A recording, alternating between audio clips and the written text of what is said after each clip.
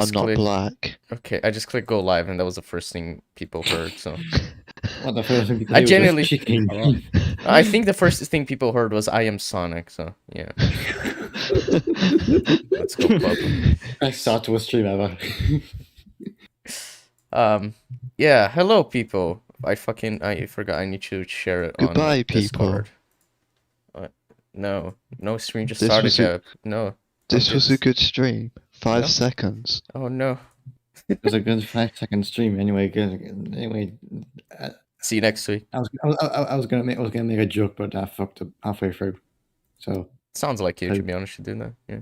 Well, twat. yeah. Well, anyway, hello everyone in chat. The one person currently in chat, because I forgot you shared the stream before. Yeah. How you all doing? We are here today because last week Jeb was like dying or some shit and we couldn't stream, so that was sad.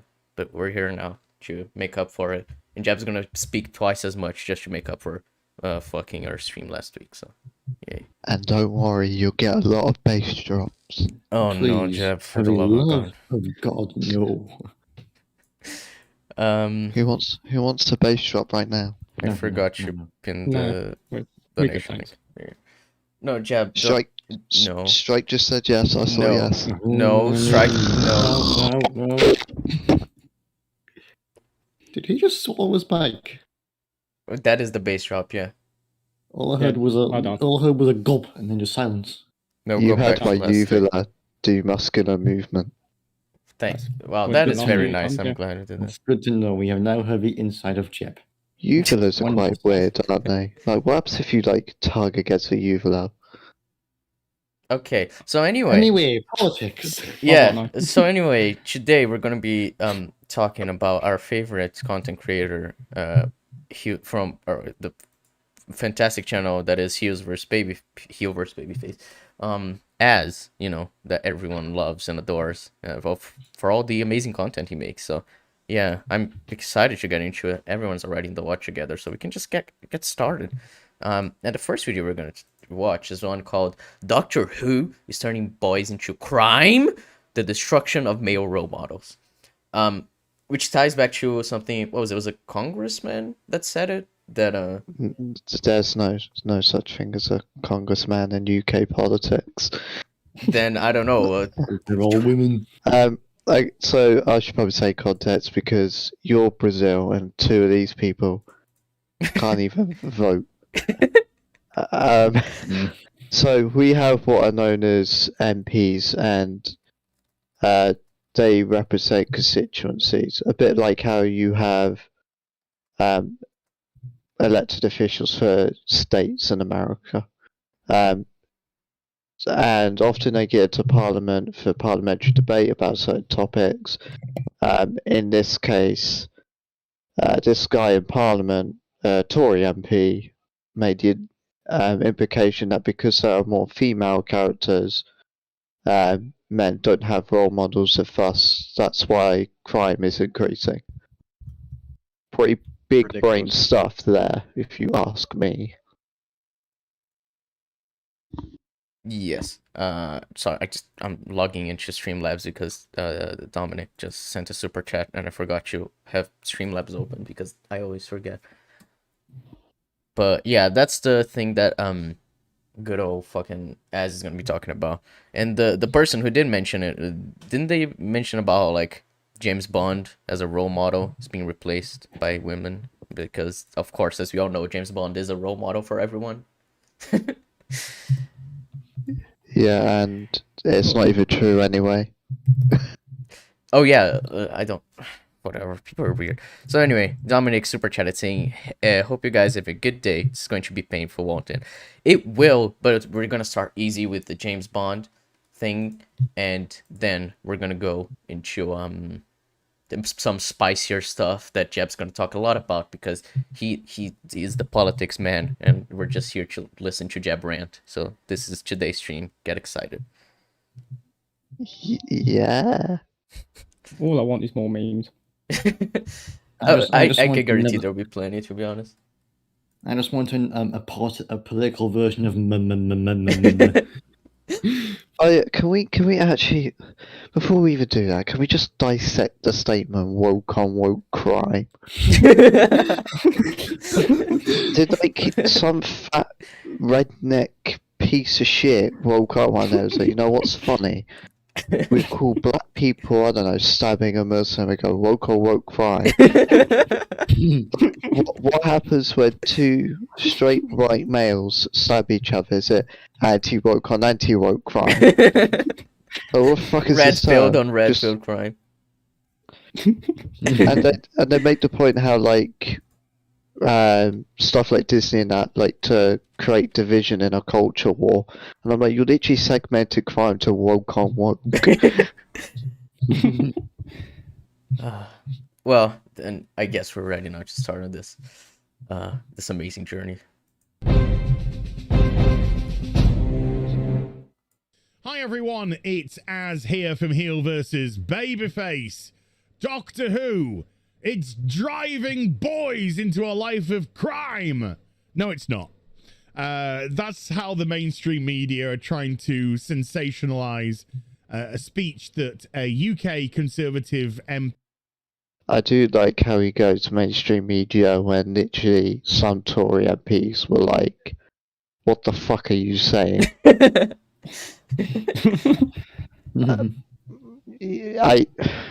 To be honest, all media covered this. It wasn't even mainstream stuff that are like Tory sources, like the Telegraph, had Boris Johnson before he became Prime Minister. They published this. It's just because it was such a ludicrous statement being made. Yeah, it's the kind of thing where everyone kind of leapt on it and was like, unanimously, this is stupid. Yeah. Nick Fletcher gave as regards to role models for boys, role models for males. So there's a lot more context. Surprise, surprise, mainstream media taking stuff out of context. Yeah, Jeb, you just took shit out of context when you were summarizing it. Now we're gonna see the actual, real, 100% true, legit context from Az, because we can't trust Jeb. It's not like I go to multiple news stories and even full clips just to make sure that I'm getting it from both sides. No. And it's not like Tory publications were publicising this themselves. Are they mainstream media? I don't think so. I have a feeling they're on about these people on Twitter. What he was actually trying to say was, we are seeing our male role models, which have been out there for a long time, being subverted now to females. And there are less and less male role models for males to actually attach themselves to. Okay, so which is here, completely false. Yeah, not only is that false, it's a stupid argument anyway. Because one thing that the fandom menace and just Az says a lot is the idea that you don't need to be like from the same race or sexuality or gender as the person you are seeing on your media to actually to like look up to them and to follow them as a role model, which is the point of them saying, you know, changing the Doctor from male to female doesn't mean that women are now getting a role model. The Doctor was always a role model because of his ideals, regardless of his gender, which is the idea they've shared. So if the idea is men are losing role models and that's causing like issues with whatever the fuck, then that would mean that men are more fragile than women. According to Az, men are more fragile than women, that they can't even follow women as role models. They can only follow characters who are men as role models, which is obviously completely against what they believe in. So yeah. It's like they literally go for their definition of tokenism. Mm-hmm. And it's interesting that when we think of how crime is patterned, the stark reality is more men commit more crimes than women, at least in data. Now, there is also the issue of not as many men come forward on crimes, but that not all women come forward on crimes themselves, so kind of levels out.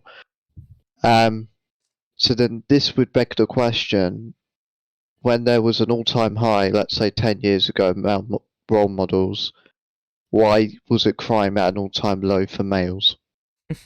And why wasn't it an all-time high for females, black people, or people of all ethnicities that are non-white, different orientations, excluding the fact that it was illegal to be gay? We don't count that. Because obviously the logic has to work on a two-way street. It can't be just suddenly men go into crime. It doesn't make sense. Yeah, it's a stupid argument here. And like Shrek was saying, like, oh yeah, all my role models are female characters, and like, yeah, I think like with most people, at least for me, it's like evenly divided between men and women, isn't like role models from the media I watch. Like I don't know, fucking Coulson is a role model, but then we also have like Gemma or May. I don't know. Like point being, it's like, just you can look up to people you look up to people because of their ideals and not because of their gender, which is something I think is really stupid. Just say, oh, just because you changed the gender, that means can't look up to them anymore. It's like, and the weird thing is, underneath all this, because it's so entrenched in this culture war minority stuff, you can actually have a discussion on how media is being represented and how it transforms people's mentality in certain ways, especially with mainstream media. The problem is when it comes to people like us, they keep tackling it on the wrong subject. So, for example, he's going on this route, but just today we have BBC News, that apparently are really woke establishment, not reporting on the huge lorry queues for Brexit, which are causing trade issues. Instead, we've had to have someone whistleblow the situation, and even then, it's not making any rounds on the mainstream media. And it's like, tackle these parts for evidence that media is misrepresenting worldviews, or it's showcasing different narratives to what might actually be the case.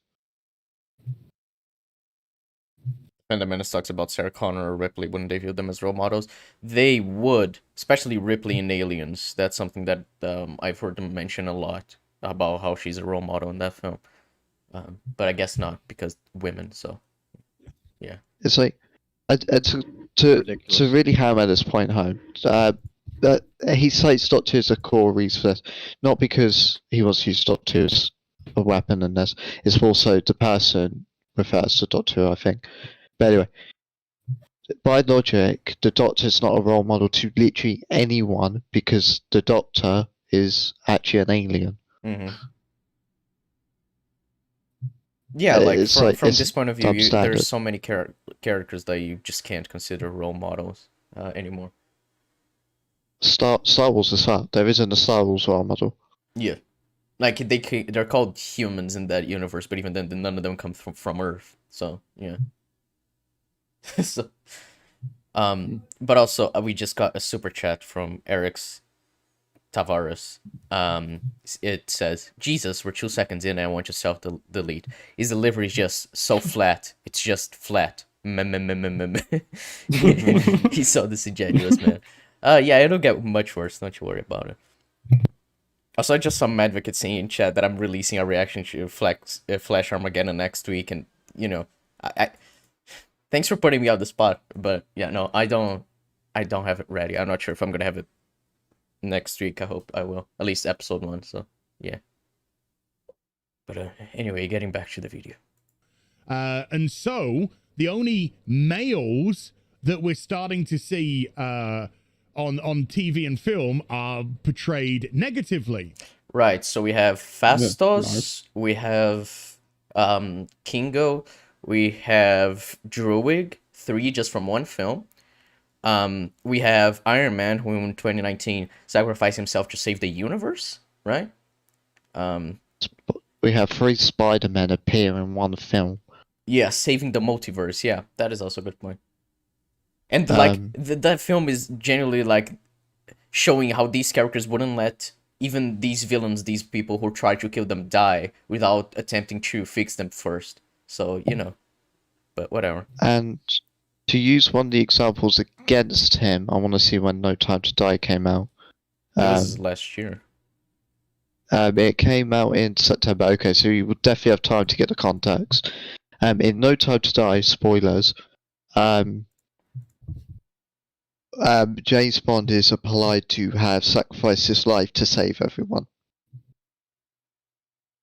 Now, I don't know about you, but if a male role model is shown for their morals to kill themselves to help save everyone, that's a good role model. And then we got the Batman coming out this year, who's started off jaded, but the point is he becomes into a hero. Yeah.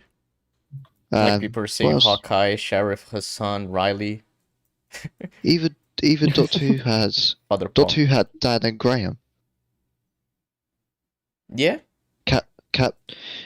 John Barrowman's a diffy subject, but Captain Jack was displayed heroically. True. It's like, I mean, it's 2020 was insanity when to me. Agents of S.H.I.E.L.D. ended. It had fucking Mac, Deke, Coulson, fucking, what other male characters are there? Well, Lincoln died in season 3, just, save the universe. Fitz. Obviously, yeah. Even this is such a good point. Even without considering characters that do immoral actions but have good intentions. So a certain character nature shield, I won't spoil because I know someone in the chat hasn't reached that point. But I think Marcus knows who I'm on about. Yes. Yeah, he has good intentions, but obviously it's like, what about those characters? Obviously they're not a morally quote unquote good role model, but and also there's the conversation of, well, what do we define as morally good? What's the standard here as? Because morals are highly subjective. Yeah, it becomes to a point where, like, what you view as a role model may not be viewed as a role model by, like, most people, potentially, so. I guess it'd be hard to recognize, because, like, I could see, seeing Elliot from Mr. Robot as a role model in terms of his beliefs, but his actions are a lot of times of just not morally good, I guess. But it depends, I guess, on your point of view.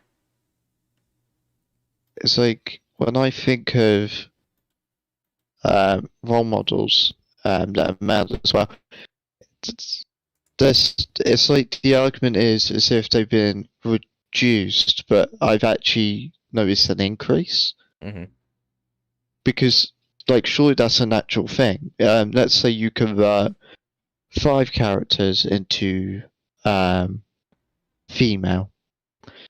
For every 5 characters you convert to female, with all the new products coming out in a highly saturated market, that's going to be instantly outweighed. So every year there's going to be more and more.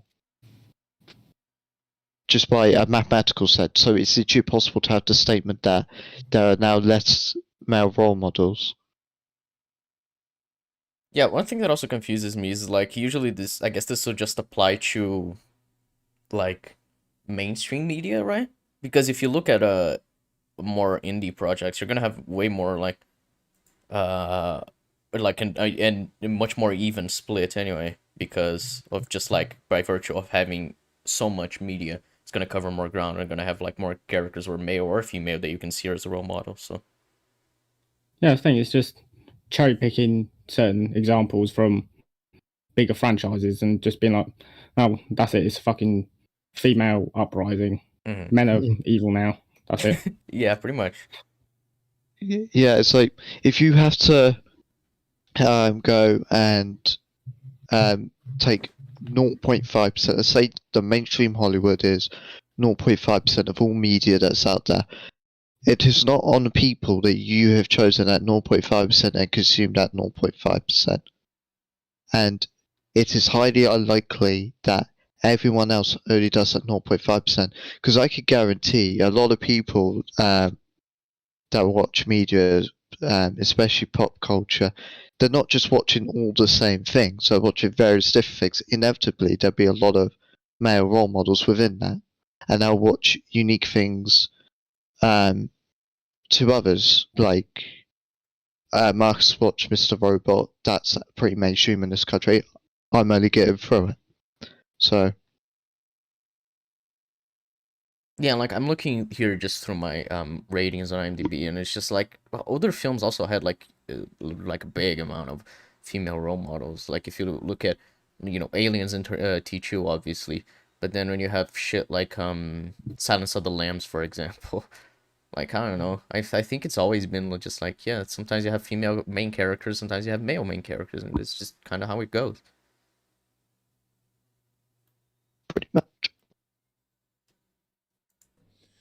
Some just in a negative manner, others in a criminal manner. So the role models that we're producing for young boys now are criminals. What? So sometimes as well. So the issue then isn't that there's less male role models. The issue then is me just depicting what I'd rather be immoral actions as moral. That's what the problem is.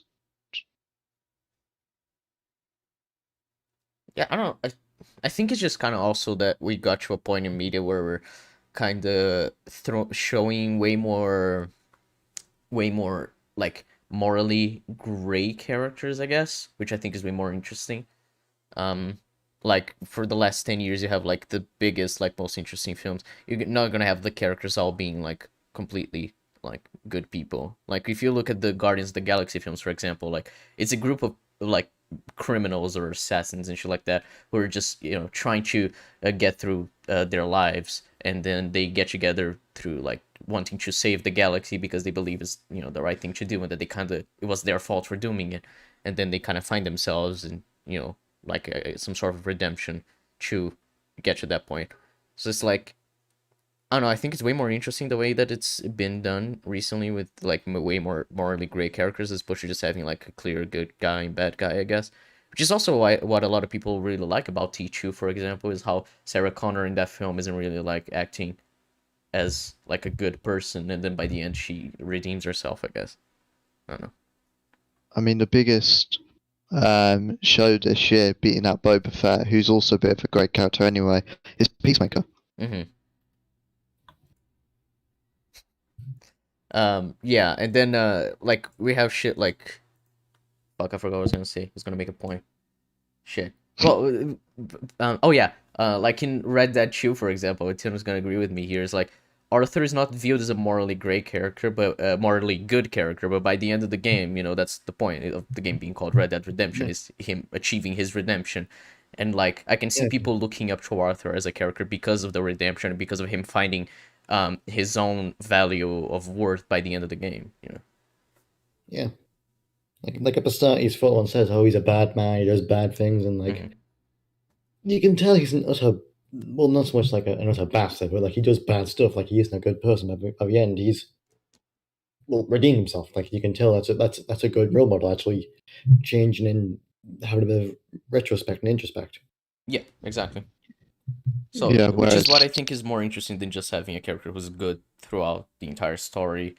Which is why I think a lot of people would much prefer Han Solo in A New Hope than Luke, because Luke is just, very generic good guy. I want to save the girl, save the world, as opposed to Han, who's more like, I'm just doing this for the money. I'm not doing it for you. But at the end, he kind of just comes through and does do it because how he values the bond he created with Luke throughout the film. I mean, even Doctor Who, to cite two examples. The first Doctor started off as he wasn't really morally virtuous or really cared about morals. It was more logic driven. And then the best moments that people cite from New Who are Tennant moments when he's lost his morality, like the Adelaide Brooks scene. Yeah, exactly. Like the 10th Doctor, yeah, like the arc he goes through, it clearly shows that at a lot of points he's not really a role model you should follow, especially in Waters of Mars. So yeah, Exactly. And they're sensationalizing them, and so that's where the possibility for kids could go. I don't know if that data works or what, but because the mainstream media tried to sensationalize and try to take out of context what he said, we're going to go through exactly what he did say and put it right back into context, because there is a lot that he says which is common sense and is food for thought. And it's stuff that we have said time and time again, and it's very refreshing. So, I'm not to do a cheap dig, but common sense and food for thought and stuff that you said as don't mix. Because we're 2 minutes into this video and you've been mathematically proven wrong on the statement that there's less male role models, and you've highlighted the issue as something completely different to what apparently the actual issue is.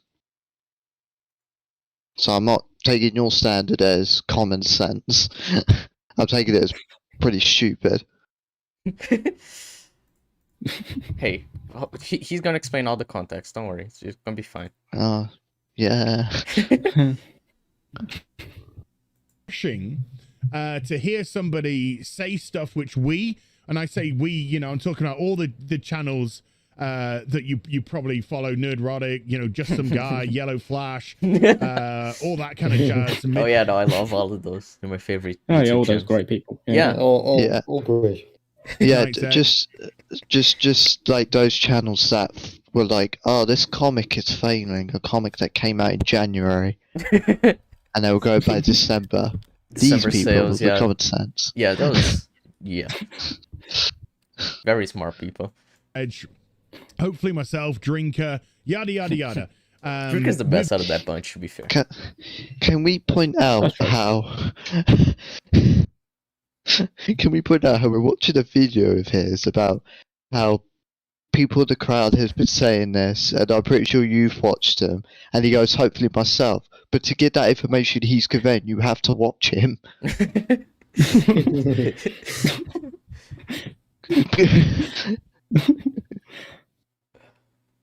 We've all been saying about what's been going on with culture and pop culture and the subversions of how they try to portray males now today. So first and foremost, let's listen to what he said, which is what people are trying to take out of context. Everywhere.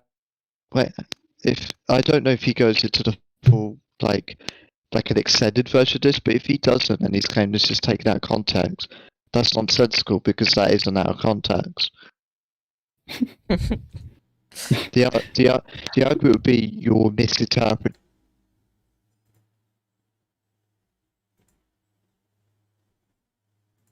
Fucking, I'm without sound, so give me a second. I can't hear anything. Hold on. Hey. Yellow flash, Okay, that's we're back. reverse flash to Okay. you. Okay, now I can hear He what has you're saying. reverse IQ, to be fair. Yeah, Jeb, I stopped. I didn't hear what you said. This entire thing. Yeah. So he's making the point that it's out of context, and I don't know if he shows a longer video of what he's about to play. But if he doesn't at all, then this isn't taken out of context. It's just the argument being misinterpreted. I guess what he's saying is that the media is taking it out of context, but he's gone back to the original video, and this person who tweeted isn't taking it out of context, is just misinterpreting, but the media itself is taking it out of context. But the media's been using this clip. Then I don't fucking know, Jeb. That's why I'm confused. They used this clip. That's why it's got 5.3 million views. He's part of the mainstream media, this guy. I don't know, Jeb. I don't read people's minds. I'm just trying to make as not sound as stupid. As has common sense. Yeah, this person, Adam Biankov, doesn't. Not at least within the cultural sphere. There seems to be a call from a tiny yet very vocal minority that every male character or good role model must have a female replacement. One only needs to look at the discussion surrounding who will play the next James Bond. And it's not just James Bond. Most people say like Idris Elba. I haven't heard many people saying that it should be a woman.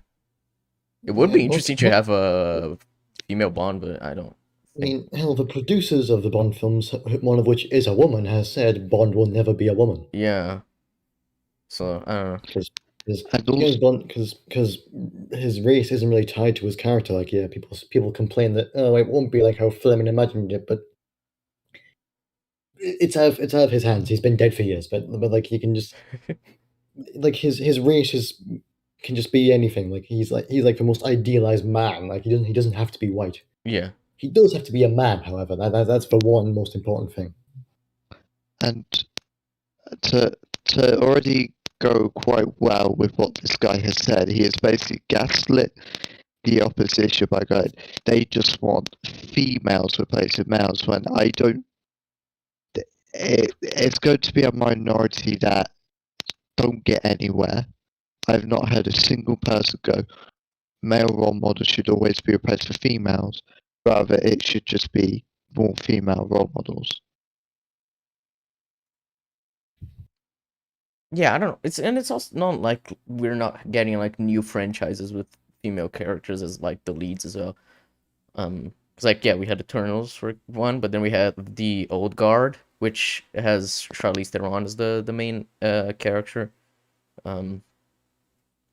If we have fucking, I'm trying to think of other things, but my fucking memory isn't the best.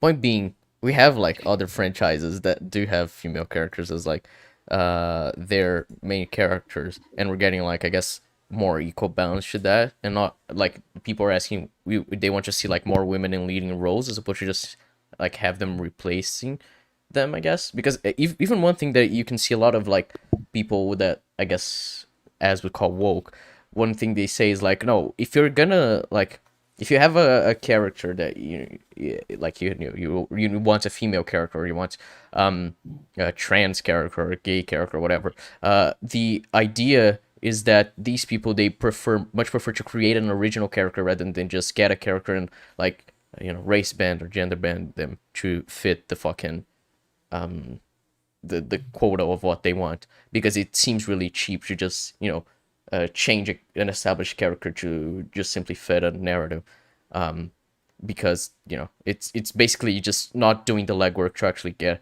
a new character established and just using the already established fan base of one character. Though I can see the argument from the other side being it's way harder to establish new characters rather than just using old characters and changing a few aspects about them that ultimately don't matter for the character. So I can see the argument going both ways, but usually what you'd hear from these people is not that. So I don't know. What I want, Jody, one day is for someone to do a report, just out of curiosity, and chart the amount of quote unquote mainstream role models by gender, and I want to see how it changes for men, because it'd be really funny if you see a continuous increase, especially at a faster rate than women, because all it's ever been is this, and there's not been any evidence to back up. Doctor Who had it. Like, if we actually think about it, I can't think of another franchise that has a male role model converted to female. Mm-hmm. Yeah, what it seems like is like there's some shit like in the Endgame we see Pepper as Rescue, and it's like it seems like the films are just like setting up that these characters are going to be replaced, but then when we actually see like or like with Hawkeye and Kate Bishop, I think Defend the Menace would call like her replacing Hawkeye.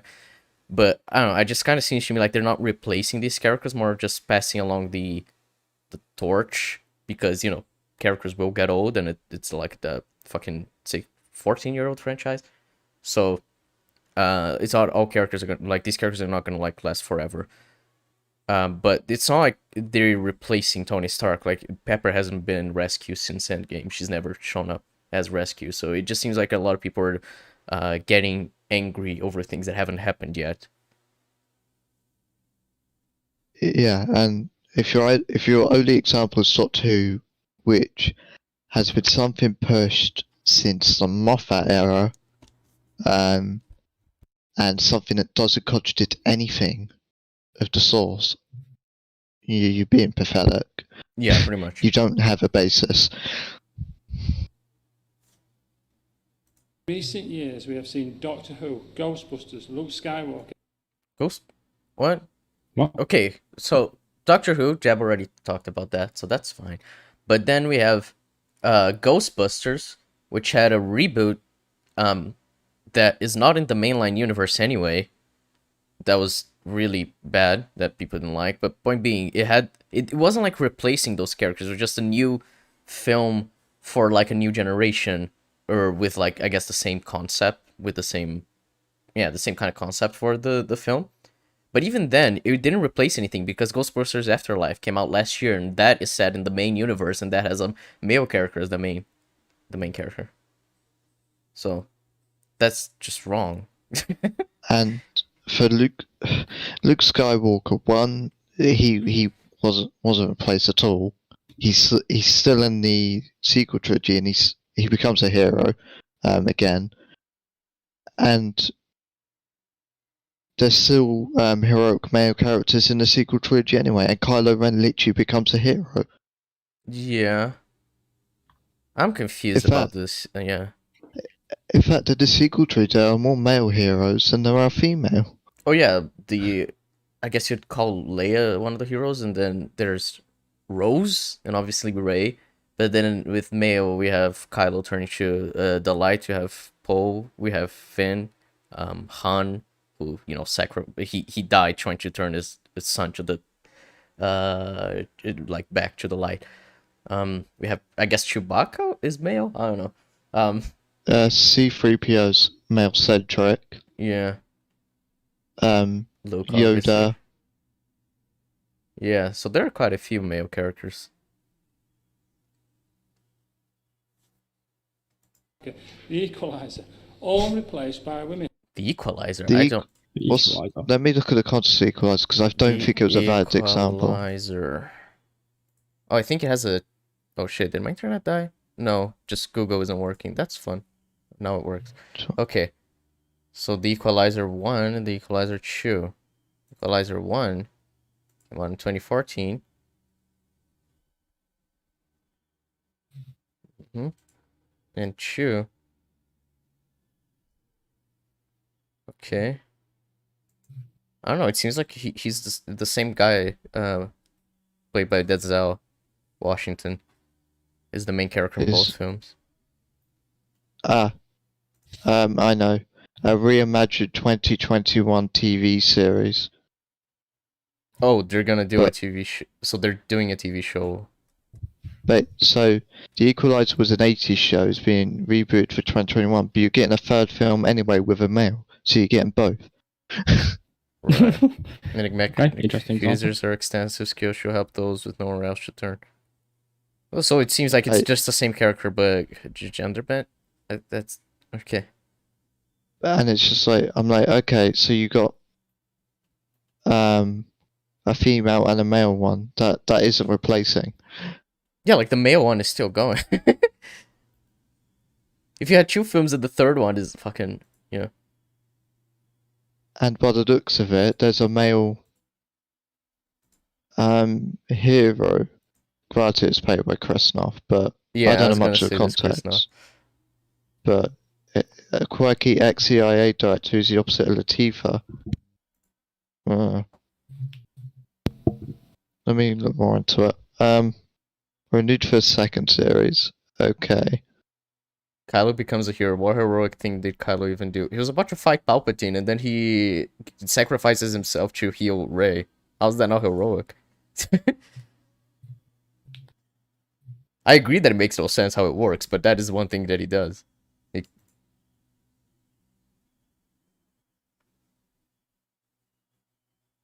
There's actually a sweetheart in it. Is there anything bad that he does?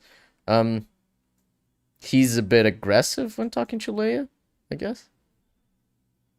But, he had every right to be because she was being stupid.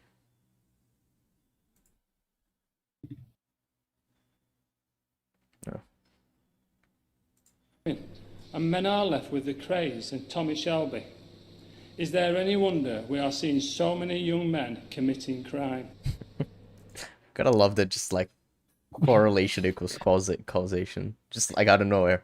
It's like, oh, see, these male characters in 2 or 3 TV shows are being replaced by female characters, and therefore men are committing more crime. Thank you. By the way, this is for people who are not in the UK or people who don't know politics. To put it this way, MPs like him are the least of our problems. That's how dire the situation is. I'm not kidding. Like, this is actually like a 2 out of 10 in alarming. Yeah, from the shit you've been sharing regarding the UK recently, I would agree with that sentiment. Healing rate could be a self-serve. Albedo, I'm just gonna stop you. No, he redeemed himself. He literally stood up against Palpatine. He literally had a moment where he threw away his evil lightsaber and got forgave by hallucination of his dad. Yeah. Yeah, and he literally changed his entire mannerisms. It's not executed well. That's never going to be the argument. But the intent is he became good. Yeah. There weren't a ton of male role models. That's why World War I happened. Exactly. And food for thought.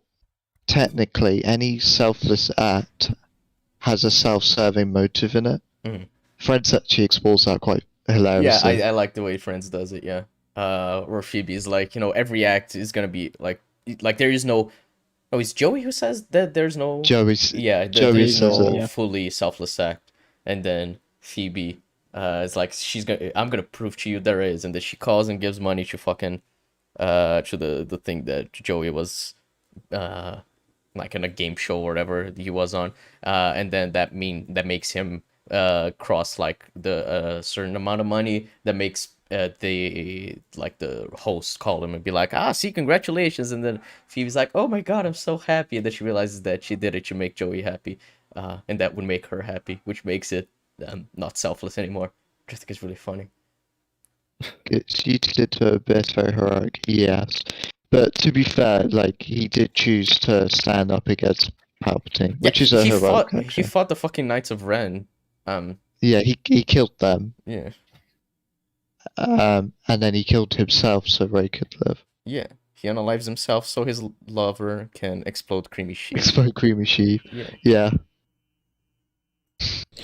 Okay, I gotta say when he laughed when he said the Equalizer, Queen Laquifa taking over that. Okay, so that's what they're trying to take out of context in here. If we just look at some,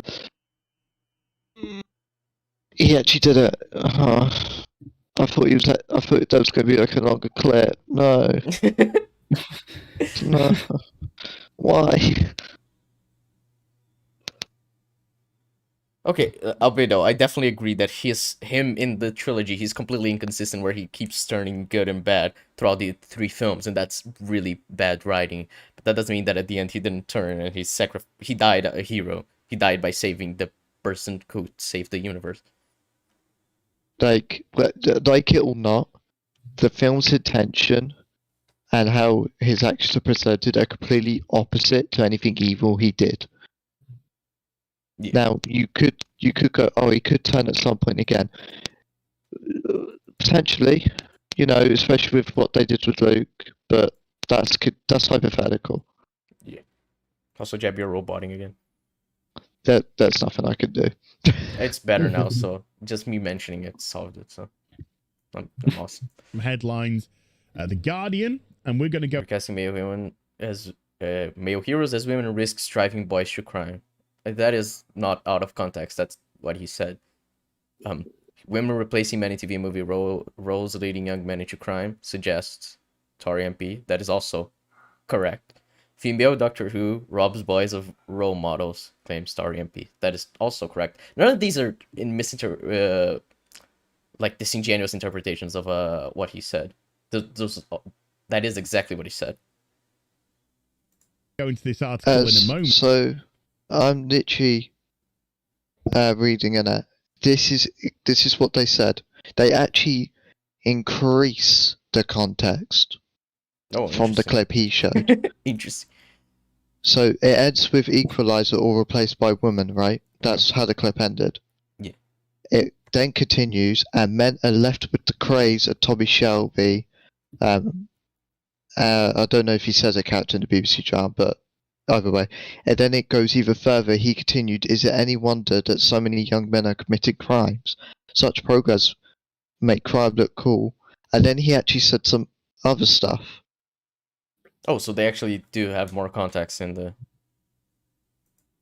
Yeah, it's like, and they even give his subsequent tweet, which I don't know if at the time that Az released the video that was the case, but they add more context, so Az is just lying. He would never do that. Ridiculous. Oh, we have another super chat. Let me check. From Dominic saying, "Domo arigato, misuta, misuta jaboto." Yes. I get the reference. I'm not sure if anyone else does, but yes. Recasting male heroes as women risks driving boys to crime, claims Tory MP. Women replacing men in TV and movie roles, leading men into crime, suggests Tory MP. That's from The Independent. And then the BBC news have gone with female Doctor Who robs boys of role models, claims Tory MP. So let's jump back to this Guardian article. Okay. And let's get into actually what they said. Yeah, here he's showing it. Yeah, they do Yeah. add the context here. You can see on the bottom. He continued, "Is that anyone that so many young men are committing crimes? Such programs make crime look cool." The clip cut just before he said, "Such programs make crime look cool." So that's already adding context to the clip as showed. And it's also showing what he's citing to base this argument from. Mm. Cited statistics. As the common sense from ads right now, his is a clip that has less context as showing the context. I'm trying to think what God. programs make crime look cool. Like, as in, it's like there are points where, like, you know, because we all think like certain bad people, like in shows or films, are cool just because of like the aesthetic, I guess. Like, you know, there's the usual like cool guy not looking at explosions, and you know, I don't know, like that would Like- look cool, but I don't think anyone would be enticed to do that. It just looks cool. Like, referencing the Greys, I'm going to assume they mean the film Legend. I think it's called Legend. It's about the Grey twins. There's no way you watch that film and you're like, they're glorifying the Greys as innocent. It's like, no. Literally, the narrator of it says how her husband's mentally damage had led to her suicide. Yeah. And also, like, if you want to talk about role models, like Euphoria, which is like one of the most popular shows nowadays, the main character Rue, she narrates the entire show, and she's a terrible fucking role model. She even starts the show, because she narrates the entire show, by saying that she had no intention of staying clean because she's a drug addict, and that is right after she got out of rehab because she had an OD. So even after she had an OD where her sister found her like dying in her room, her like little sister, she still had no intention of staying clean. It's like, oh yeah, and that is like, this is the same argument you can make where like, oh yeah, female role models are so shit. And You just like Zod said earlier, it's just like cherry picking examples. I can cherry pick as well, make the same argument. when it comes across to me saying men are left with crazy Tommy Shelby, those specific examples, I think it is outlining an issue, just not the issue they're saying. I think it's outlining how the casual audience makes these characters go everywhere with all these like quote unquote relatable things that they may not even have said. So like Peaky Blinders, you see a random shot from the show with this quote above it. People are like, yeah, I relate to that. So then they're probably like, oh, I really relate to this character then. Mm-hmm. Yeah, it's like how people keep glorifying Wanda even though she enslaved an entire town. People are like, oh my god, she's so relatable because, you know, she says, oh, it's just a case of the Mondays, I guess. Which, admittedly, is a funny line.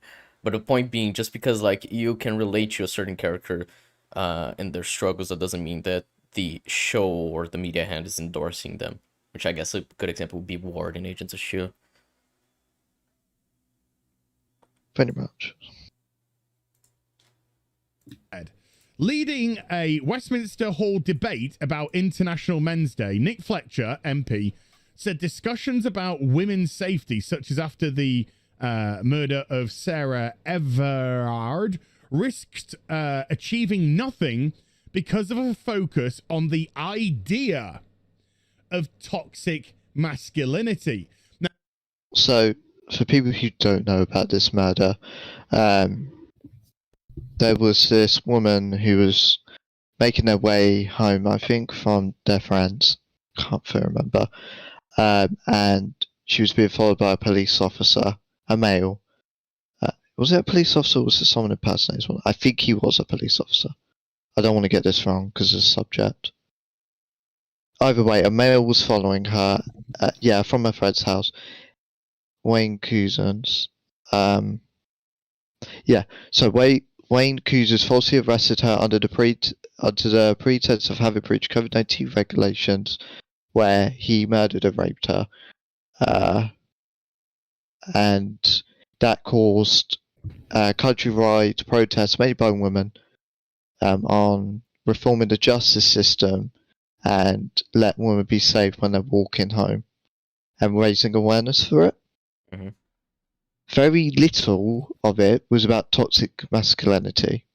This is a lie. The only part of toxic masculinity I've seen is how men were trying to devalue the situation by going stuff like not all men, for example. Mm-hmm.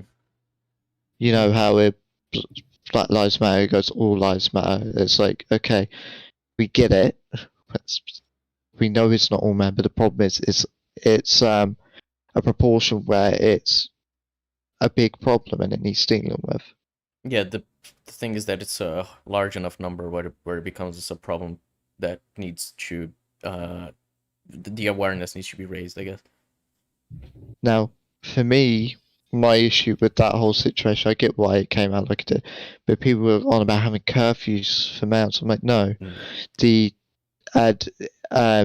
was not enough being spoke about police abuse of power, which I think is a very big issue right now. But toxic masculinity, no. And I hate, in fact, I despise that this murder was used as culture war when it was inappropriate to do so. And it says a lot about as if he's defending that. And in fact, encouraging it. Because there's no way, unless he thinks it's toxic masculinity as well, which he's informed, it just comes across as shitty action. This got pretty deep. Does a protagonist that wants revenge and is portrayed as a good person count as show saying the crime is cool? Not inherently. I guess I need a specific example because I can think of media that portrays like revenge as a good thing, and there can be good people that do bad things as well. And so you can have like The Punisher as a TV show shows that Frank Castle he has good morals in terms of like his principles, but a lot of what he does isn't good, and that's kind of the idea that what he's achieving, what he wants to achieve is good, the way he's going by it isn't, which is the entire point of the conflict in New York's Finest between him and Daredevil. So, I don't know. I guess I need an example to know exactly what you mean by that. I guess, I don't know. Yeah, I don't know. I need an example. Now, how often have we discussed toxic masculinity in videos, in streams? And my personal take is there is no such thing as toxic masculinity. Are you actually stupid? What? What? That doesn't make sense. Okay, actually, let it finish a sentence because I think it's going to get stupider. My personal take is there is no such thing as toxic masculinity. There is just masculinity. Okay, that is fucking stupid. There is a way to act masculine, but still not be. So, the idea of toxic masculinity is the idea that certain men can't act a specific way because of how society has imposed upon them that they should act.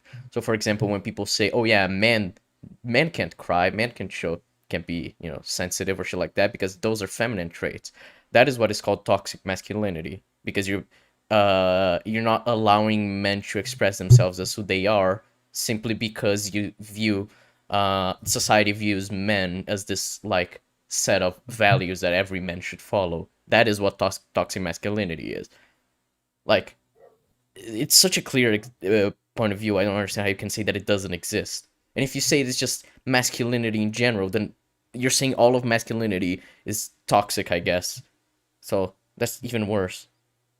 Like, let's take a common phrase, at least in the UK, boys will be boys, when it regards to, I don't know, them fighting or whatever, or it's been used for cases of bullying. I don't see how that's masculinity, in a safe form. Mm-hmm. Surely we should be against bullying, and there has been scientific evidence that enforcing norms, extreme versions of the norms, has led to a rise in sexual assault cases as such, because young males are indoctrinated to one line of thinking in an extreme manner, and that they have to be dominant in everything, and they have to have the control, that it becomes a danger. This is why I don't think shouldn't have it. Well, not shouldn't. As is not good to have any say on social issues. Mm-hmm. He is so out of his depth. Well, one thing It's that I also insane. think is like people from Az's generation, older people than him, especially, they have like this point of view with like their children that they need to act according to their their gender. So it's like if you have a son, it's like, oh no, you can't play with girls' toys, because that's a girl toy. You can't do that. And that kind of idea is definitely the kind of thing that that kind of generation believes in. That would be toxic masculinity, because it's like it's just society dictating. Oh yeah, how you dress or what you play with or shit like that is all dictated by like that like indicates what gender you are, as if that has any bearing on any logical through line other than the society has said so, and that's how it is, like purely like appeal to popularity. And that's what would count as like toxic masculinity, like that kind of like imposing of a certain way of thinking and acting just so you can follow the masculine, the traits that are viewed as masculine by like the larger public. Will be masculine, but like do things that are viewed as feminine, because it's not like this completely binary thing. I don't know. I think it's just a very old-fashioned point of view that Az holds. Like, actually, let's flip this logic back onto him. So, there's no toxic masculinity. Does that mean there's no toxic left-wing people? But it's just left-wing people. Pretty much. Yeah, I don't see what separates that. Yeah, it's just kind of like bunching a lot of shit together that I guess you definitely should separate to showcase like a larger issue in terms of like the sphere of what people see as masculinity versus what is just indoctrination or just like societal pressure to act a certain way. There is masculinity and there is femininity. And most men... And not just those two, as have, that people can be androgynous, or, people can not act either way. Like, there are a lot of actions, well, most things aren't tied to a fucking gender, like, not everything you do is going to be masculine or feminine. It's maybe what you're doing is what you're doing. Like, it's like how people say, like, that gaming is like exclusively male. It's like, not really. A lot of women play video games. Like, it's fine. It's not inherently tied to being a man. It's not masculine to play video games. And it's even a trait that a lot of people say that it's not masculine to like love to play video games, because people say that it's like geeky and shit like that. So even then, so I wouldn't count that as like being assigned either masculine or feminine, just as an example. Men exhibit masculine traits and most women exhibit female traits. Feminine traits. Not lazy or whatever. Just Common sense, shut up. I know, feminine traits. How ridiculous does that sound in current day? And yet, What? That doesn't sound ridiculous. Yeah, most women will act feminine, and most men will act masculine. But the idea isn't that it's the idea we're talking about is like maybe it's even not their choice. Maybe it's just because it was imposed by society, and that's kind of like what we see with a lot of like trans people, where they don't think they're valid simply because they like you have a male to female trans person who's like, oh, but I like this thing that is usually tied to being masculine. Am I not valid because of how society views this, assigning masculinity or femininity to each action everyone does? Like, I don't know, dude, it's not that simple. That's not the question isn't that men act masculine usually and women act feminine usually. Like, that isn't what we're talking about here. Like, Ez just completely sees this issue as nothing like it actually is. It kind of annoys me. It's like that. I have never seen someone whose anti-gender norms go, men do not act masculine, females do not act feminine. I've never seen that. Yeah. And it's often with people like Az that they can't even get through the first hurdle for an actual rational discussion. They rather gaslight the opponent with arguments never said. Yeah, pretty much. This is like pure straw manning to gaslight the opposition.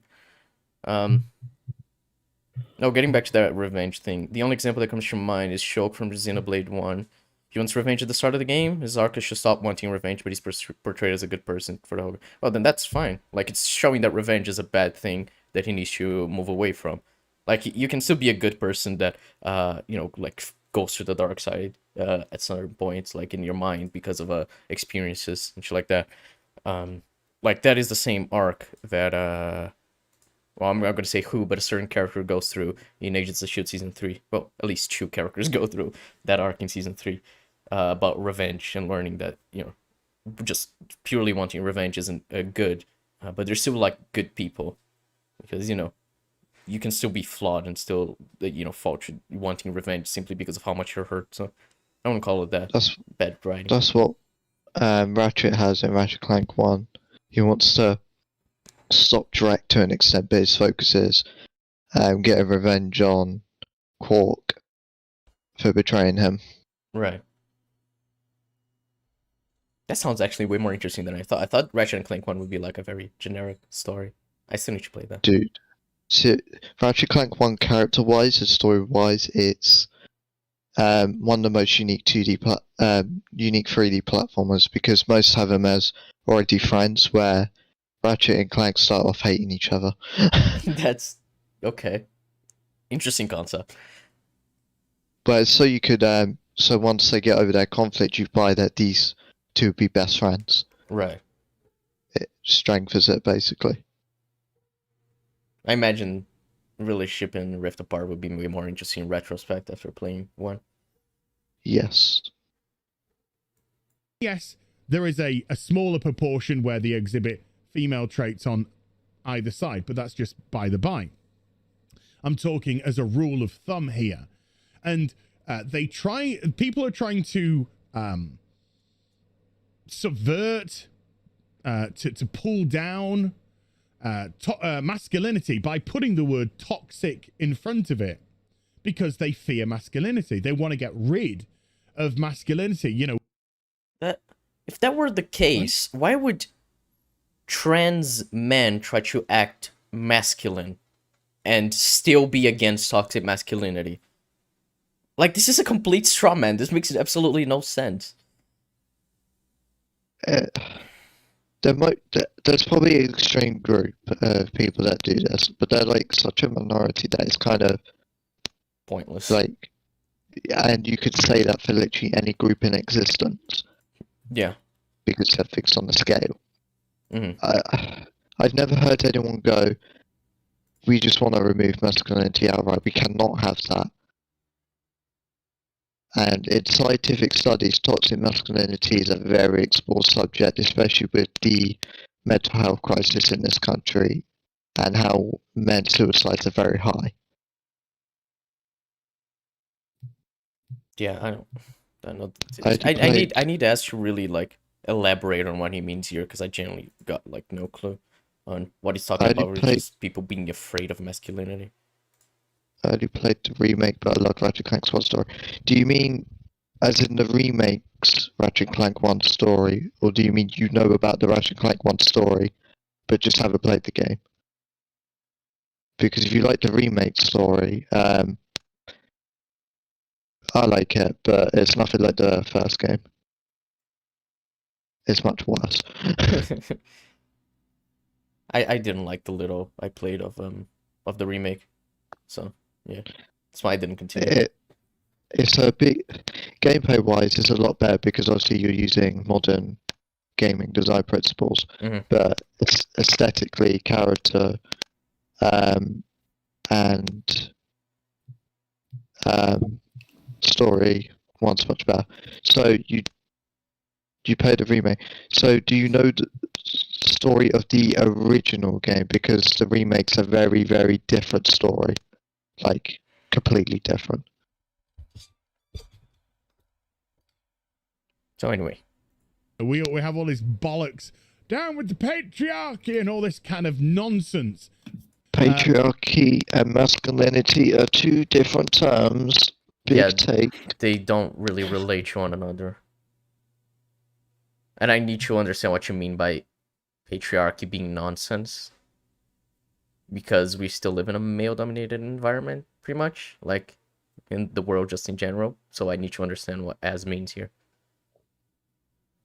And all this far-left bollocks about how, it's about time for men to move aside. It's the women's time. Well, It's not far left politics to have more women representation in media. Hot take. Like, very big take here. I don't think it should really be a far left, far right thing to have more people get opportunities in life. Yeah. Well, it's like biggest showcase here. I'm NCAP. Jeb is libertarian left. We agree on this stance. It's pretty simple. Like, it shouldn't be like a political thing. It should just be like the norm to get like fairly represented. Robo Jeb just as a Dalek. Yeah, probably. I don't know how I sound. I just can't help it. You do sound like a Dalek. That's true. And Dominic thought the remake was the same, so he doesn't know the original story. Yeah, just some beats. There's some similar beats, like Quark still betrays and that, but how everything happens completely different. And Nefarious isn't in the first game at all.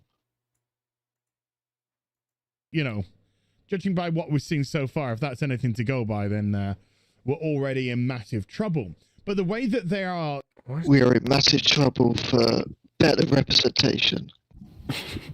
No, it's what they say of like, oh yeah, more representation isn't bad, but usually when you go for representation, it's going to be bad thing. It's like, well, what would you say is going for more representation? How can you know that if it's going simply for representation? Because the idea is like, oh yeah, they're forcing it down our throats, forced diversity and shit like that. And it's like, how do you know that was actually the intention? Which is the problem I had with that Wolf video he made, fucking before the first time he nuked his channel, or it was called, I don't remember exactly what the video was called. It was about forced diversity. Point being, that was really fucking bad video, where basically it's like assigning motivations and goals to people he had no way of knowing, especially like J.J. Abrams when talking about The Force Awakens, being like, I see they're just going for representation, therefore a bad product. Which is like, you can't know that. There's no possible way for you to know that. Trying to do this is they are taking, we've seen this time and time again, male role models and turning them into females. And they portray those females essentially as male characters. So all they've done is gender swap. And we talk multiple times about race swapping, gender swapping, sexuality. Hang on. No, that doesn't make sense. That point doesn't make sense. It's just contradicting something. So, take the Doctor. Let's use that. The Doctor has gone from male to female, and they act exactly the same as the male counterpart. But then that means masculinity is still ongoing. The females are acting masculine.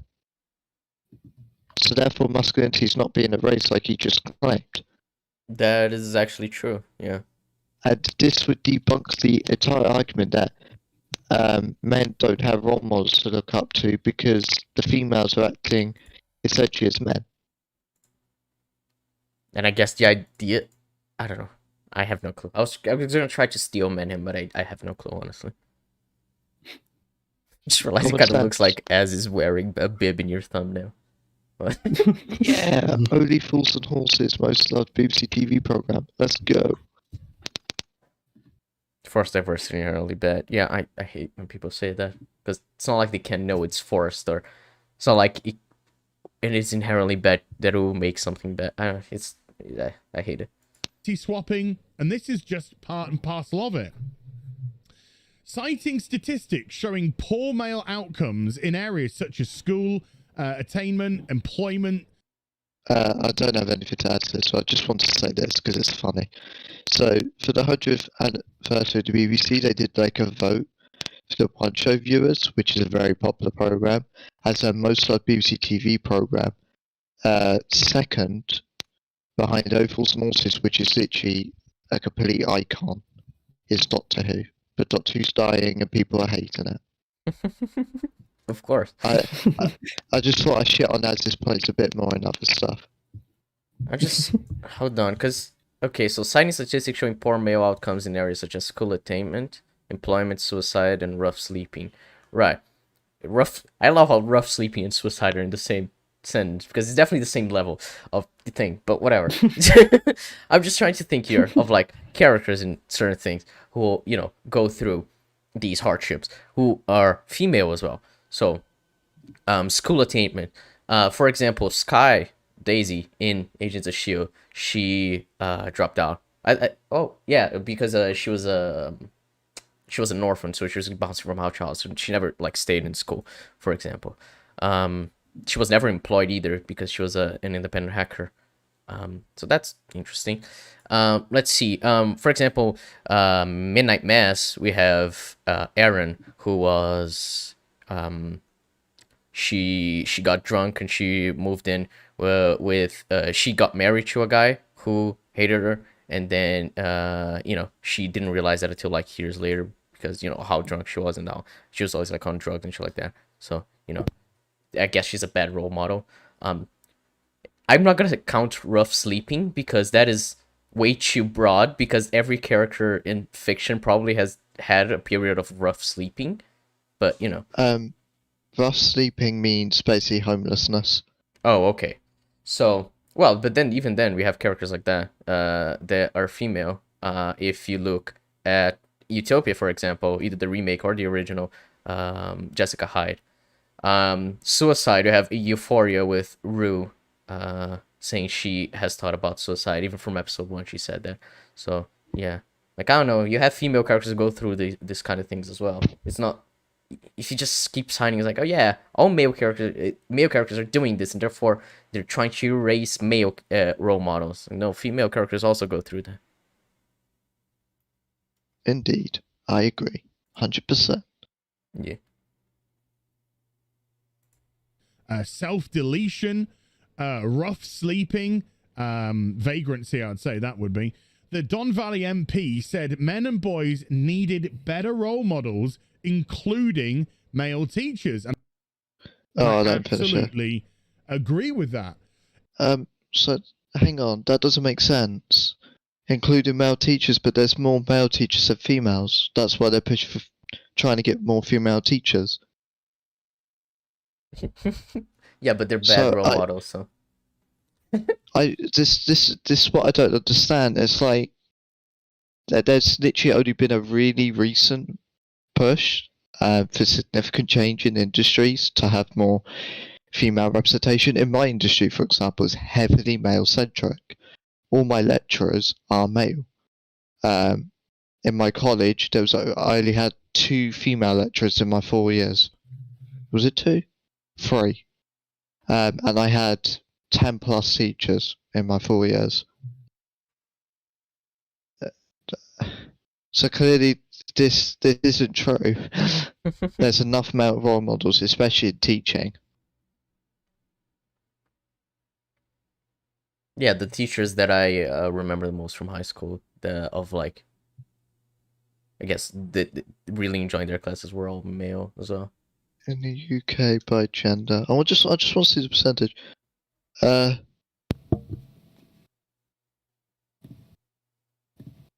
What percentage? Oh no, so corrected. 30.5% teachers are male, 69.5% are females. But has this been an increase or decrease? It's been a decrease. This data is... When is this data? If that's after 2018, then it is a decrease of females. It's loading. We like to stay accurate. Yeah, this is this year. Not this year, 2021. Which means, yeah. So it's decreased of female and increased of male. So we're getting more male role models in teaching, at least. So he fucking the MP is wrong then. Yeah, MP's wrong anyway. And I literally did this in quick research, and their job is to literally research. Isn't that fun? Our country, everyone. Fucking hell.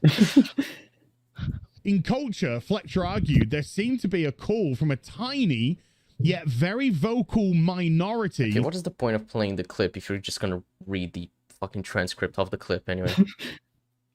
Yeah, we've done this. Also love him. He's like, oh yeah, I'm gonna prove that they're taking shit out of context. So I'm gonna play the clip and then I'm gonna read this article that literally quotes the clip verbatim.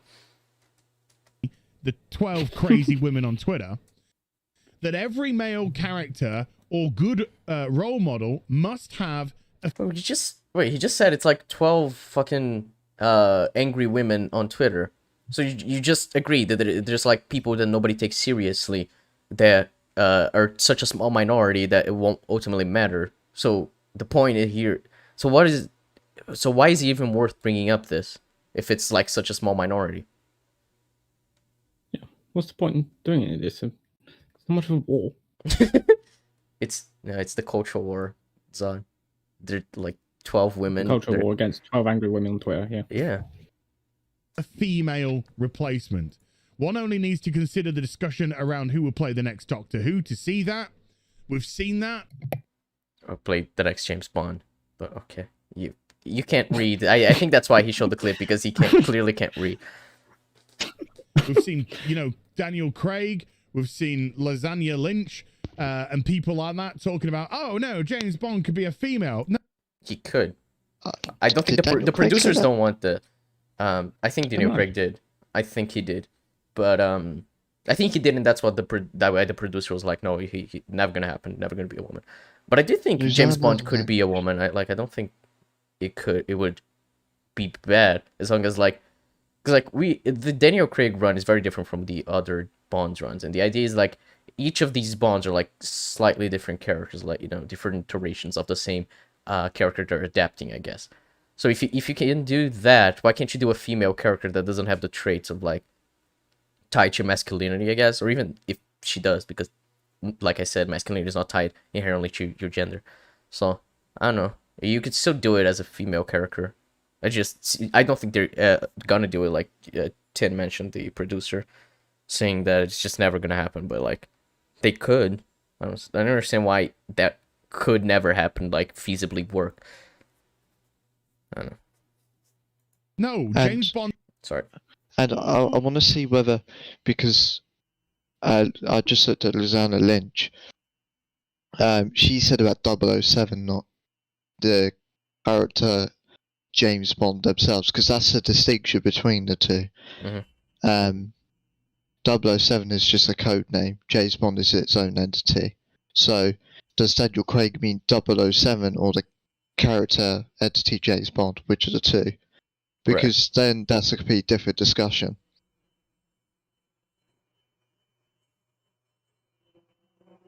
I mean, yeah. I mean, I don't know. I get that there's a distinction, but I think either way, my point still stands. Bond is James Bond. They're not female, they're male. Why? That's the character. Why? So you're just gonna move on. Okay, you can't just say that's the character. What is inherently tied to the character? And even then, it's an adaptation of the character, because the character originally didn't come from films anyway. So it's not like it's continuing. So it's not like every time you cast a new Bond, there's like continuity between fucking the different eras of Bond. Each Bond is like their own character, adapting from a few stories from the original books. So if it's just gonna be an adaptation, what is inherently like bad about adapting it to be a female James Bond? What is like gonna destroy it? I don't understand. The latest Bond film that came out, it's doing well at cinema.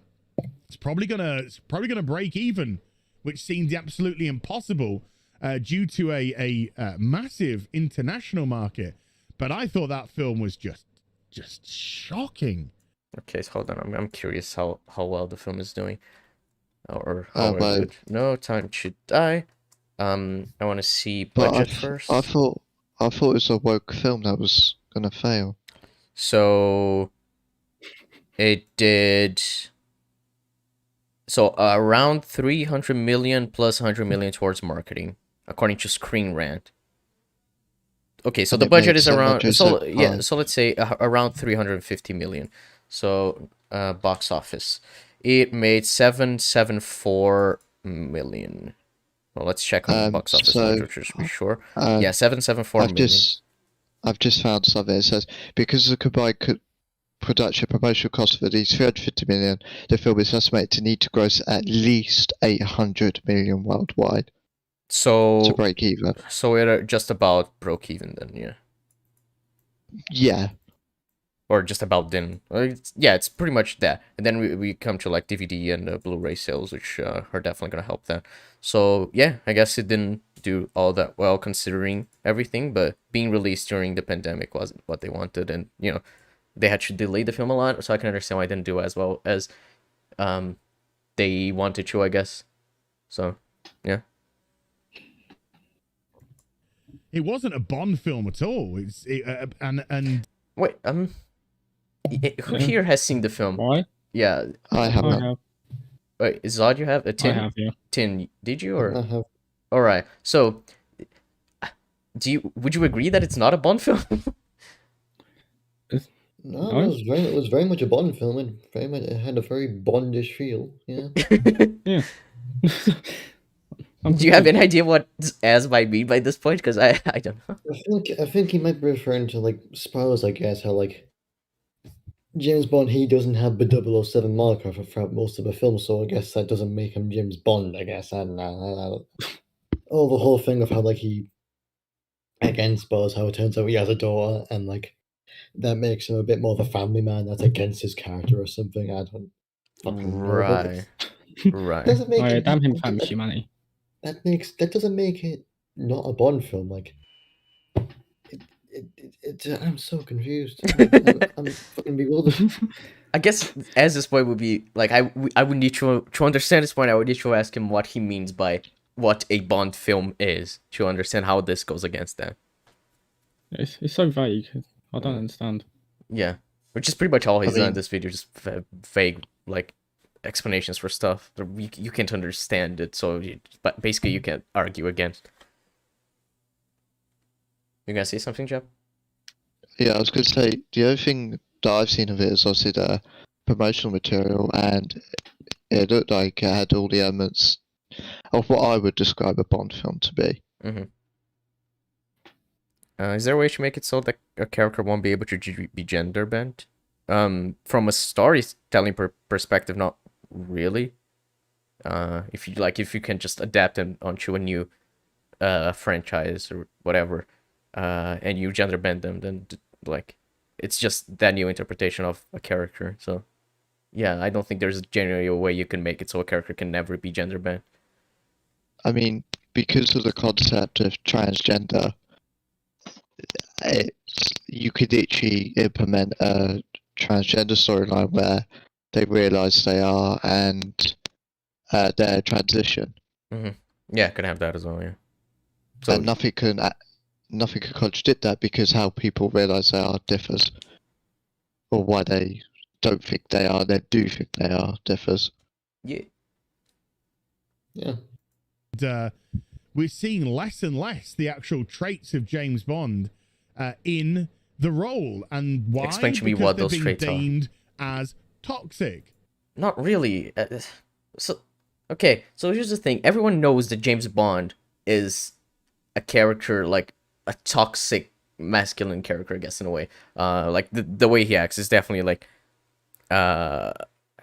criticizable, I guess, because of his overly masculine type of thing. And what this interpretation of him with Daniel Craig has been, which is I find interesting, is how in Casino Royale, after Eva Green, what's her character's name?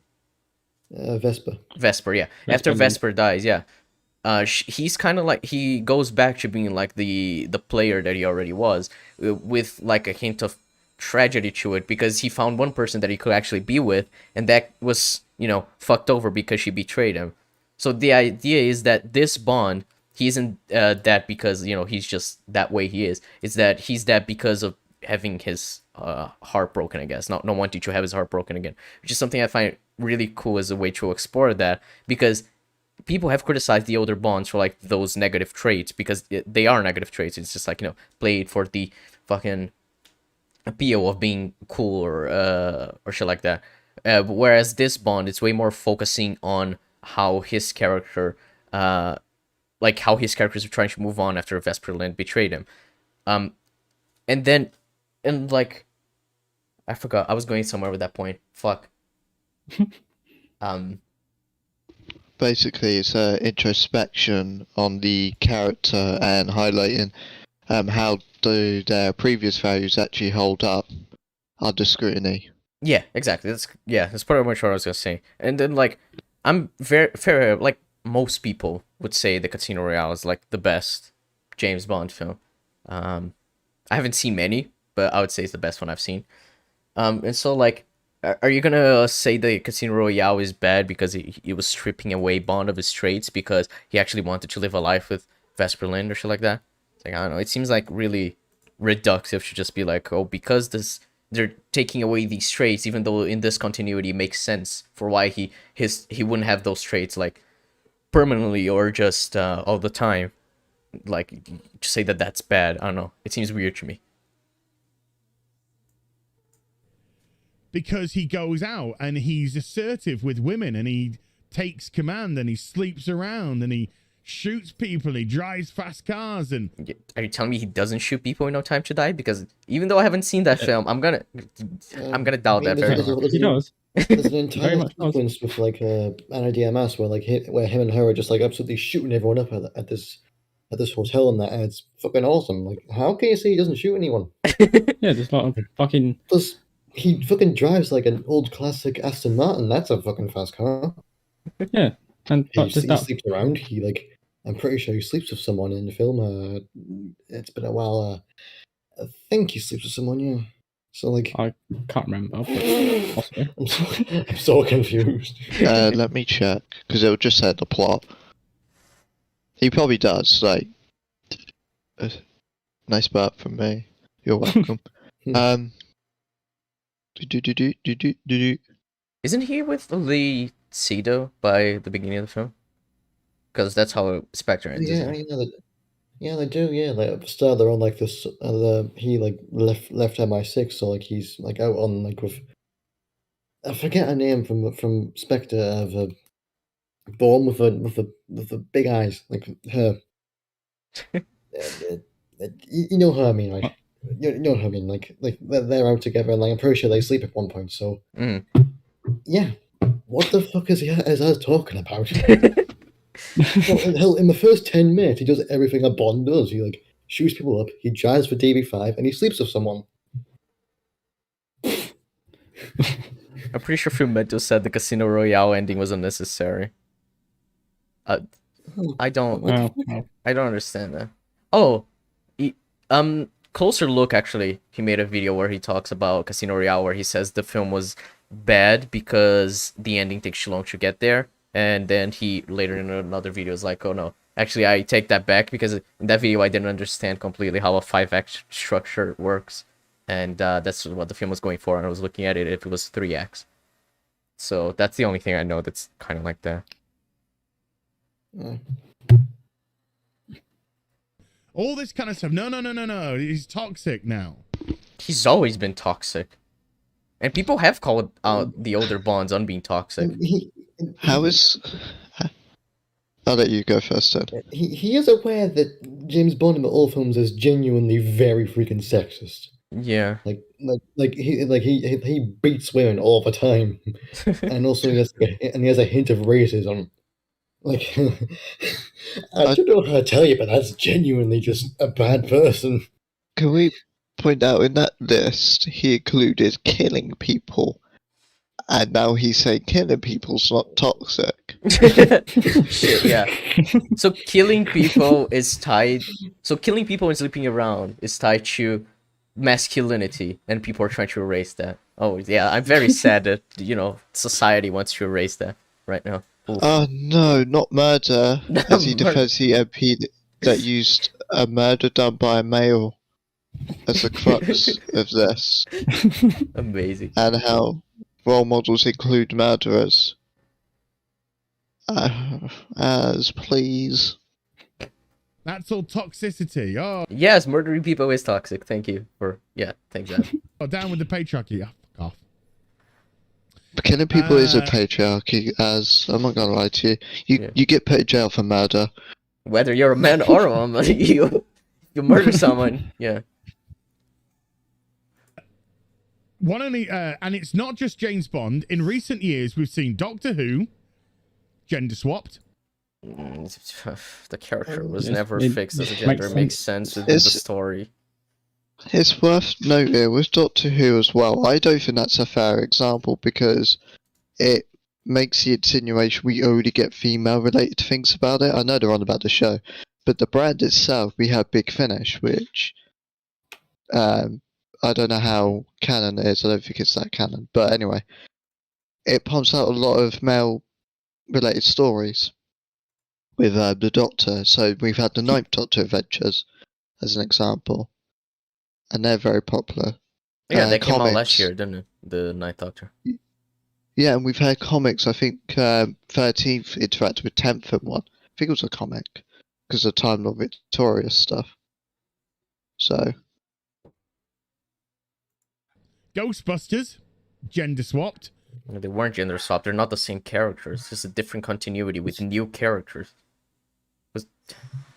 It's not even in the same universe. It's not being gender swapped. And it still had fucking Chris Hemsworth as one of the main characters.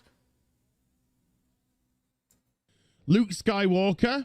Well, two things here. Number one, Rey becoming the main protagonist in the sequel trilogy. And secondly, The Last Jedi, of course, with the absolute destruction of the character of Luke Skywalker. Either way, by the end of the film, he was still viewed as heroic. So that doesn't matter. In fact, Ryan Johnson wasn't criticising him on the basis of gender. He was criticising that how he was being glorified as this legend that could do no wrong. Mm-hmm. Which is an interesting concept, just I don't think Luke Skywalker's the character to do it, and the way it was done is absolutely atrocious. Yeah, I'd agree with that. That was a rape. That was just a rape of Luke Skywalker. Was that... Why?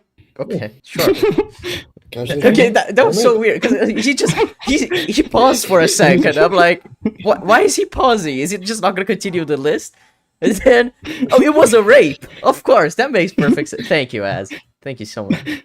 Let's hear That's not the description I was expecting. Yeah, let's listen to this again. Of the character of Luke Skywalker.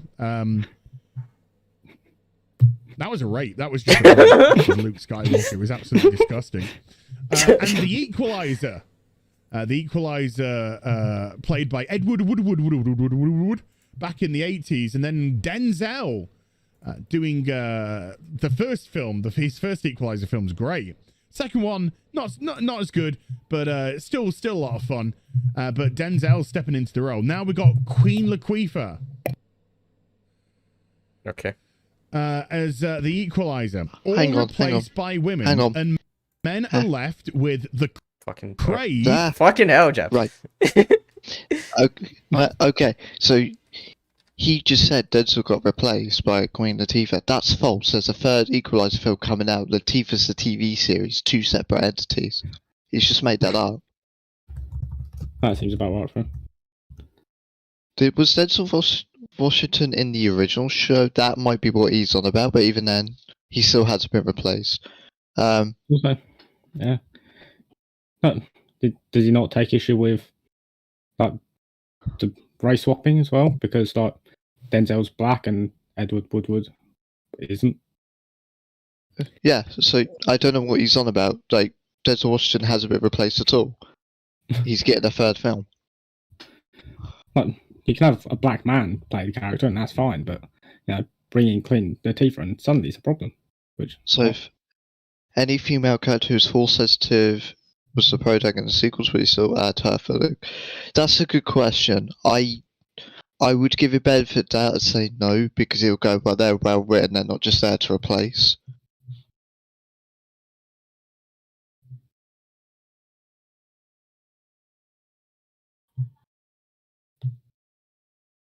BRB person. Oh, okay, that explains why we haven't continued back.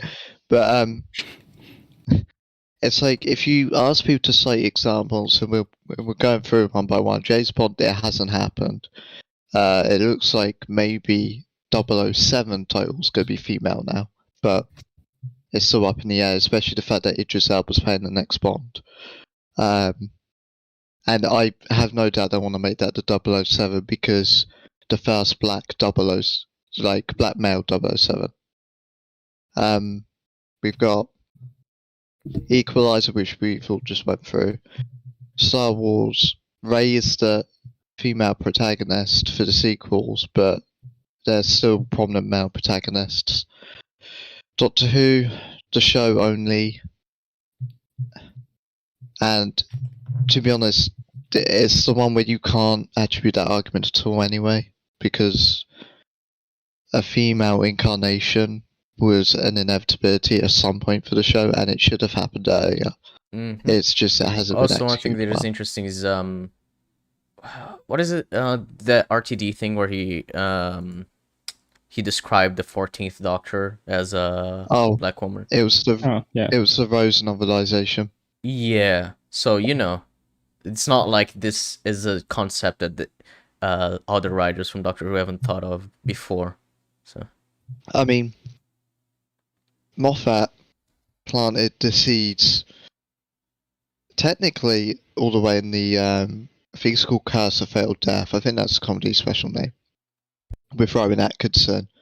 And then I think, was it the Doctor and the Master that kept regenerating, or was it just the Master?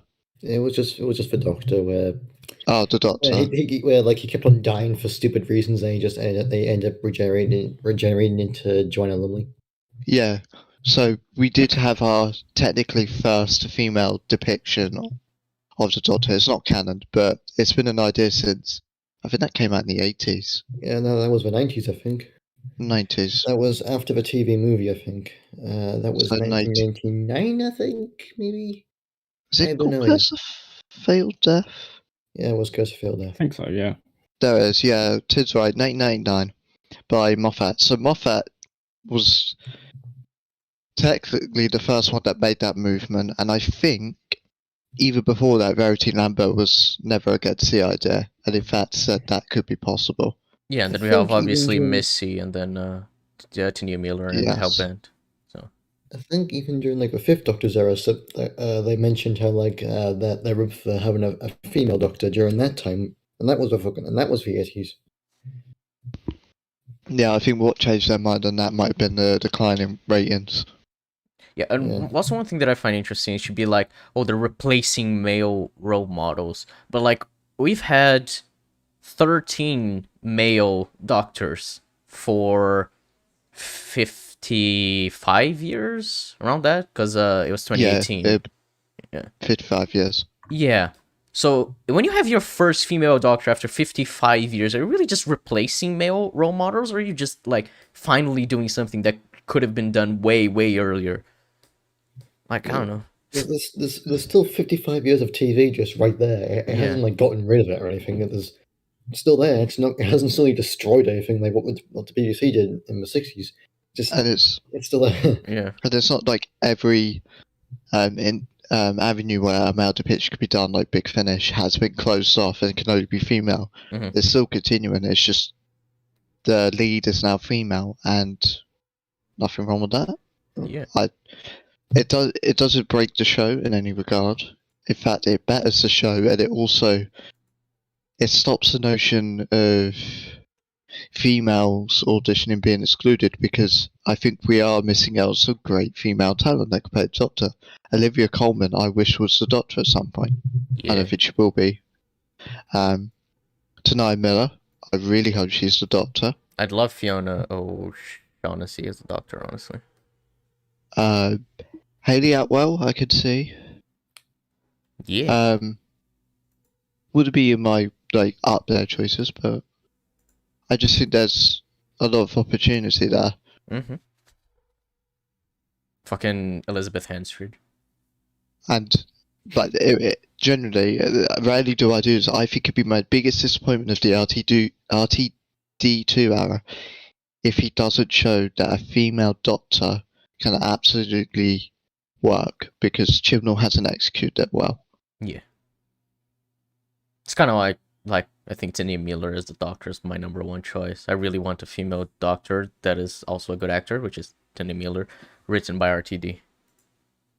Yeah. She'll be the first black numbered incarnation, because obviously you got the Fugitive Doctor. Yeah. Which I think she's been wasted as well. I think Joe Martin is able to capture that eccentricity, but needs better writing. I would agree with that. Yeah.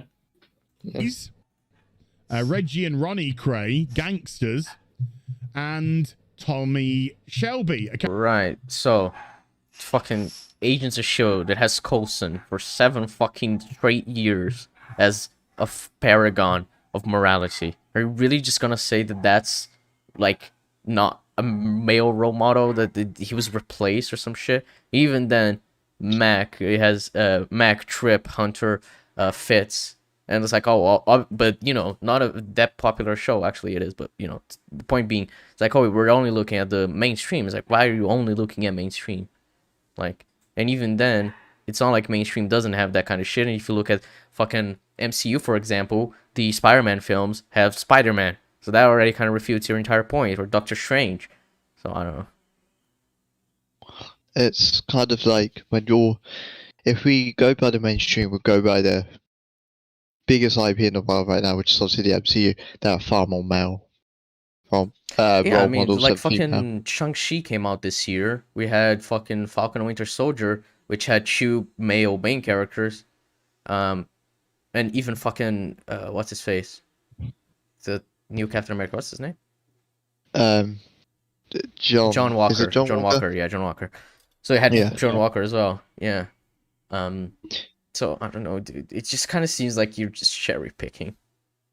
Like fucking Mandalorian. I'm trying to think of MCU films that have no like male role models, and I don't know if there is one in Black Widow. Is there?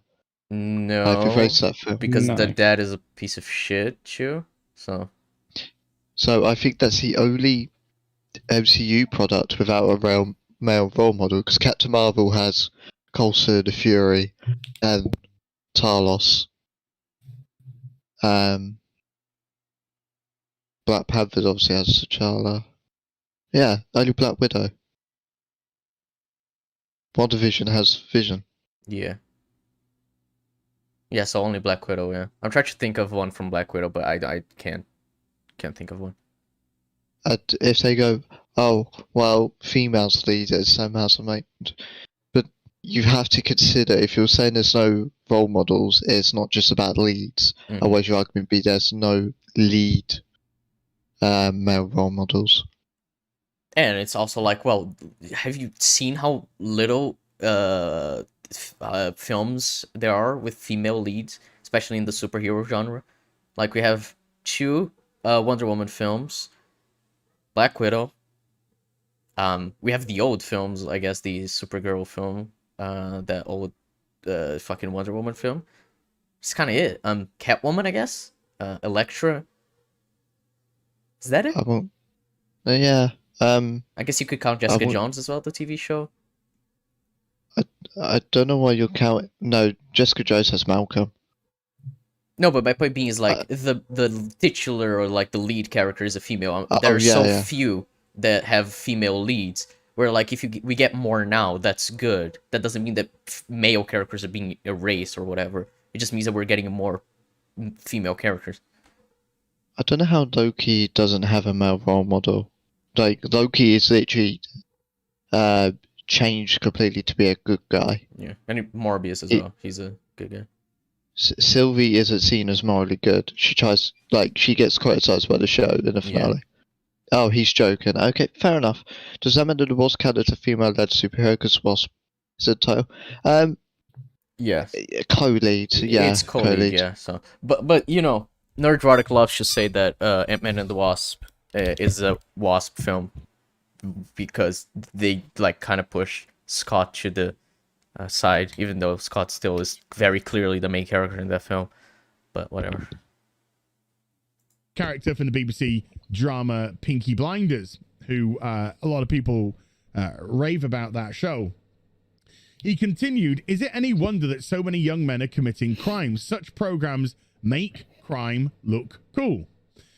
Fletcher said Parliament operates with like a pendulum swinging from left to right as it continually struggles to correct wrongs and injustices. And again, this is something that we have discussed, that we, you know, I think a lot of us who feel the same way about how our beloved franchises have been treated over the course of the last, you know. Okay, I'm not gonna bother waiting for it to finish that because he's gonna argue a different point. In terms of what this guy has said, Fletcher, that's saying it's operated like a pendulum, and it's gone too far when it came to men. Some say men have had to turn towards now. We are in a country that has been led by the Tories for 11 years. I think it's their longest. Is it their longest? Or will be their longest? One or two. It's in its biggest majority of this century, and in many years. I think since 70 years ago. Again, not entirely sure, but the point being is Tories are meant to be the centre-right party. They've been getting into some, I'd say, far-right stuff, especially trying to remove rights to protest and stuff. But that's authoritative far-right, not libertarian. Anyway, point being, we are heavily in the right, and we have been for 11 years. And these problems, he's making it out as if they're recent. So the question then comes, if you have these problems, what is your party doing about it? Because this is only increases your party's in power. It's not the left doing it. The left have little say. I just wanted to check here because I saw TC talking about screen time, and I checked. Scott has 41 minutes of screen time in Ant-Man and the Wasp, and Hope has 33 minutes of screen time, which is only 6.5 minutes more than Hank Pym, who is a character who is not in the title of the film even, but Hope is because she's the Wasp. So interesting to see how much more screen time Scott has as compared to Hope, seeing as it's, you know, they are both the leads, and what Nerdrotic says about it being a Wasp film. Find that funny.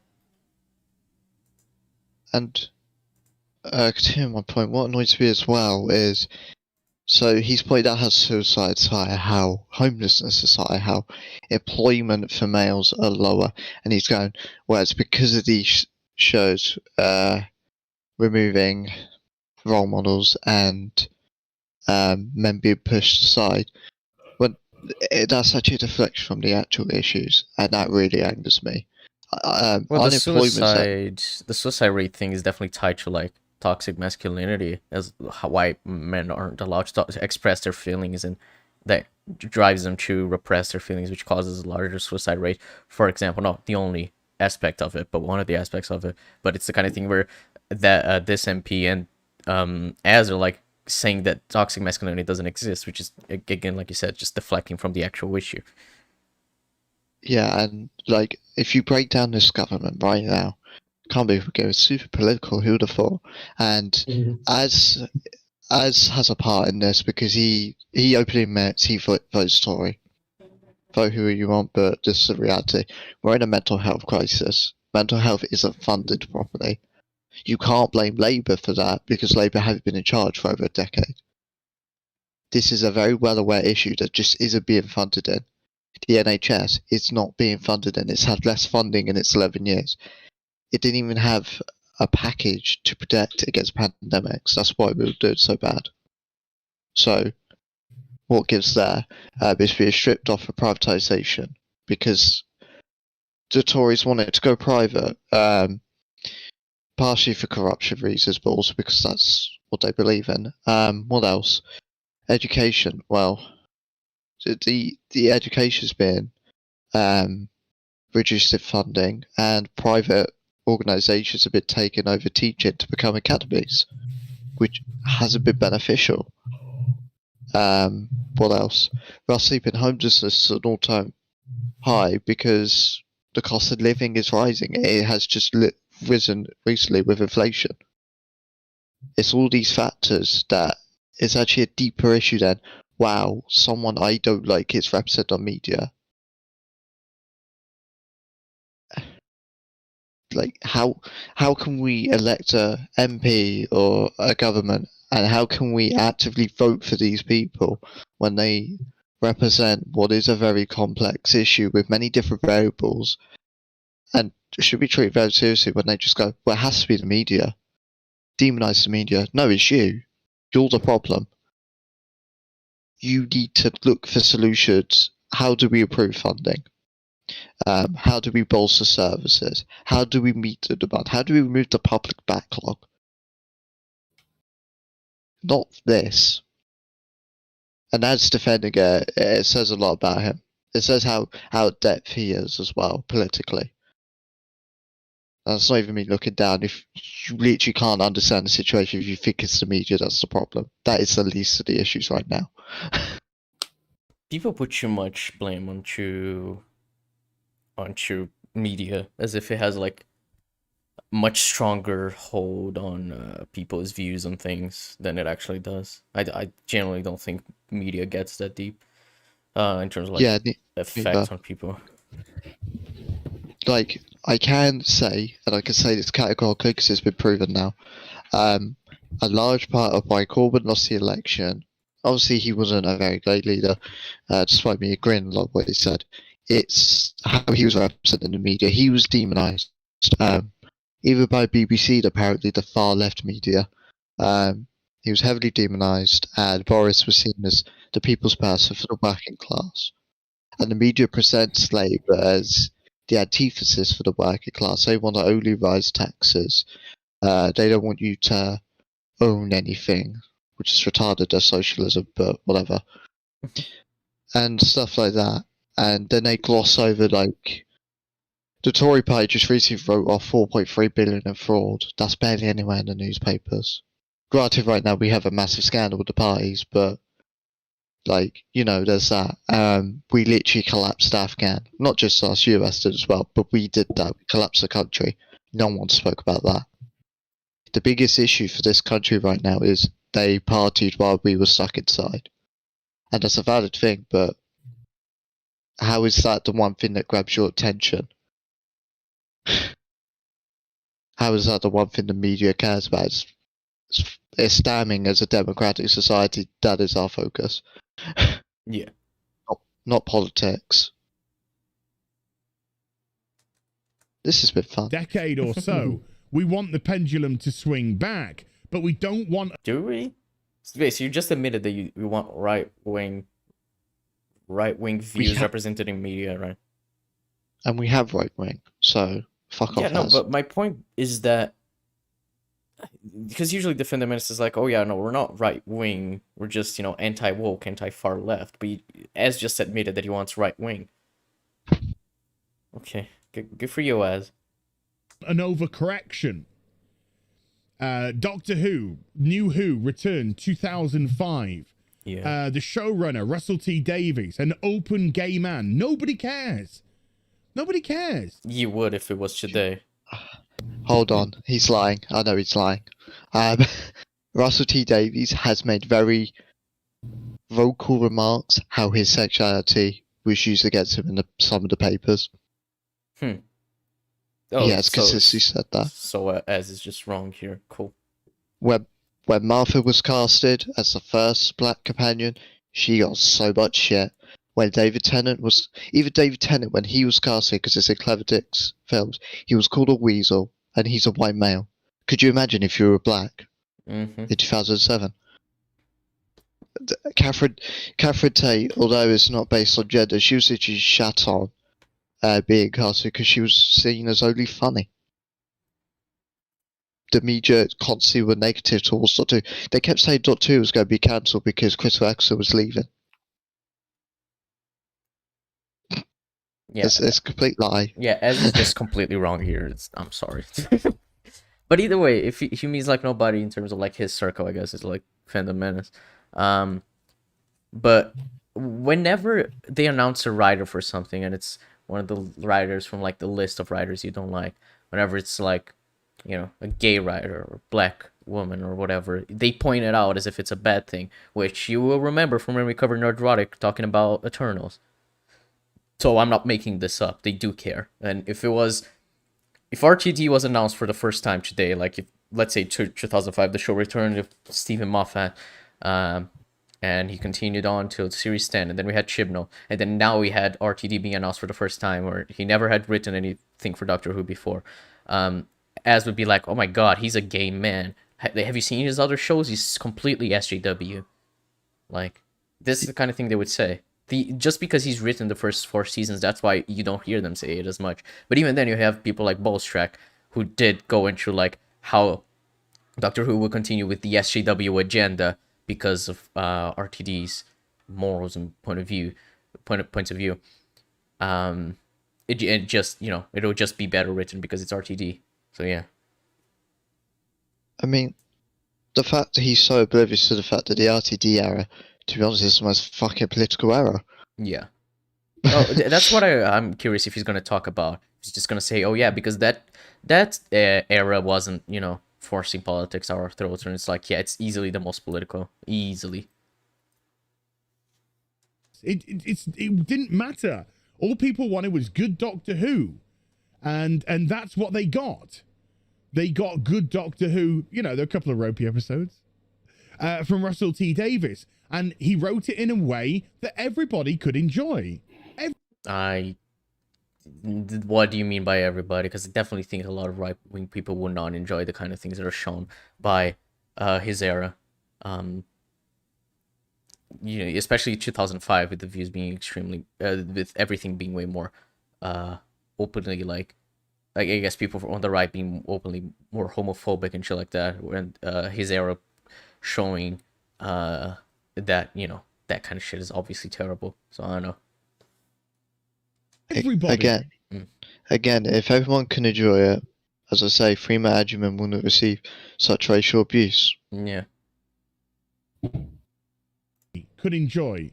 It didn't demonize men. It didn't demonize women. It didn't demonize minorities. Yeah. Tell me when Chibnall has demonized men, I guess. Like, there are men who were bad people in Chibnall's era, but I don't think it ever just demonizes men.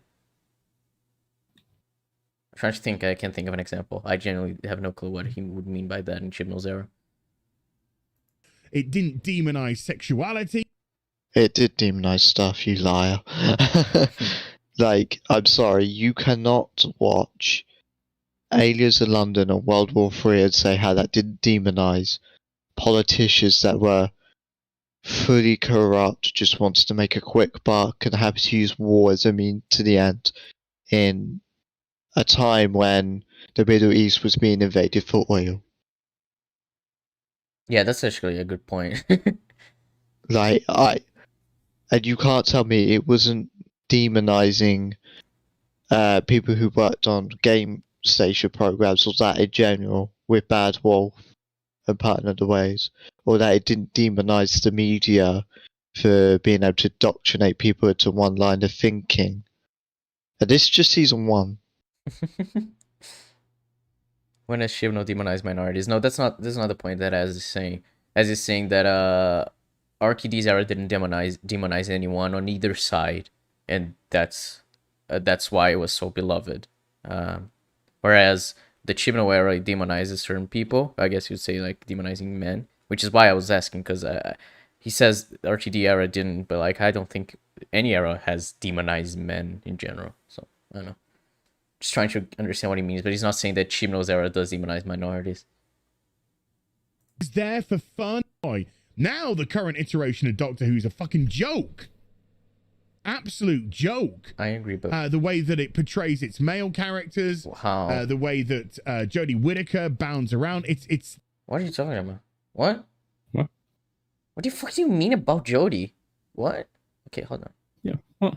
The way that Jodie Whittaker bounds around, it's. Bows around? Bounds. I think it's like how portrayal the character is. So, okay. I need to ask you to explain the shit he says, because he's just saying things. I don't know. Like, yeah, he demonizes men. How? Like I asked earlier, I don't think it does. You need to explain to me how it does. It's just for me to understand it. Like, we have had 3 male companions during this fucking era. They aren't demonized. Fucking the finale for series 11 finishes with the Doctor telling Graham that he's a good man. So I don't know how this is demonizing men. I'm very confused. Nothing. The ideology, the political ideology, which is now crammed into it. You're fucking stupid if you say that has not happened in RTD era. You fucking, dear lord. Right, let's go through this. So, episode 1 is about over shopping. Episode 2 is about how the upper class are profiting of the worker class dying, being able to destroy planets for fun, and how everyone's driven by plastic surgery to be artificial. Let me actually get up the episode list. I don't want to miss any to really prove my point. Because man, if you And like, okay, so you want to say that the Shibno era is going by the ideology of far left, right? That's the point he's making here by saying, you know, we want the pendulum to swing back from that. So Kerblam as an episode, are you really gonna tell me that that's far left? It's literally endorsing an Amazon-like company. Like, the Doctor's a massive shield for that company. Whereas in Moffat's era, in Series 10, the Doctor was talking about how capitalism like enslaves people, basically, to the system. And just like criticizing capitalism. And you're going to say that Chibnall's era is more leftist than Moffat, I guess, or RTD. It's fucking stupid. So, Unquiet Dead, the most you get in that is the implications of war and how it impacts innocence. A's World War III recovered, Dalek, about genocide, so, you know, the long game about indoctrination through media. Father's Day isn't political, really.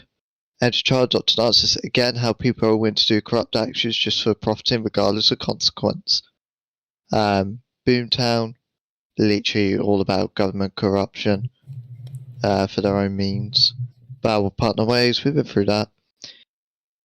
It's fun. New Earth about the corruption in the pharmaceutical industry. Tooth and Claw, not really, to be honest. School Reunion, again, not really. Girl in the Fireplace, again, not really. Season 2 seems to be limited, but then Aegis Still and Aegis Lantern. No, Rise of Simon and Aegis Still. Oh boy. The digital age being dangerous. Idiot's Lantern, about being too addicted to TV. Possible Planet Satan Pit, about belief systems. Love and Monsters. Fear. Fuck off, Fear Her. I'm not even gonna bother. To be fair, Fear Her. What is Fear? Fear is you could talk a little bit about immigration, I guess. But that I don't know. That episode is weird. I'd say child loneliness, Sure. I guess. But that'd be reaching. Army of Ghosts Doomsday, about dubious corporation overseeing everything and collapsing whilst there's a war going on. Yeah, like I guess you could talk about how Torchwood is exploiting certain technologies that they didn't understand simply to achieve their goal of making more money, of being more successful.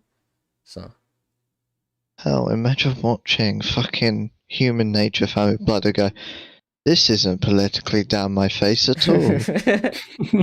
As Martha gets her hands called dirty so she could tell what's clean. No, sir.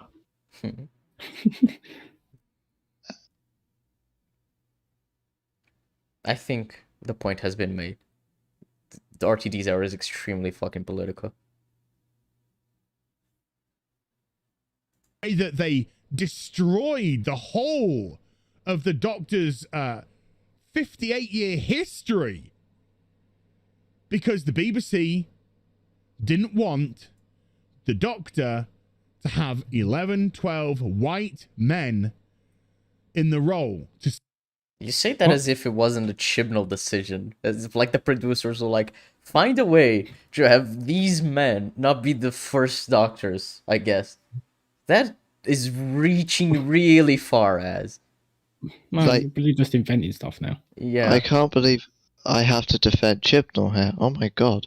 The concept of the Doctor having previous lives before first has been very common throughout the show's history. Most notably, during the Seventh Doctor era, there was this idea for the Other, which is a Time Lord that keeps having reincarnations and is currently the Doctor. So the Doctor is the Other, basically.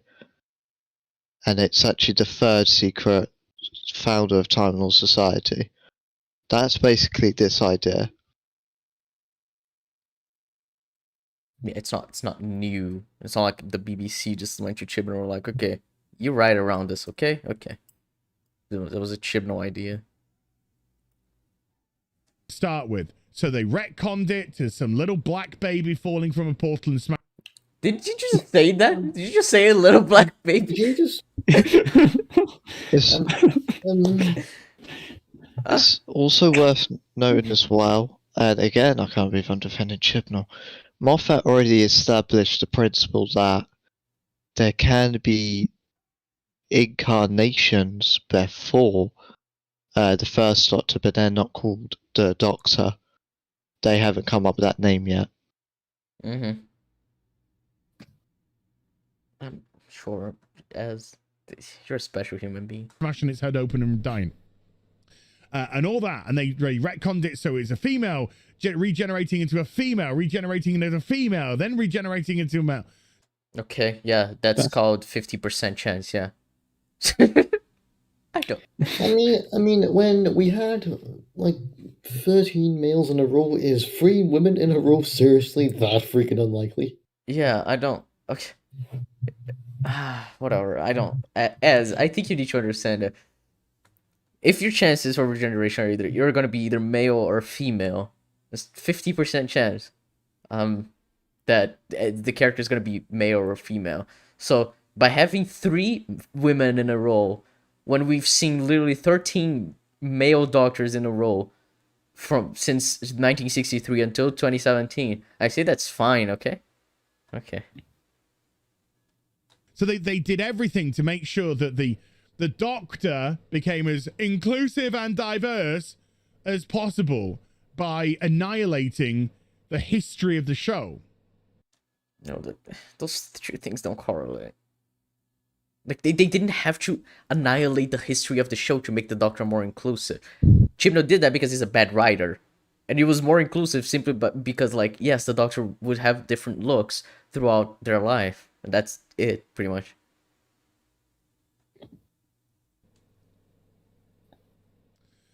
And how's that been taken? How's that gone down? New Who producing its lowest ratings of New Who. Under Whittaker, under Chibnall. Well, to go through this for the millionth time.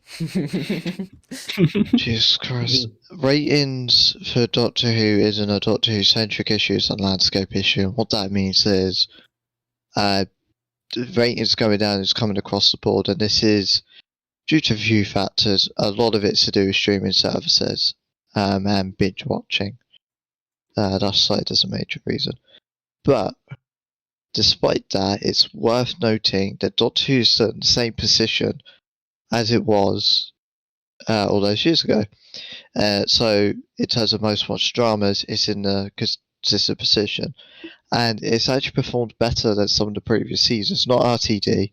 I was aside from gonna say, series 1. didn't Series 10 perform, like, much lower than a lot of Chibnall's era?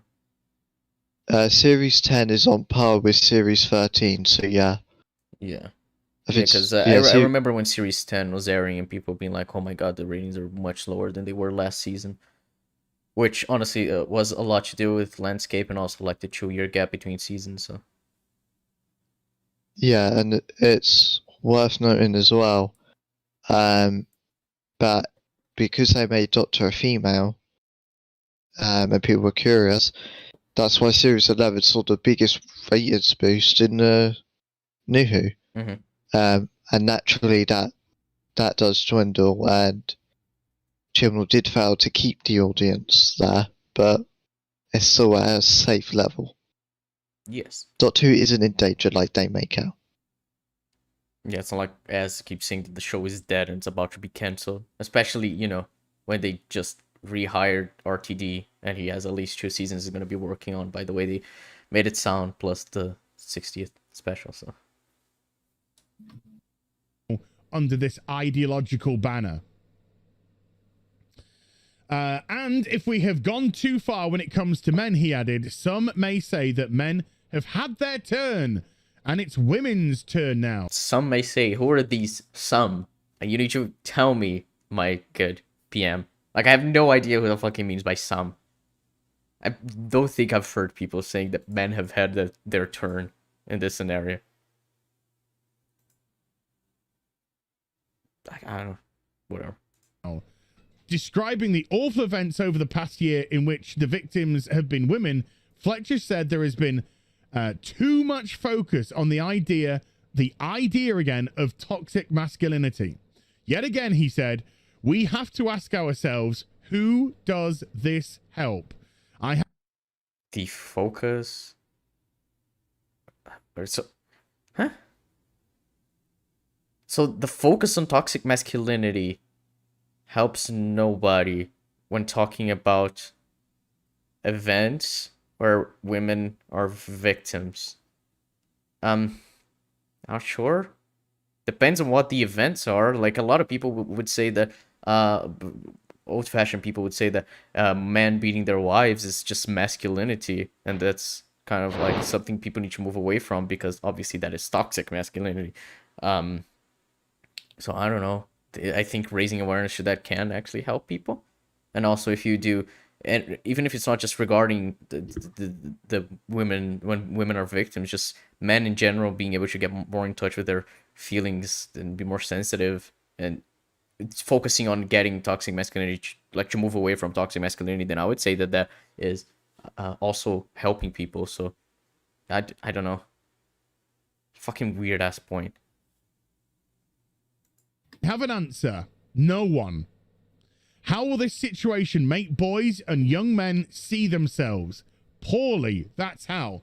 And I absolutely agree. And I think now we're starting to get into territory very much that I've heard speakers like Jordan Peterson discussing. Oh boy. Also, like, who does it help that we let masculinity run completely rampant to the point it does become what's under the term toxic? It's not going to help the boys or young men because they're going to do heinous actions thinking that's acceptable. Yeah, It's that's definitely gonna acceptable help the simply victims. because they are men. Yeah. Yeah, that's more damaging than what making people aware toxic masculinity is. This that Also, I'm not really want you. I don't think any of us are want you people to like go follow Jordan Peterson's like points and what he says a lot. So I'm just gonna say we're gonna be tackling what Ez says about Jordan Peterson, not whether or not he's being accurate, because I don't think anyone here knows exactly what Jordan Peterson says on the topic. No, I've not got a clue. Yeah. I don't, and I don't care. The disillusion, the detriment of male role models for a growing young man today is making their lives difficult. Also, I'm sorry.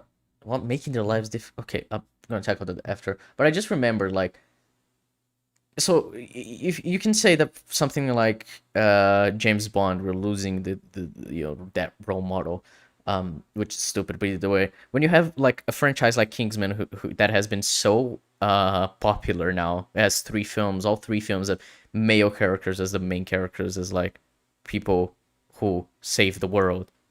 And I would say definitely Galahad in Kingsman 1 and 2 is seen as like probably the more virtuous of them all. And so like it's still like the same genre, spy genre.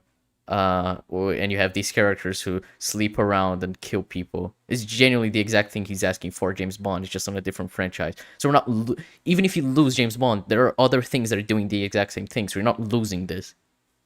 You know? Like you're always gonna have characters that represent what you want to be represented, just by virtue of how much media is made and how you can consume it. Like nowadays, it's just how homogenized, not homogenized, the fucking opposite of homogenized. Just how much spread out, how varied media can be. And as a male in this country, what's making my life difficult isn't that media have maybe less male role models, doesn't, but whatever. It's like how I have to wake up every single day and see something new about a government that's acting in tyranny. And it's not even an exaggeration by this point. They are literally making attempts to try and remove the right to protest. Bruh. Yeah, and it actually made it to the House of Lords, got denied. They're going to try again, naturally. It's stuff like that.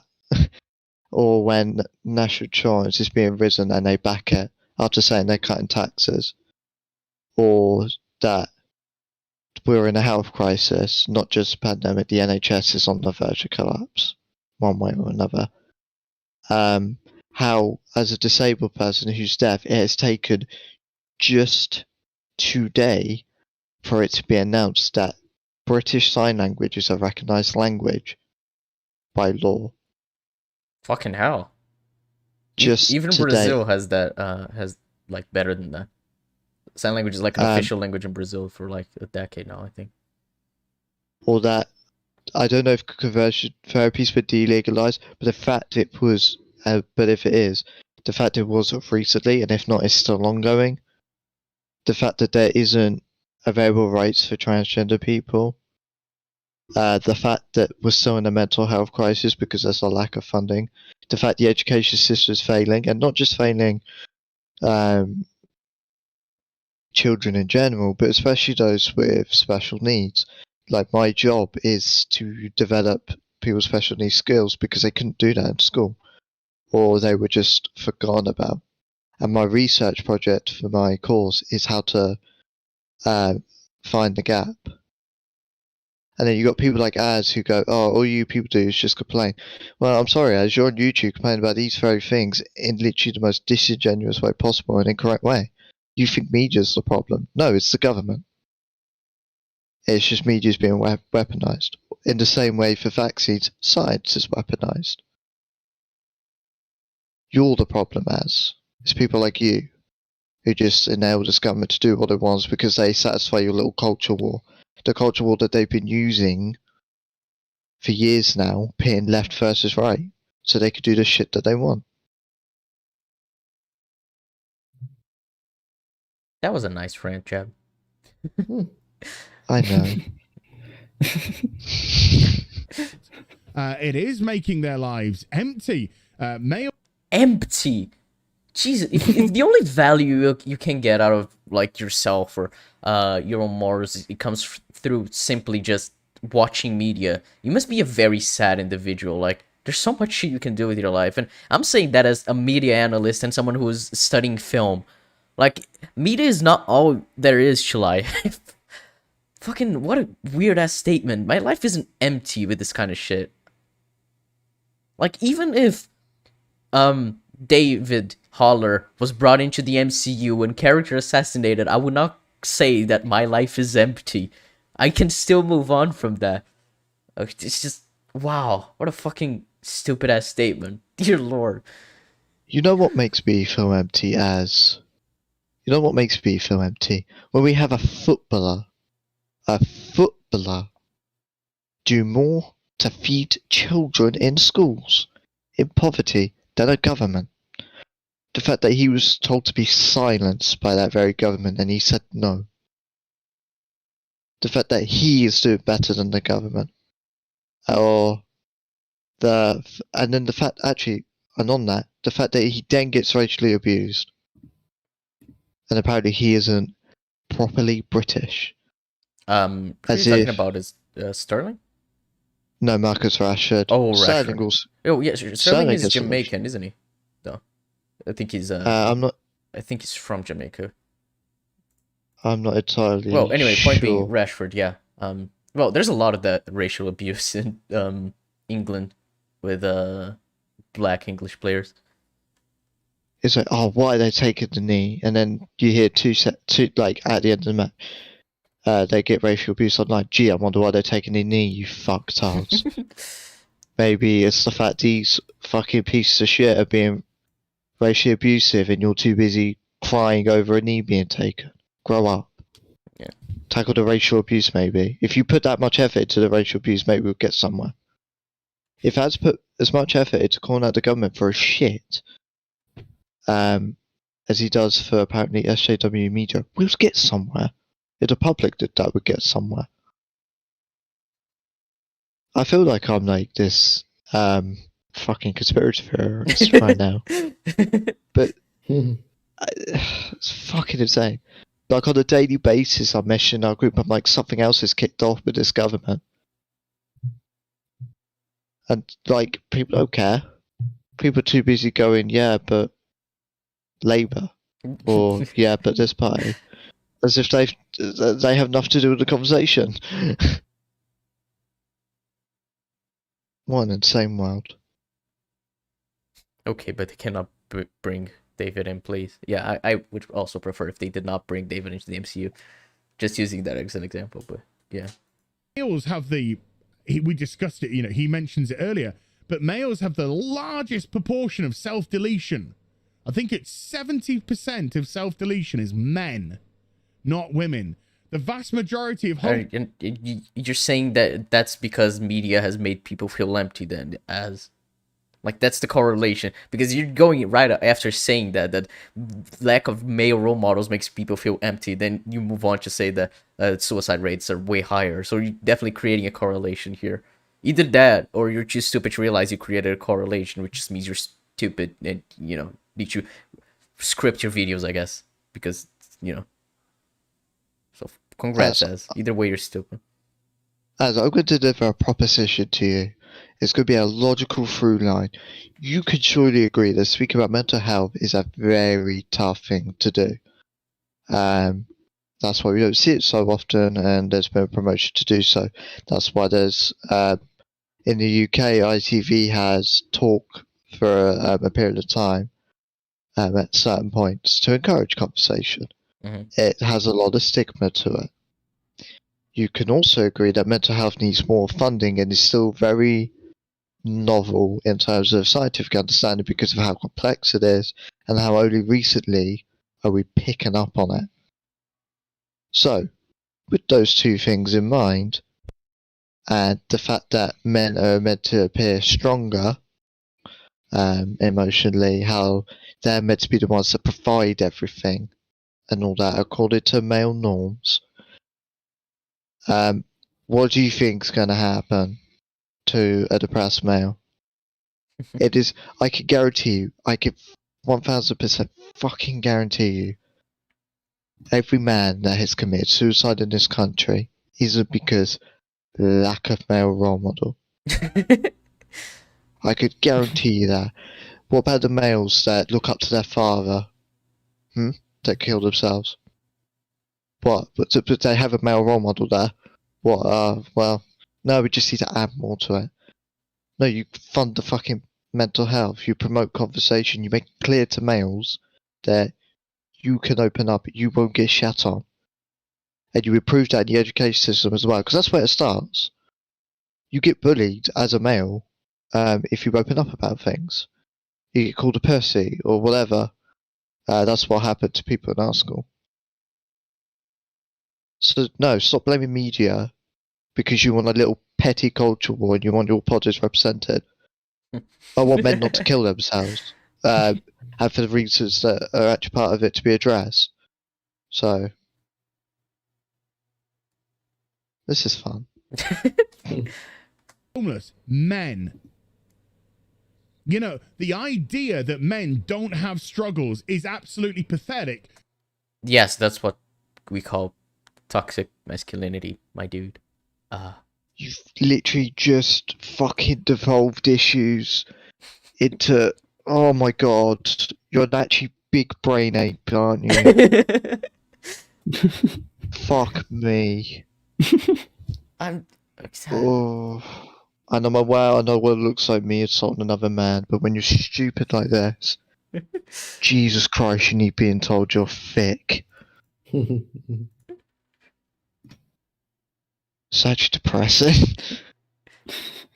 This is Just gonna like- make me kill myself. This is. the lack of role models because Az is being replaced by a woman. The idea of having white skin color makes suddenly everything perfect and okay as well. It's ridiculous. It's a no. I don't think people say that having white skin color makes everything perfect, but there is definitely a thing as white privilege. Like, that's just a fact. Like, white people face less hardships by that virtue.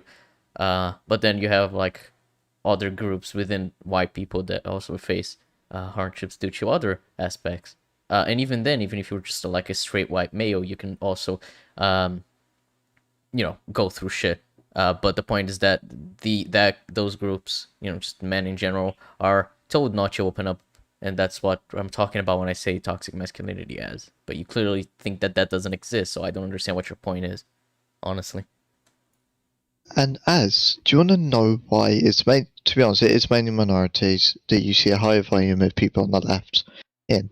I'm going to explain to you why that is, because they've grown up in a society that has been mainly under right-wing governance, at least in the UK. Now, this is not like factual that they will therefore always become left, but it does alienate them from right-wing politics because they see it failing them.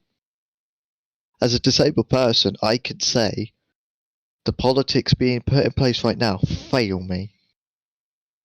I had to cite an example just earlier about legalizing sign language. They fail me. In school, I was overlooked for many years. That failed me. And I had to work on my own, which made it indefinitely harder.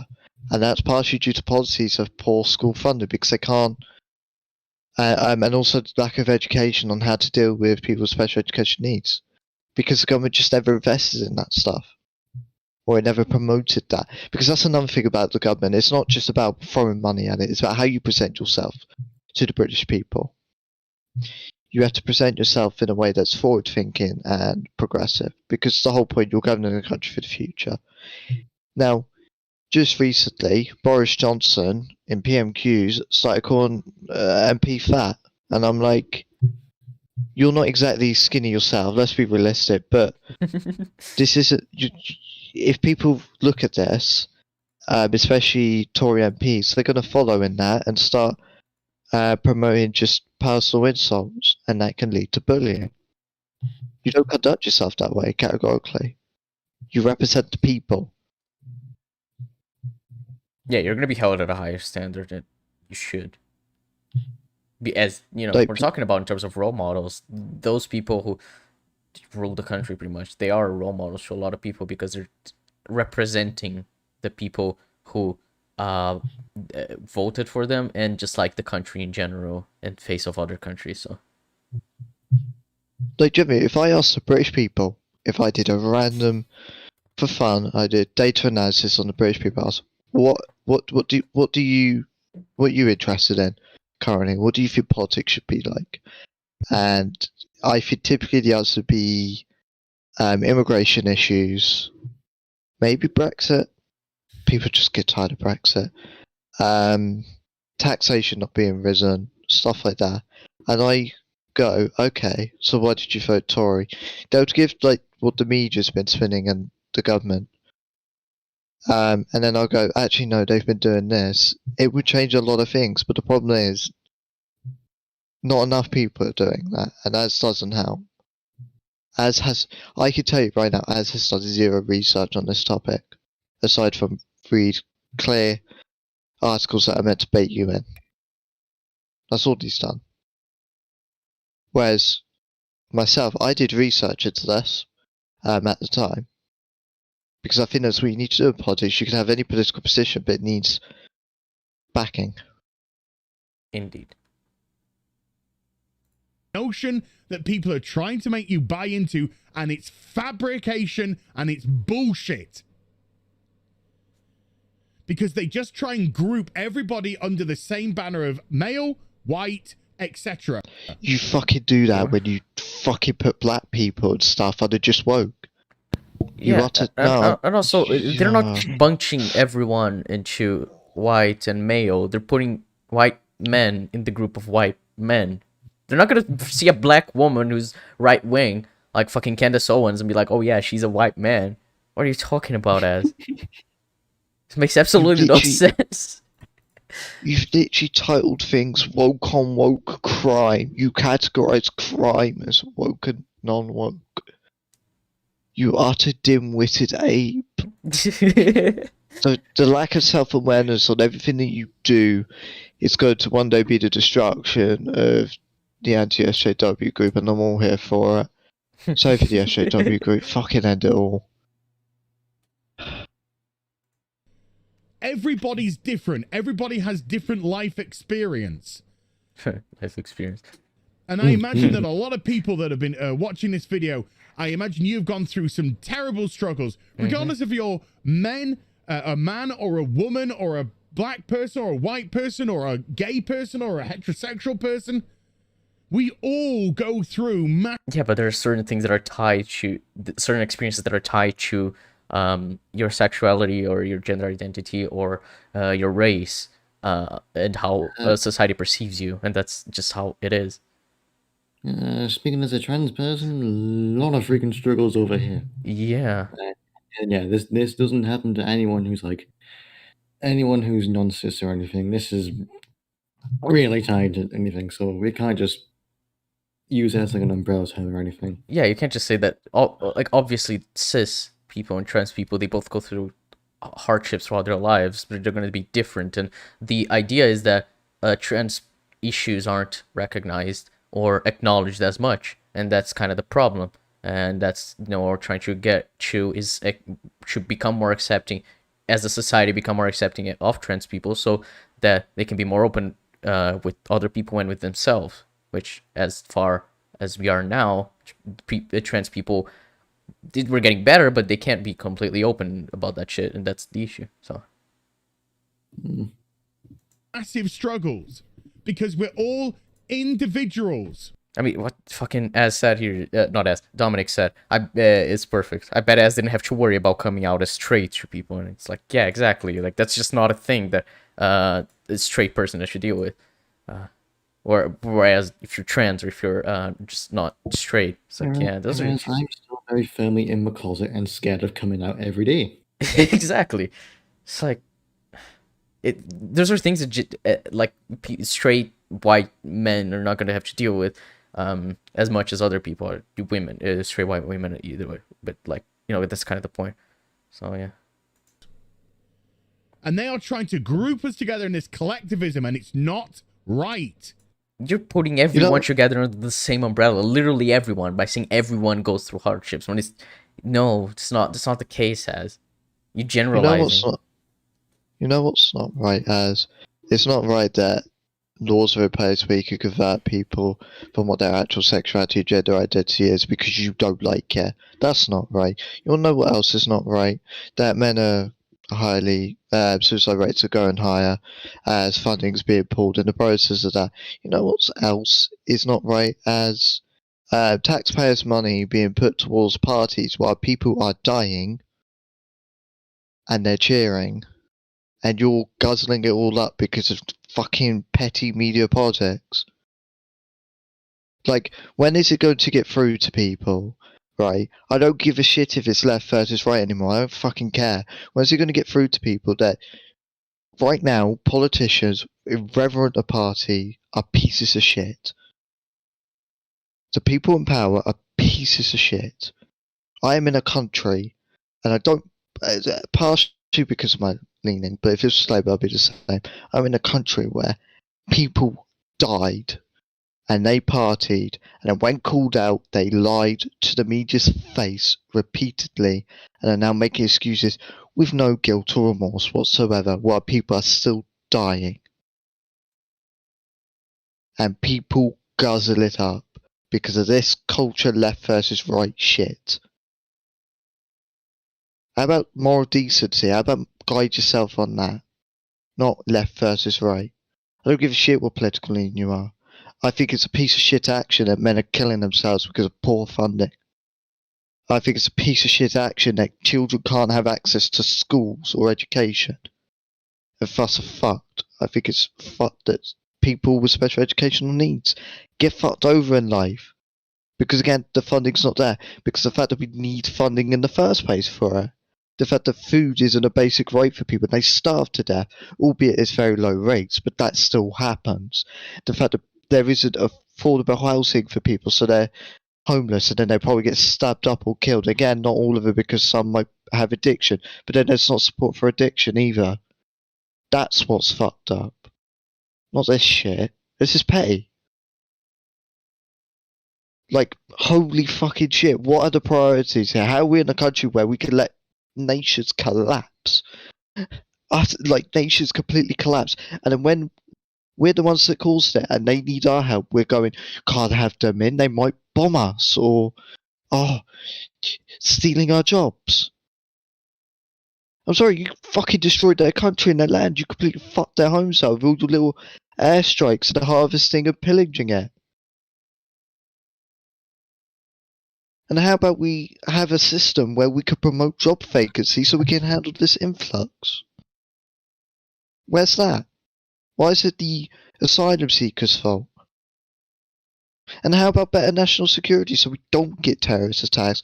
Not where they know about an individual years prior, do nothing about it, especially when they were supposed to deport them. Those are the issues. Not this. This is far too simplistic and too lazy, and it's the easy way out. And I'm sorry, right, we're going to cover it in the other video. You'll go to vote Tory because they get rid of the fucking license fee. Because, I get harassed by letters. Well, people get stabbed for being gay, people get harassed, women get sexually abused. You get a letter from the BBC. Oh, woe is me. That's a fucking priority in your life for once, mama. My God. Yeah. Jesus And Christ. that's what I was talking about in terms of like struggles. It's like specific groups will face just by virtue of being who they are. Like you said, as like the worst he gets, fucking letter from the BBC. Like that's and I'm not saying that's the worst he gets, as in like trying to downplay anything. He, like Jeb said, that's a priority in his life. He's voting Tory simply to not have to pay the fucking license fee. Like that's fucking absurd. Like this is like the most minimal kind of thing, and it's all because he doesn't like the content that the BBC is making. He thinks that Doctor Who is being destroyed, and it's like, oh, let's not pay for the license fee. It's like it's such a fucking minor thing when you compare to everything else that people face. It's so stupid. Thank you. English history education course is pathetic. I'm sorry, you can't go that, oh, they want to wipe our history, where we blatantly lie about fucking history, as if this British Empire is a glorious thing. No, it's gone for a reason. It was more damaging, not only to us, economically, and reputation-wise, it was destroying other countries. Part of the British Empire, a big pedestal, was slavery. How is slavery in any way acceptable? How is slavery acceptable in today's world in any country? Regardless of race. Mhm. How is that acceptable? How is it acceptable that we're acting all high and mighty over LGBT plus equality, and then we do fuck all against the countries that are much worse? And our history education course actually doesn't teach about LGBT plus history, and when it's suggested, people get really mad because, oh, it's converted our children. I'm sorry, you're indoctrinating the children with some bunch of bullshit about history.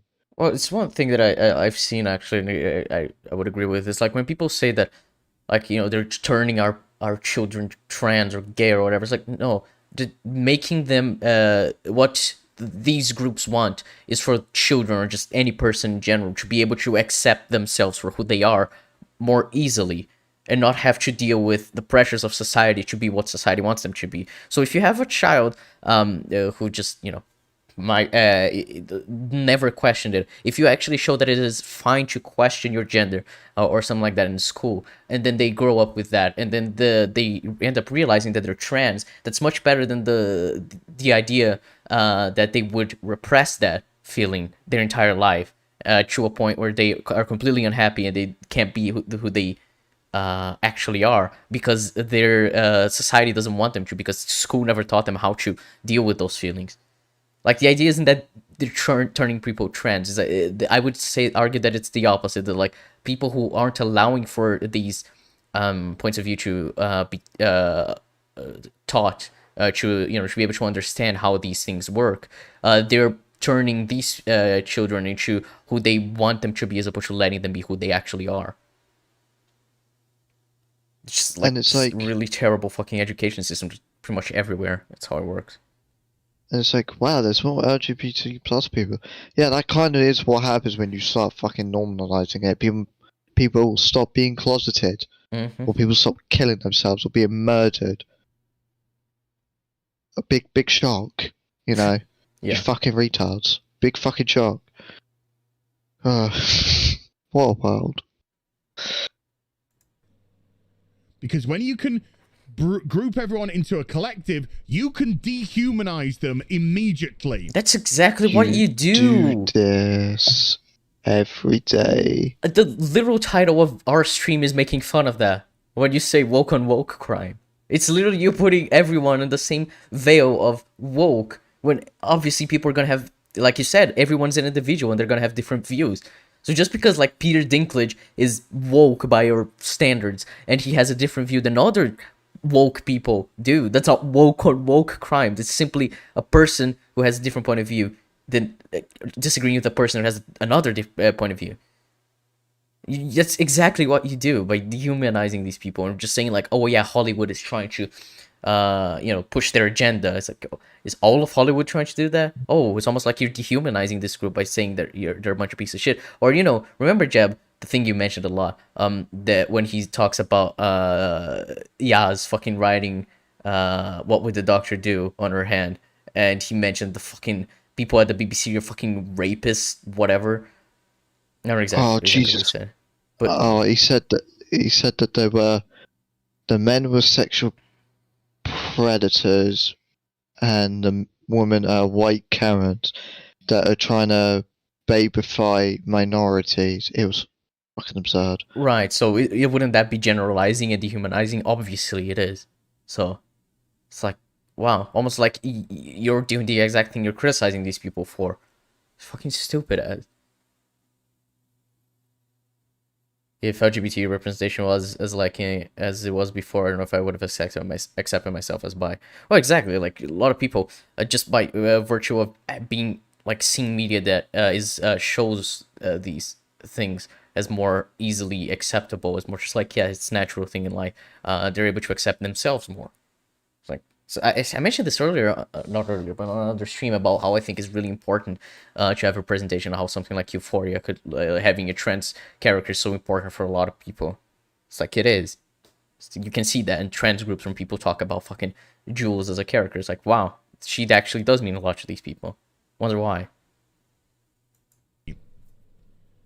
And where have we seen that happen before, huh?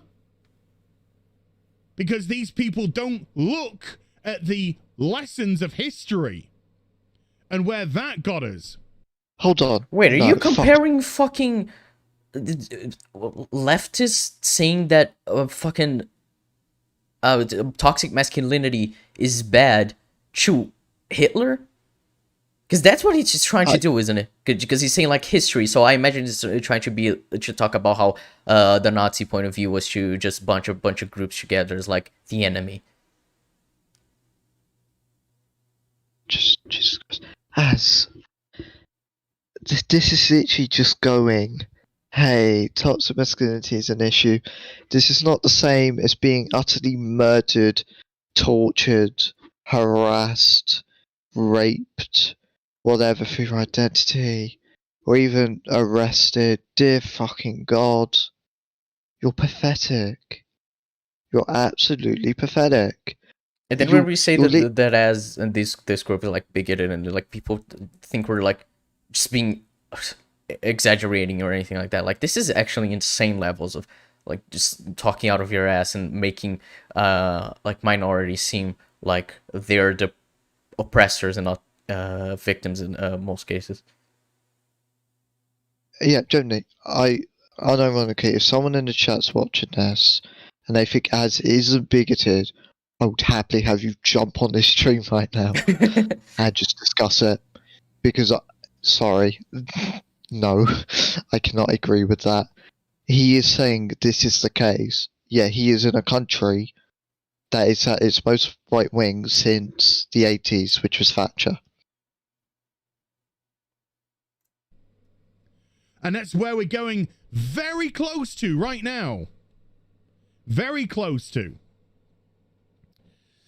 He said he was not a fan of days like International Men's Day, which took place last Friday, but added, in recent years, there has been a creeping narrative that males have it easy, that they're like... They literally... that's a lie. In this country, that's a complete fabrication. It's commonly stated that men have it really difficult because of the high suicide rates. Well, I don't. If you say that about the UK, then I trust you. But like in general, as a sentiment, I do agree that there is a sentiment that people say that, like we talked a lot about this today, about how men are supposed to just like not talk about their feelings. So I think International Men's Day is an important day to have to like actually promote men being more open about them, their feelings, and being able to just being able to express that without being like shunned by society. Like that being the purpose of International Men's Day, I think that's like good. So yeah. Sorry. The fact that the outcome is there is nothing to complain about is it because of the woke people? It's because of people like Az. Yeah, pretty much. Yeah, you get the point of view of him complaining that the license fee is like fucking ruining England. And then you have like actual struggles that people face that get ignored because this is the like vocal portion of like white men talk about these issues and like, you know, actually without actually being open about their feelings about like actually important shit. And like fucking ass being friends with Gary, who like hates when men cry, who said that fucking Peacemaker crying in episode, was it 2 or 3? I think it was 2. No, it was episode 3. Yeah, episode 3 of Peacemaker, saying that him crying was fucking just making him out as a joke. You know, that he shouldn't cry. It's like, wow, congratulations. Or saying that he didn't cry when he was 15, so why should Spider-Man cry when he's 15 in Homecoming? But that kind of shit. That kind of just like repressing your feelings. And there's nothing to complain about.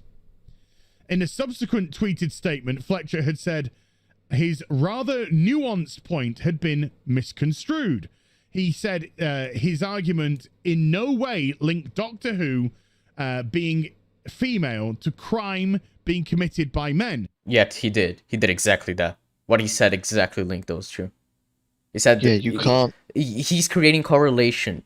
Well, he's pretending that correlation equals causation. But anyway, the correlation he's creating is like male role models are being erased. Example, Doctor Who.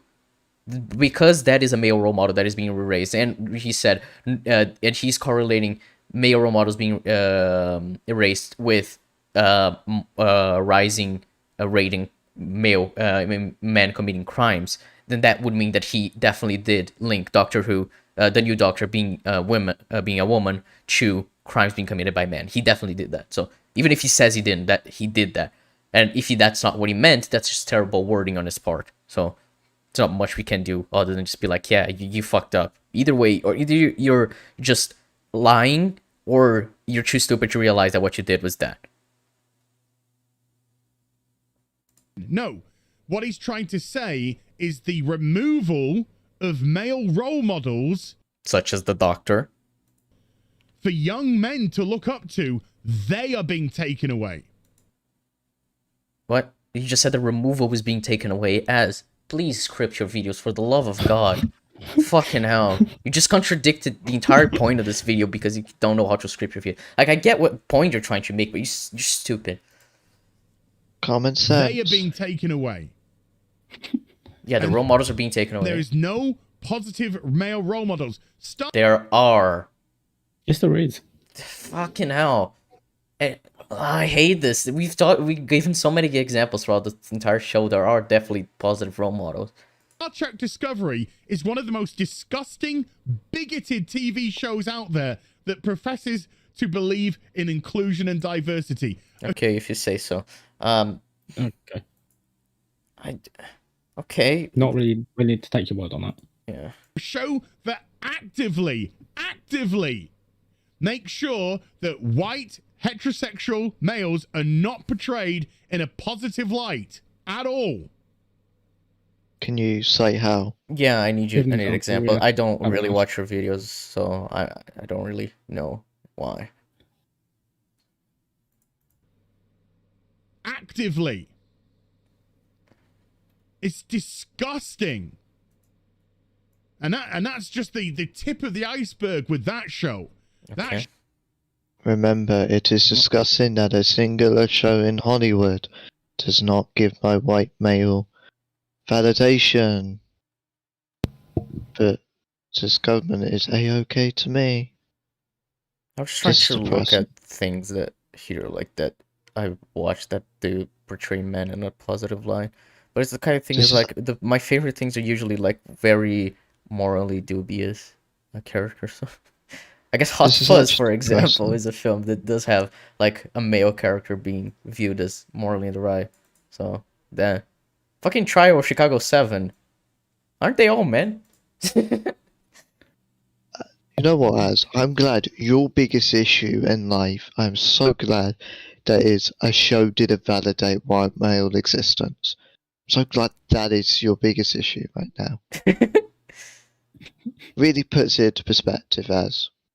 Fucking Once Upon a Time in Hollywood, 2 male characters who were viewed as being good people and in the right. Especially Cliff Booth. Fucking Brad Pitt's character. It's so weird. Exactly. That show has all sorts of crazy far left ideology that they're trying to push that is so removed from Gene Roddenberry's vision of Star Trek. It's unbelievable. And one could argue, where is a male role model in that show? I don't see one. I don't see one at all. Me neither, but it's because I don't watch the show, so... It's also worth noting, and he keeps saying this, he keeps making this implication, that far left politics is anti-white male. Now, I'm far left and a white male. This is a bit of a problem, as for your point. Oh, man. I've got to kill myself. I can't be accepted in the far left community. Yeah. I mean, I guess the idea that he would say is that you like hate yourself, you have some like internalized fucking sexism against men or some shit. Because that's usually what they go with. The fucking Labour leader, who was the most far left we've had in a long time, was white and old. He had grey hair and beard. Joe Biden is I wouldn't say he's far left, but he's more centrist. But he's on. Left, he's. Yeah. They call him far left anyway. Oh yeah, he's the right is stupid, but white male, straight and old. Oh well, you're fucked now, ain't you? Hey, what about Tenet? That's a new film that has a male main character who's just striving to do the right thing and save the world. Wouldn't that be a fucking male role model? Doesn't exist. Not only because it's not only the protagonist, but also fucking Neo, Robert Pattinson's character. They both like striving to be good people who want to save the world. And they're both men. One of them is white. But can you stop making stuff up? I'm sorry, that is true. That has never existed. And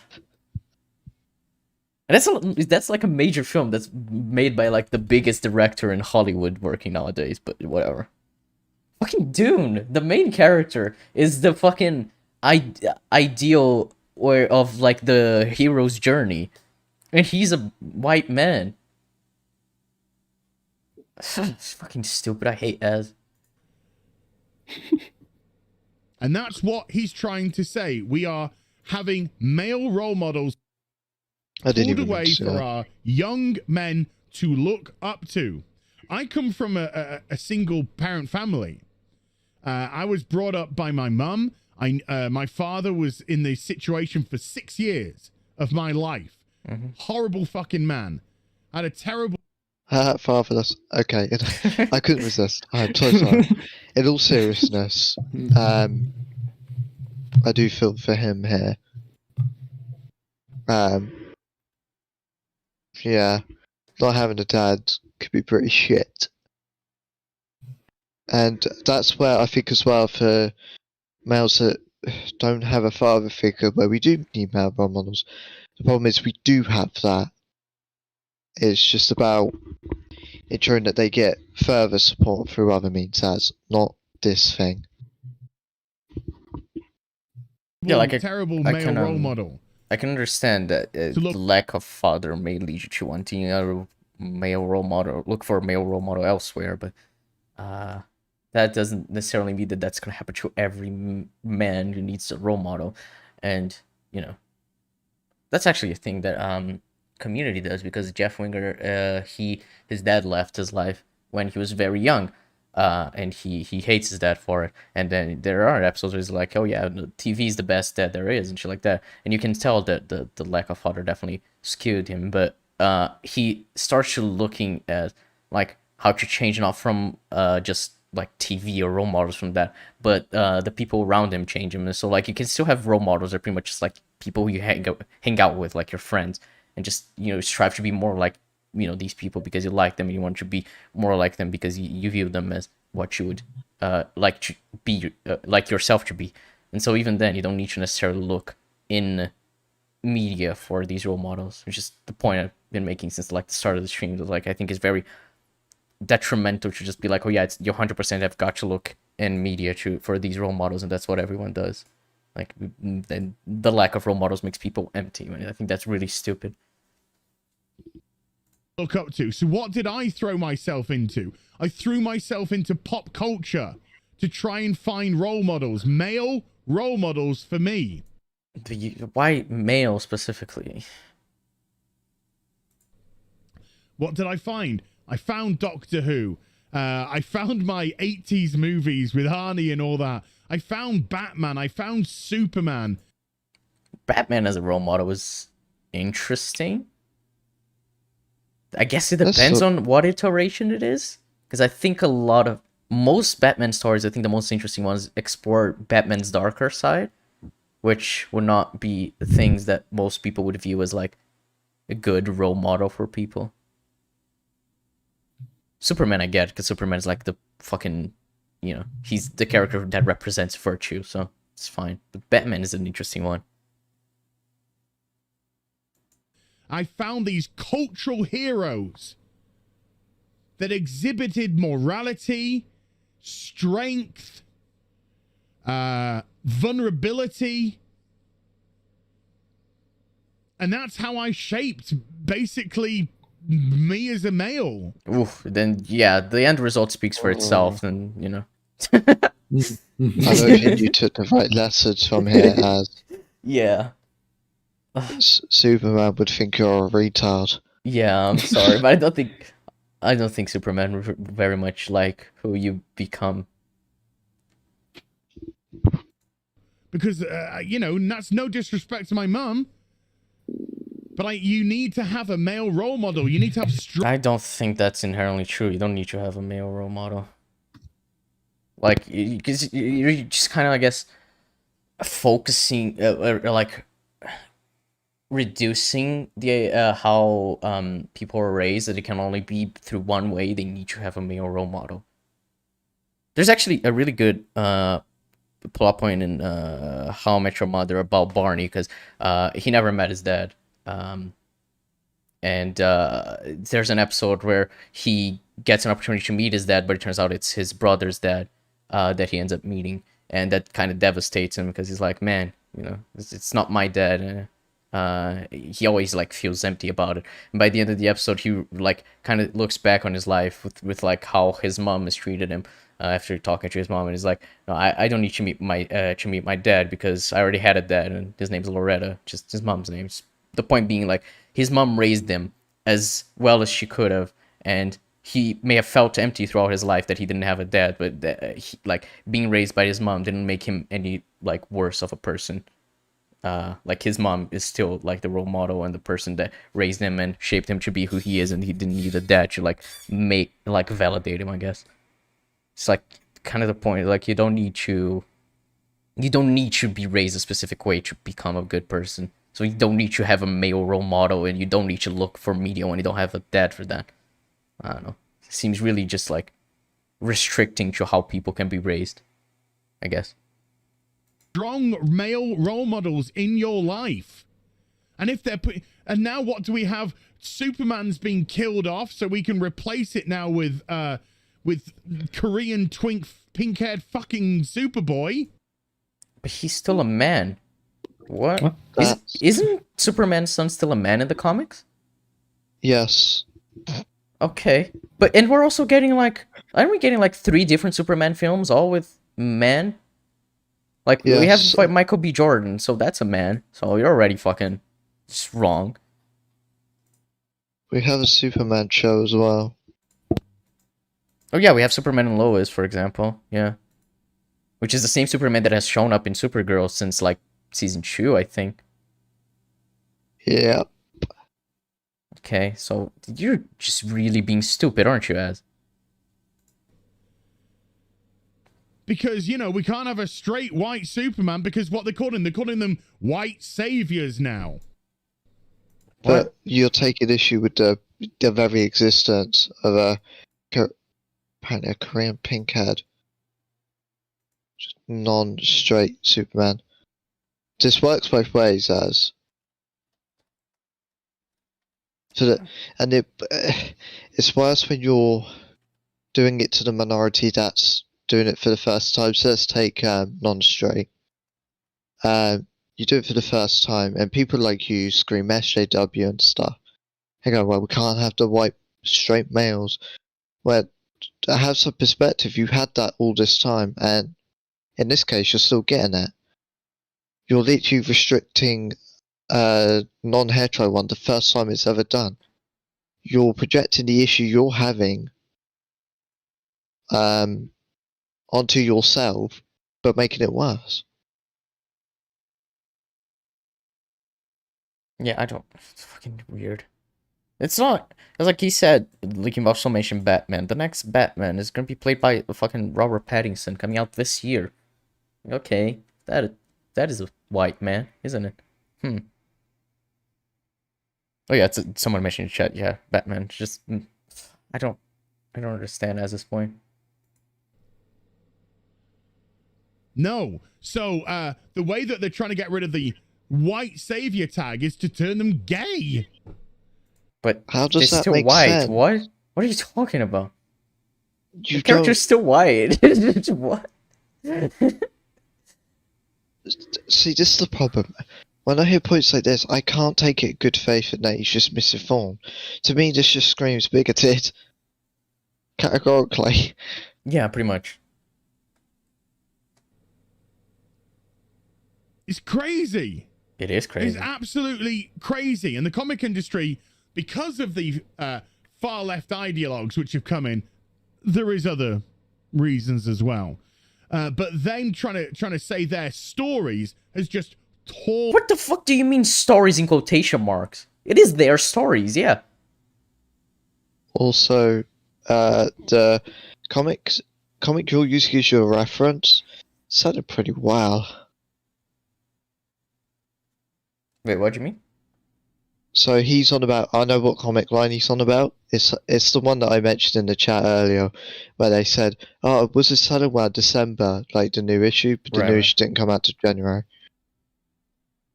Yeah.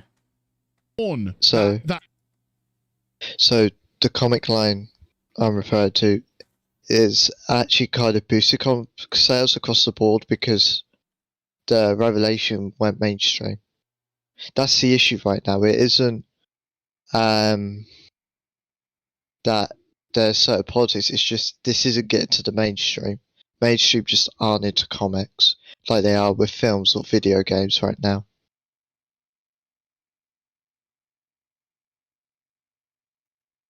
I mean, we still get like white men as like heroes in the comics. I don't know. It's like now there are other, we have more who aren't just white men, which is just by virtue of times becoming more accepting and then people telling stories about these other types of characters. So yeah. And even then, even if you say, oh yeah, because now, but you know, back then the comics used to be good and still talk about moral things. Now they're bad. And it's like, well, have you actually read the early Spider-Man comics? Have you actually seen if they hold up? And by what standard would you say they hold up? Even just also the point. So yeah. That industry apart, and then that industry is just burning away. And which industry isn't? Which industry is thriving? Manga. Stop laughing. Manga. Stop laughing. Okay, that's hilarious. What? But you want to talk about manga? How about we talk about Attack on Titan? About how the show has the main character Eren being constantly criticized. He's a white man, and Mikasa being usually the more virtuous one of the two. And then obviously Arwen is also very virtuous and he's a white man. But point being, they also criticize that they also have different characters who are viewed as virtuous and others who are not. Fucking Gabby as a character, both in the anime and the manga, like she's a character who's a woman who was on the wrong side, and then she realized like that both sides have been doing like a lot of terrible shit just to achieve a final goal. Which is also extremely political. Like Attack on Titan, I guess, extremely fucking political in how it talks about war and freedom. And that's what you're talking about in terms of manga. And it's like, that's not just one example. That's the biggest example. That's the most famous manga / anime in the entire fucking world right now. So I don't know how you can just cite that as if it's rule. And just like, one thing that a lot of anime and manga does is to talk about Japan's culture and like especially in regards to war, because that's just, you know, a lot of shit that has happened with feud of Japan and shit like that. So they are no less political there. I have no clue why you would cite them as like be doing the same thing, not doing the things that were citing the like far left ideologues are citing. It seems really stupid to me. Manga is absolutely thriving.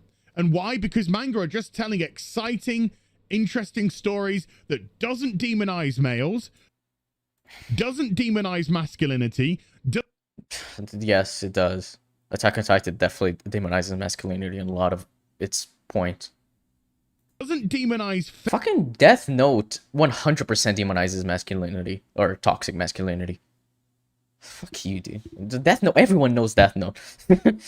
Femininity, doesn't demonize sexuality or being sexual or being attractive. And when does that happen in the fucking nowadays in terms of media? Are you gonna tell me that there aren't sexualized women? There are also a lot of sexualized men in fucking media as well, but people refuse to acknowledge that as well. I don't. It does happen. I'm confused what your point is here. And people are gravitating towards it because that's the entertainment they want. They want entertainment. They don't want to be lectured.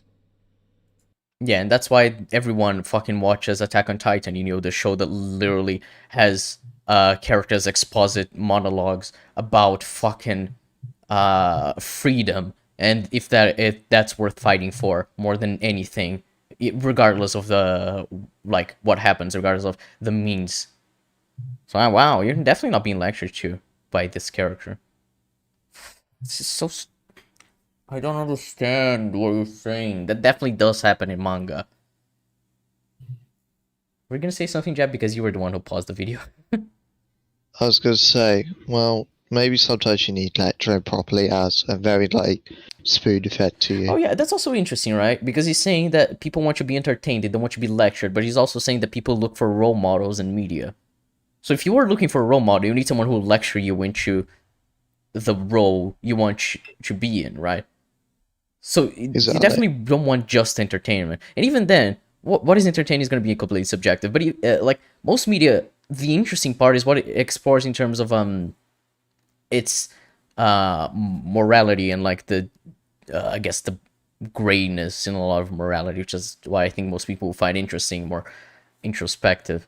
I guess like I'm thinking, what are the films or the kind of shit that I think are like the funnest ones, like the ones I just put on just simply for entertainment value, as opposed to, you know, just simply wanting like to learn or to, you know, talk about like more introspective shit. It's like, oh, Baby Driver is the #1 for me.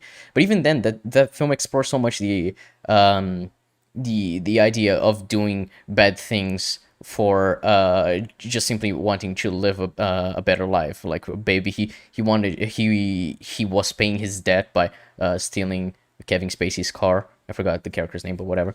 And as he does that, he is doing terribly bad things, but we all think, oh, wait, is it justified by the fact that, you know, he has to do it, otherwise he dies? Well, he's being put under the threat of death.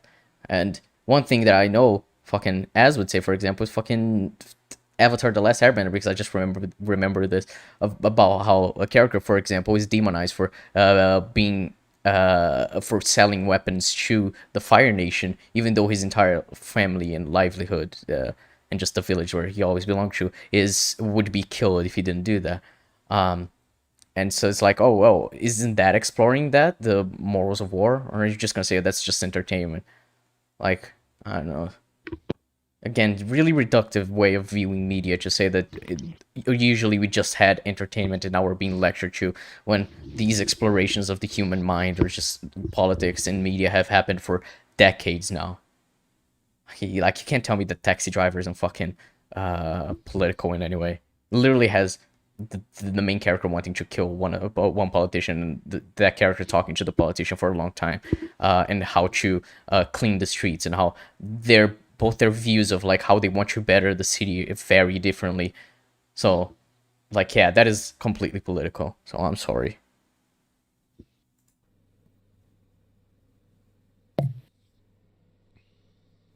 Gotta love these long pauses. Another conservative from the 2019 intake Blackpool South, Scott Benton, said during the debate that men's issues had been swept under the carpet for far too long as society focuses on the false narrative of male privilege. It is not a false narrative. What? There definitely is male privilege. Are you kidding me? It's not a false narrative. Can't you point to me what people were talking about in terms of male privilege is false?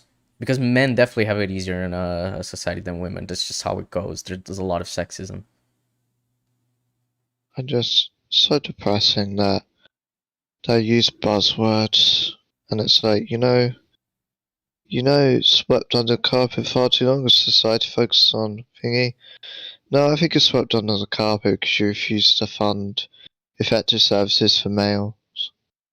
And I think that you're too busy shitting on males that struggle when you see fit to branding them as woke. If they dare show a scrap of emotion, it's all about division. And again, Az just laps it up because Az is a fucking bitch. He sees something right wing, man, is he deep throating that? He's gay for right wing. Can't wait for that to trigger.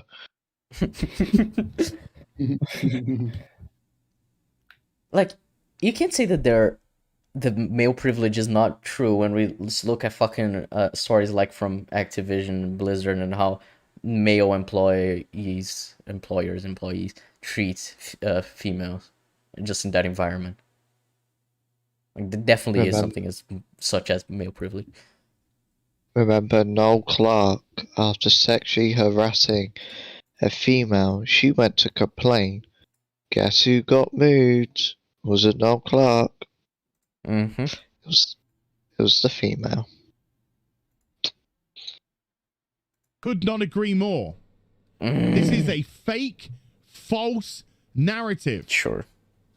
That men have it easy. It's ridiculous. The evidence doesn't support it. No, the idea is that men have it easy, that they have it easier, which is true. Certain groups do have it easier than other groups. There's just... Sure. There's just... The level of homelessness doesn't support it. The level of self-deletion doesn't support it. The level of single men nowadays, instead of being in couples, married, supports it. But wouldn't that mean that the number of single women is also higher? Because men and women are pretty much like the same, like even split in terms of population. Most men and women are going to be straight. So if more men are straight, more men are single, that means more women are single as well. So also, what if you choose to be single? That's also true. Like, what if you're like aromantic or something? Yeah. And like, I need to ask you go more in depth in what you're watching means about these more men being single to see if the number of matches for women, what would cause that, what is the pool of people who have been asked about being single or not. And the amount of homelessness, suicide, is like, you need to see why. Yeah. Because realistically speaking, you're probably going to notice it is a product due to toxic masculinity. And that is where the privilege issue is coming in. And when you go, it's not that, it's just masculinity, you're not helping it.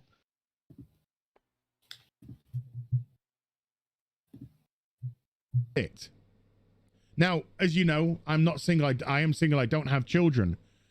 And the reason why I made the decision not to have children is because I was legitimately scared, even though I believe I'm a completely different man to my father. I was scared that if I had children, what would happen if I turned into him? Okay. You know, that's an understandable thing. Yeah, I can understand why you'd think that. I don't understand how this has anything to do with what you're talking about in terms of role models, but like in terms of media and male role models being erased, because like you said, there are role models you got from media, but even then you're still scared about becoming your father. So I don't know, kind of seems like media isn't where you're gonna go for these real like real role models of people who are actually going to raise you correctly. But okay. I mean, generally, this group's like a deeper mental health issue that might need therapy. I wonder if we could fund that. That might be a good idea. No. Thing is, these are like deep psychological issues. Mm. One shouldn't be afraid to have children in the sense that they would repeat an abuse cycle. And I would commend Az for being open about that, and I think so he should, if he feels comfortable, because it does help that conversation. Do this more often, Az. This is good.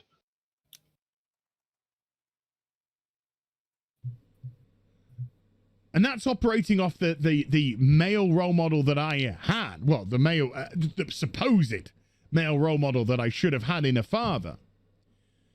So what are these kids thinking with divorce rates being so high nowadays?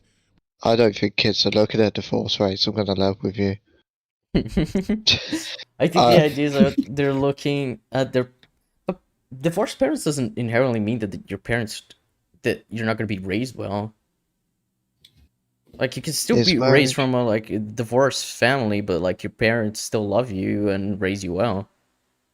It's like really a terrible thing to say that just divorce rates are high, therefore children are going to be raised more poorly. It's really weird to me.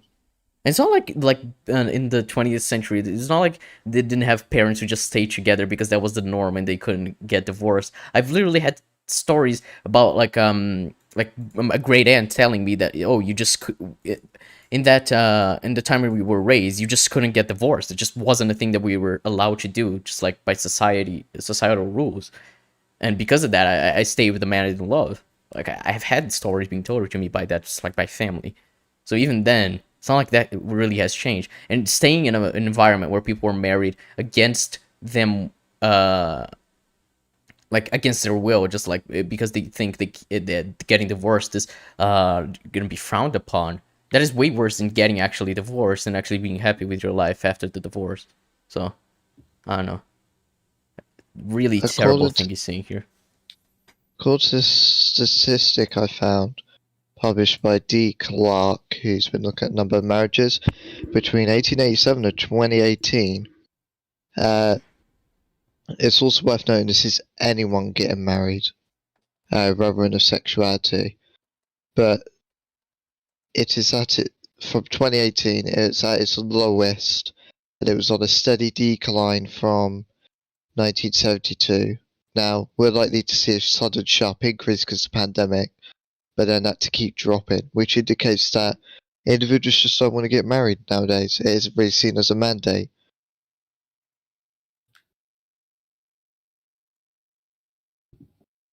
I think as left-wing politics get more quote-unquote popular with the younger ages, marriage is seen as conservative, especially with polyamory on the increase. So, yeah, don't use marriage as your point. Well, especially when people like we're talking about like becoming more open about their gender identity and their sexuality, that would also lead to like a decrease in those people getting married because those people are in a lot of places like same-sex marriages is not allowed, so there's also shit like that. Yeah. And like you said, it's viewed as like a more conservative thing to getting married, which it is. So these groups will not really be all that fussed about marriage. With so many single parent families, and predominantly they will be living with the mother and not the father in those single parent families, not having male role models to call upon. I'm lucky to have been in an era where... Okay, so as you have pointed out an issue, but you have blamed media, you need to look at the issue of why are so many houses single parent? Why are there inadequate fathering? What is the reason for this? Is it environmental? And if so, what's causing that environmental factor? Is it something that we could mitigate? That is the issue. It's try to have stable families or children that are able to have both parents. How to still man you here? How can we make the justice system more fair towards men that want custody of their children? Because it is easier for a female to win custody of their child. Much easier. How can we improve that? That's an actual male problem that I have put to you that we could try and improve. This isn't going to do it. It's not going to change the justice system. It's not going to change the economic system. The living situation. Those are the problems, not media. Where I did, where masculinity wasn't demonized, where sexuality wasn't demonized. Wait, so you're telling me that now sexuality is demonizing before it didn't used to be? Really? Are you fucking telling me that 80s and 90s didn't have the fucking didn't continuously make fun or demonize fucking gay people?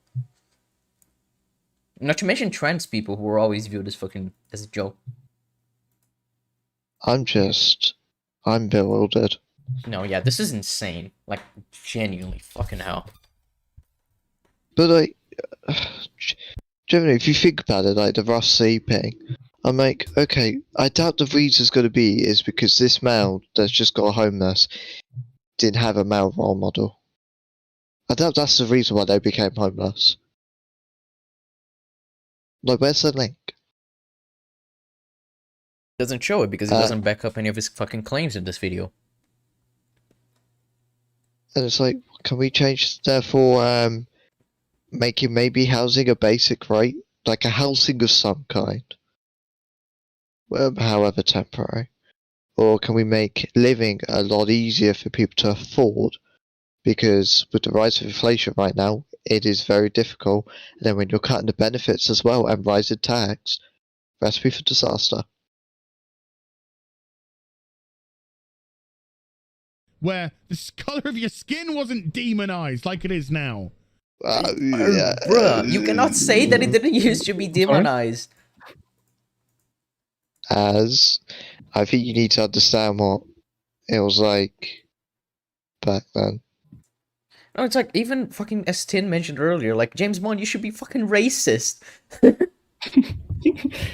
telling me that's not demonizing a color of your skin? It is. Oh my fucking Christ. Because we're regressing and not progressing as a society. We're regressing, are we? Really. In a society where we actually accept people of different sexualities, genders, and all that stuff, we're regressing. Yeah, because there are less white men as role models. In a society where gay people basically treat us for spawn of fucking Satan, and now they're not, we're regressing. I'm just... No, this is proving that there is male privilege because he's not seeing the, like, how other groups have become way more accepted by society, how that's a good thing. He's seeing that as, like, not actually being the case, and that we didn't have that as a problem. He sees that just because of his own experiences, which are as a white man. He's proving the point that he's trying to argue against in this video. Well done. So let me break something down to you, and this is just 2017. This is when, at least for lesbian, gay, bi, a lot of awareness came around. I think at this point you could get married. I won't include trans in this bracket because trans is still a long way to go just now, let alone 2017. The key findings found that 1 in 5 LGBT plus people have experienced a hate crime or incident due to their sexual orientation and or gender identity in the last year. 2 in 5 trans people have experienced a hate crime or incident because of their gender identity in the last year. And 1 in 6 LGBT people who aren't trans have experienced a hate crime or incident due to their sexual orientation in the same period. The number of lesbian, gay, and bi people who experience a hate crime or incident in the last year because of their sexual orientation has risen by 78%, from 9% in 2013 to 16% in 2017. Now, it's worth noting that this doesn't mean a regression per se. This can be because we're seeing a higher volume of LGBT plus people. But it is worth noting. But this is the big one. Well, two actually. No, actually, three.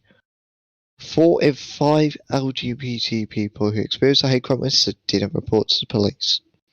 3 in 10 LGBT people avoid certain streets because they do not feel safe there as an LGBT person. More than a third of LGBT people say they don't feel comfortable walking down the street while holding their partner's hand. This increases to 3 in 5 gay men. Now, this sounds pretty damning. You think, this is probably for the entire country. No, this is for 5,000 LGBT plus people. 5,000. And that's how high your percentages are. In 2017. Could you imagine the 80s or the 90s with these numbers? In fact, you couldn't even hold your partner's hand in the 80s or 90s. You would likely be killed. That's sink in as for white privilege or straight privilege or whatever. You wouldn't be killed. Just for who you are. You wouldn't. The chances of a white straight male being killed for being white straight male are so unbelievably low. For minorities, it's unbelievably high. Even today in this apparently accepting far left society that you have driven up in your false narratives because you're too busy in this fucking pop culture war to see the actual reality of the situation. You won't do basic research because it's all about gaslight for your little politics. I would love to be in a society, rather than a political leaning, where I could go to someone of any sexuality, gender, race, and know that they can feel safe walking down the street. And if they ever don't, it's not because of their identity. It's because of an environmental factor that we can improve upon. To know that we have made progress in that front. Like for women like Sarah Everard to not be abused and raped and murdered, and then for so many women have to come out just to even get noticed that they don't feel safe walking down the street.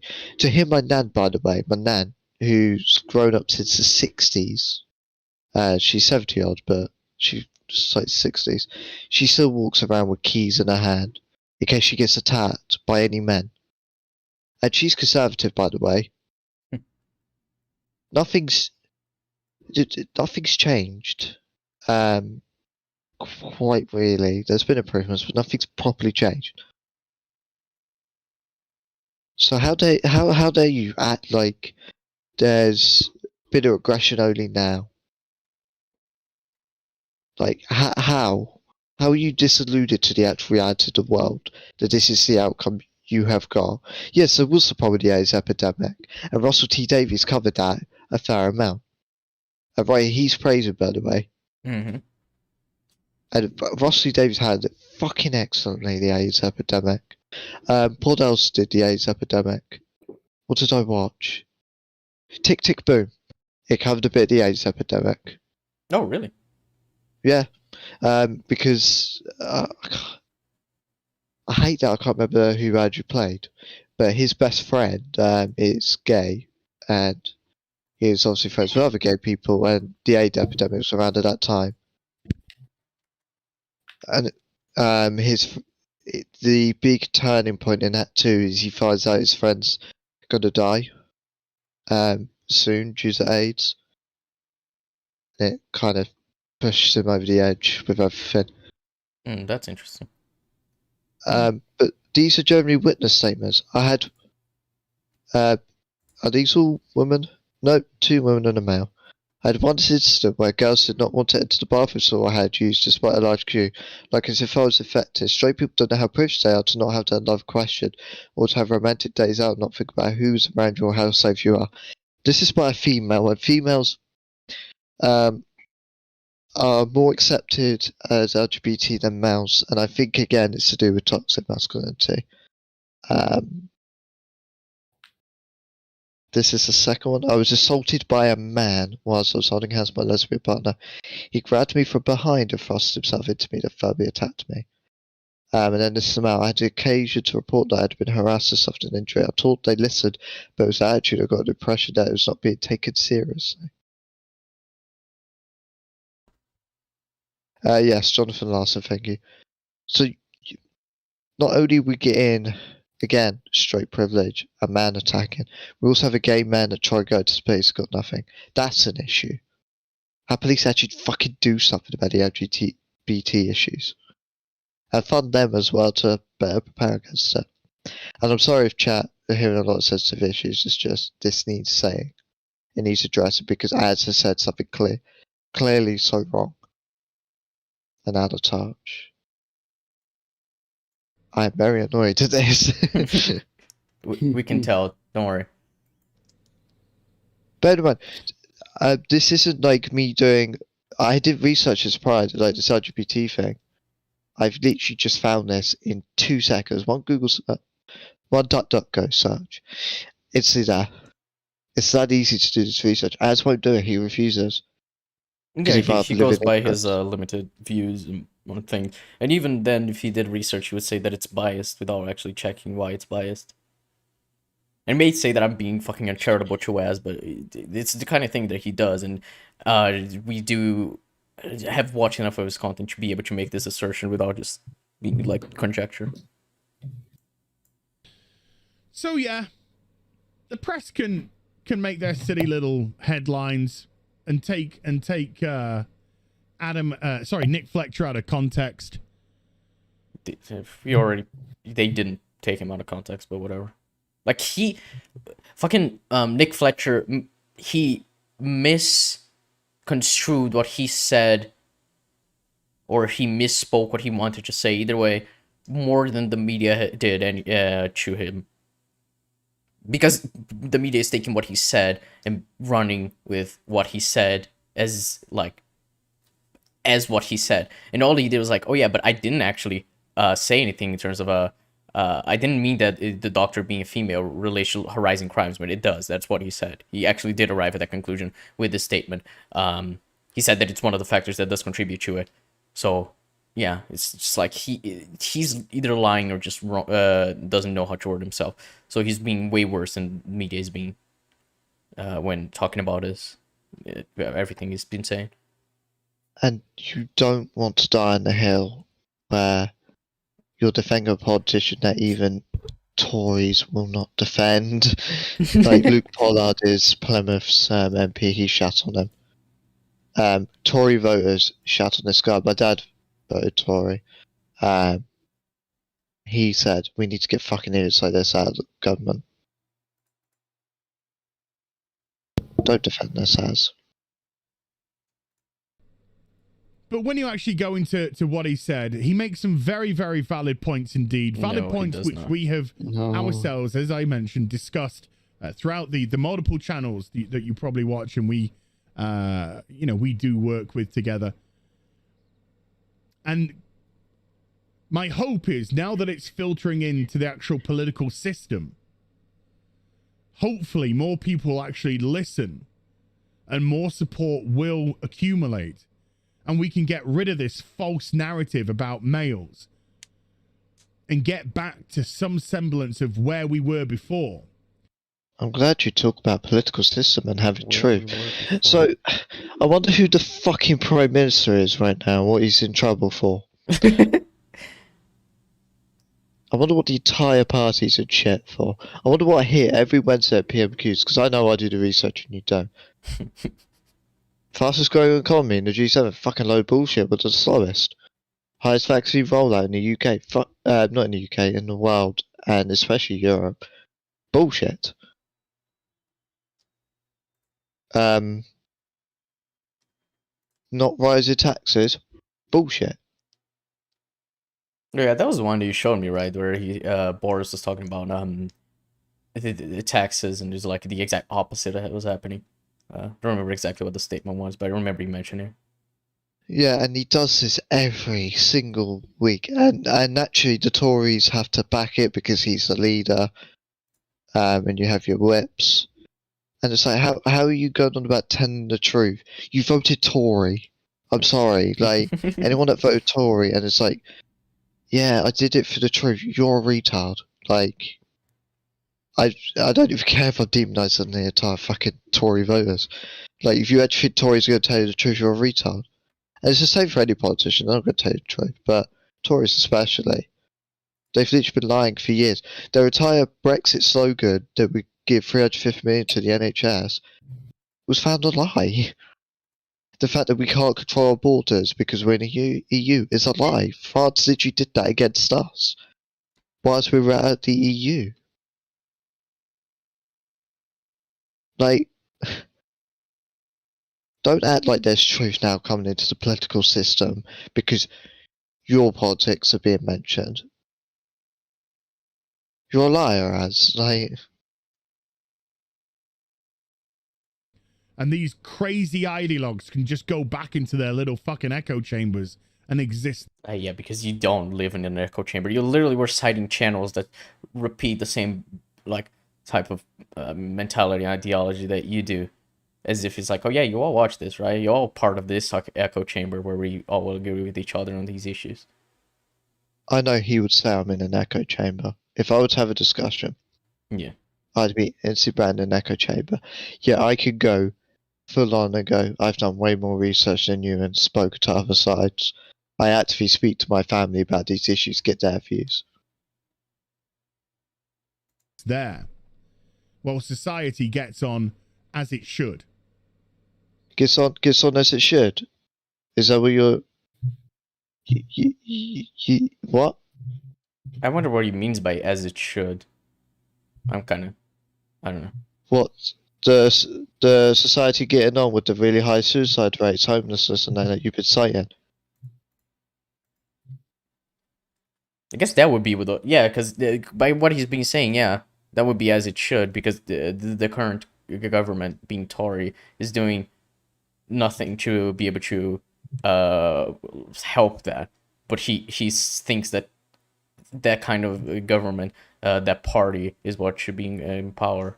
So yeah, pretty much, he's just kind of contradicting what he said earlier about suicide rates. So well done, because you clearly don't care if you actually are endorsing a system that doesn't care either. As a cooperative event between males and females. Wow, that went on. I hope you enjoyed the vid. If you did, do give it a thumbs up and also subscribe to the channel. Follow me on social media and YouTube for live streaming That did links. go for long though. We're almost at 4 hours in this fucking stream. That was really long. I was expecting to get through 2 videos. I imagine we're not gonna be able to, cause yeah, it's up to you guys. But I don't know if we'll I'm down. I'm wide awake. Yeah, I'm down. I'm good to go. All right. I'll fucking beat Az down a second time. Why not? This time about the fucking license fee and dealing with misconceptions. This is gonna get even worse. Hey, get excited, chat. What? Oh, it's gonna get great. How many likes did that video get? Wait, I can check. It has 45,000 views and 5k likes. So more than 10% from views to likes, which 10% is a very good ratio. So yeah. Now, let's talk about the license fee. Excited? I'm excited. So I'm going to give context to the audience that are not British or unaware. In the UK, we have a socialism-based TV paying method alongside our private. So Sky, Virgin, our broadband are the private side. But we also have the BBC, which is publicly funded. We fund it. We have Freeview, which is publicly funded. And part of the broadband rollout is publicly funded, but it's mainly private. What the government plan to do is freeze this fee we pay for. I get more into it as the video progresses. For about 2 years, rise it for 3 more, and then they'll abolish it. So that way people aren't nothing's publicly funded. And that's the goal. Also, we get to why there's a lot of problems with this. People, and like common misconceptions of the license fee, such as it being mandated, because it's not mandated. But it's going to be a fun video. Oh, while he pees, I'm going to address the 14th Doctor rumors as well. I need to do that. David Tennant's not coming back as 14th Doctor. That's all I'm going to say. That's it. Makes no sense optically. RTD wouldn't do it. David Tennant wouldn't even do it. David Tennant knew to leave after season 4 to allow a new creative team in. He isn't going to come back in to have a whole old creative team in. That isn't what he stands for. He'll come back for the special as like his incarnation, but he won't become full team. I still don't get why anyone's passing that rumor around. Like, Neither do I. like I get the whole thing with how the creator in the 50th said you'll revisit some of the old favorites, but just bringing back one of the most beloved New Who Doctor right after the controversial 13th. Not a good look, to be honest, even from just an outside perspective. So probably best to just go with something original, something that has a firm stamp instead of just recycling an actor from a previous era. No, RTD will want to go for something more LGBT because he'll want to prove that it can work. Yeah, it's what Stephen Moffat has said. He said, "Don't expect the same thing that Russell's done before." And they're pretty freaking close. Like if Moffat says that, you know to expect it from Davies. So to bring back Tennant would just be the same as before. Very bad idea. Very bad.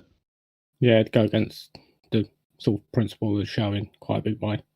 Yeah. And like, they can still do it if they want. Like, I'm not going to say you can't absolutely do this. I'm just like, this doesn't make sense. You just get your short-term boost, but then you're not going to keep that audience after, likely. And it kind of goes against the notion of you want your show to properly evolve, that you keep saying. And you don't want it to seem like a historic moment in the show's history just get brushed aside with, well, it failed, let's go back to what worked, to indicate Doctor Who can't do innovative things. Yeah, ultimately it just shoots itself in the foot. Hello, Marcus. Hello. At that point, just bringing Tennant back would be admitting defeat, basically. Pretty much.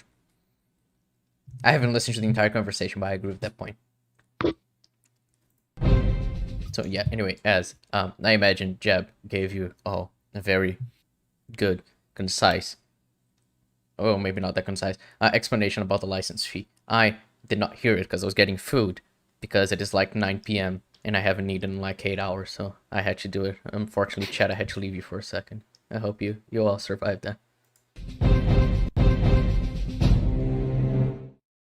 Hi everyone, it's Az here from Heel vs. Babyface Deep, ladies, on a Sunday night, but with some excellent news for people here in the UK. This is very bad news. Don't listen to him. He's telling you lies. Very bad. And even if you're not from the UK, this again is actually really good news. I am not from the UK, and I don't know how this is good news for me, but thanks, Az, for saying it is. I'm gonna put it bluntly. Means fuck all to people outside the UK. Because the license fee only applies to in the UK. You can't apply it outside. BBC is basically a private organisation elsewhere, funded through those means. So whatever the cable providers are in the US, some of it will go towards BBC under a private system. What will happen is actually detrimental to you. There actually isn't an upside, because when you cut funding on a service or an organisation, they have to make cuts. And they will have to make cuts on the outside UK region stuff. So you're basically gonna get worse shit. That's how it impacts you. That's it. Well, the idea I think would be that it entering the private sector in the UK is better news because it means it's gonna have to compete with other privately owned services, and therefore would have to create better content. At least that's the idea I've heard from Az and Nerdrotic for years now. When I used to follow their content actively. Well, I never followed Az, but Nerdrotic, that's what he used to say. So I Which guess I'm that's like- what he means in terms of like even for people outside the UK, it's better because it means you're gonna get better content, which is weird, but sure. Which I I'm like, get the that's a point of flaw. competition, but that's not how it's gonna go when you suddenly just fucking cut funding to the BBC. Like that's not just how it should go.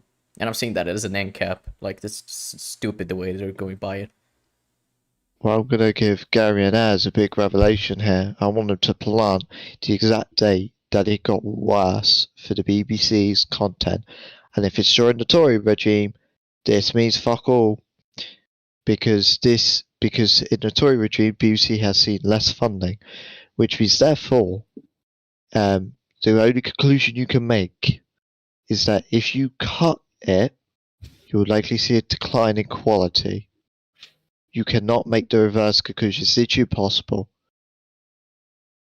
So, it will shoot them in the foot. And it's also worth noting that they only dislike context politics, but BBC content is often the most viewed in this country by quite a margin. And in terms of streaming, it's top. Like Line of Duty everywhere when it's out. Called a Midwife, very big. EastEnders is EastEnders. Doctor Who, still one of the biggest programs in the UK. What was that show? The Tourist. Tourist has done amazingly well. There was another one which had Jenna Coleman in it. The Serpent or something, I don't Yeah, know. the Serpent. That did extraordinarily well. Oh yeah, I think I You get my remember reading point. about it breaking records actually.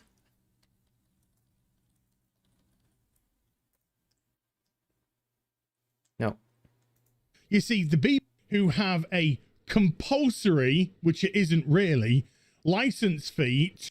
Wait, so you just admitted that it isn't. Pretty much. But It's isn't that the entire the way, point that they argued for? Is that the point that it is compulsory is the problem? But if you just said that it isn't, then what is the problem?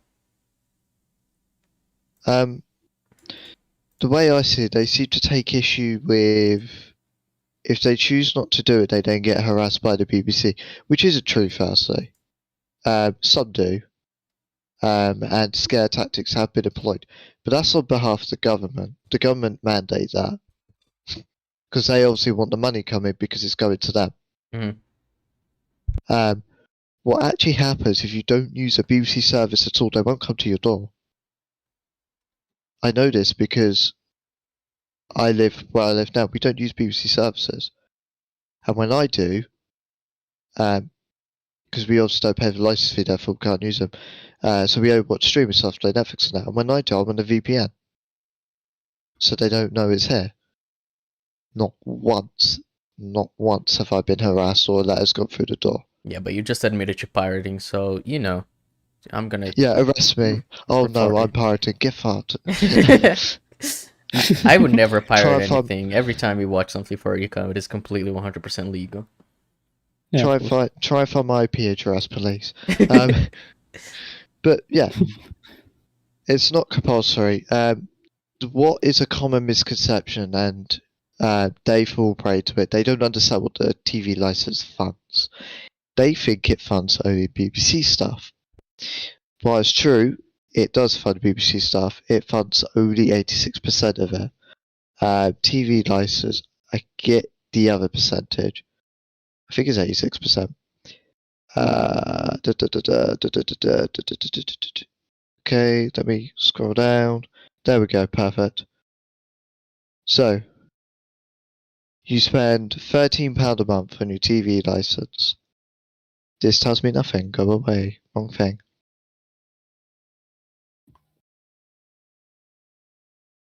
Where is it?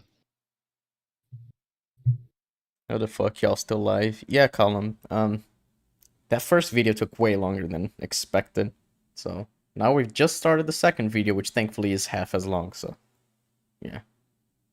Okay, so it doesn't actually give you the percentages. My bad. Most of it does go to BBC. Oh no, it does. It says 86% of the license fee.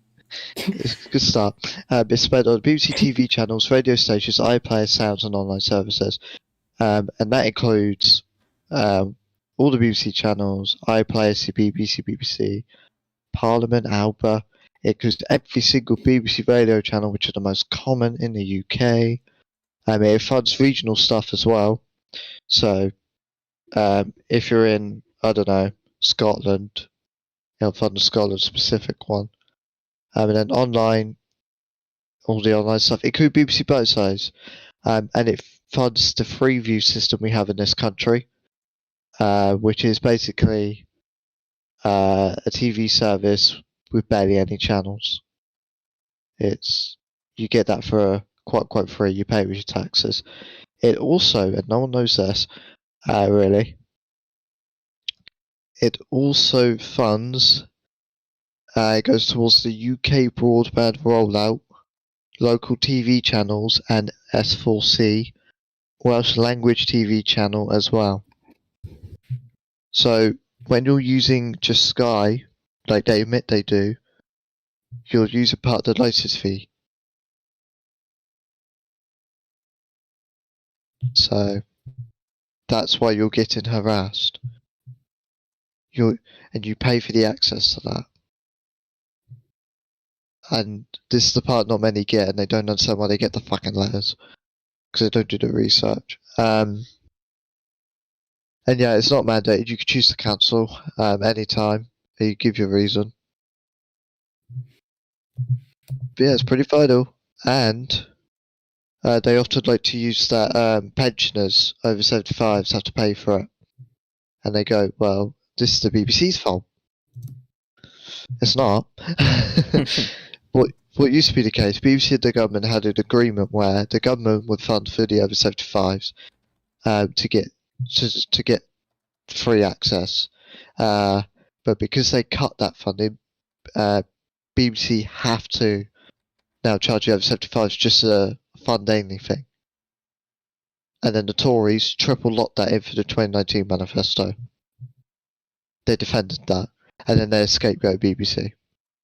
So that was a nice tangent.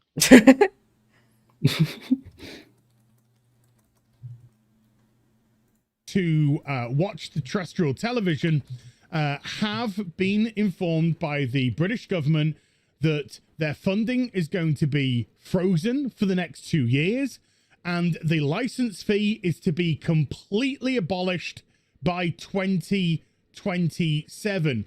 Now, if you're not from the UK, you'd be saying, well, okay, you know, how does this affect me? Put it in this perspective. Imagine a streaming service, Disney Plus, HBO Max, something like that you were forced to subscribe to. Therefore, you were Not forced. Jabber just mentioned it. And you yourself said it isn't forced. Yeah, you just said it. It's not compulsory. This was like 10 seconds ago, Az. And if you go technically, it is forced because then I don't get access to these services. Well, I'm going to give a big brain revelation. If you make everything a subscription service, technically you're forced to always pay for a subscription service. Yeah, there's a difference between being forced. For example, with taxes, you're forced to pay taxes. Whereas with fucking a service that you're being provided, if you want it, you pay for it. If you don't want it, you don't pay for it, and nothing happens if you don't pay for it and don't use it. So yeah, no shit. If you want to use a fucking service, you're gonna have to pay for it. Exactly. Your money to them, and with that money, they were creating all kinds of fucking woke drivel. Which the BBC, of course. Isn't like BBC News like extremely right wing? I wouldn't go extremely, but yes, it's definitely got right wing bias, Right. and that's wouldn't know this. So just recently, BBC have been under intense controversy for interviewing someone that wanted trans people to die and promoting that on their website. Bruh. and they haven't really done anything to amend that. During the Cool. 2019 election, it was found they were acting unobjective, gave opposition, the Tories, far more screen time than Corbyn, and demonised Corbyn more. They literally did a Harry Potter meme with Corbyn, presenting him as if he was Voldemort. Bruh. I was like, Andrew Neil was always platformed. He's very right wing, and he ended up leaving. What else have they done? Oh, again, I brought it up way earlier. The Brexit situation with the Laura Hughes being covered up, partially by BBC News. In the Partygate stuff, BBC have been the least critical. And the reason being is because the private organisations have secure funding, because Rupert Murdoch and Tory donors, and hence why they post Tory propaganda. The BBC need to suck up to the Tories to get income.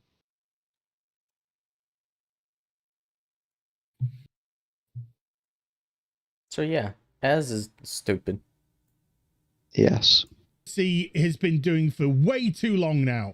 The broadcaster has gone completely far left ideology, and the problem. I really wish. No, I kid. I think if you're representing the people, you need to be neutral, categorically. Neutral and objective in terms of news and such. In terms of programs, again, you can't be far left or far right. You need to represent content for people of all varieties. I think that is a must. Yeah. Problem is, because I know people within the BBC, Why does he say BBC as BBC? It's so weird every time. I don't. It's a nitpick, but it's weird. I don't understand. I like how he goes, I know people in the BBC. I don't care that you know people in the BBC. You're still wrong. Calling it far left. It's not. Its biggest outlet is right wing. the BBC themselves still think it's too right-leaning and needs Yeah, it is. Wait, so he... Are you to stupid? go even further to the left. Yeah, because it is very far right-leaning. Jeb We just need to go proved we need to go centrist. And like even in news articles, Starmer is more criticised than Boris, but it's less criticised than Corbyn. Corbyn's the far left, Boris is right. Well, he represents the right. And then Starmer is centre left. Do you understand the scale being put out here as?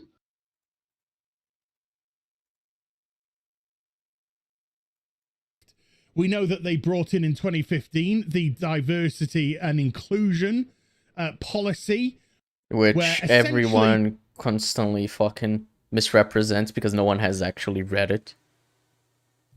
You can see that the stream that Bolstrak had with Jay, wherein she asks Bolstrak about it, he genuinely has no idea about what is in it, but he keeps blaming it in the video they are covering because it's just the way they view as like, oh yeah, no, Doctor Who is shit because diversity. So Yeah, it's absolutely bizarre, and also every fucking corporation right now has an inclusivity and diversity policy. Like I don't understand this. Is what I don't get. How is transitioning from a public thing to private resolving that issue that you apparently have? ITV have it,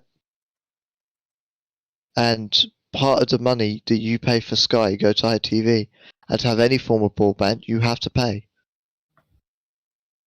Under this same logic that you're compared to BBC, this is an issue as well. But you don't take issue with ITV, or you haven't shown to. you have to tick a box at the BBC. You have to employ X amount of women, X disabled people, X people of colour, yada yada yada yada yada. So the merit.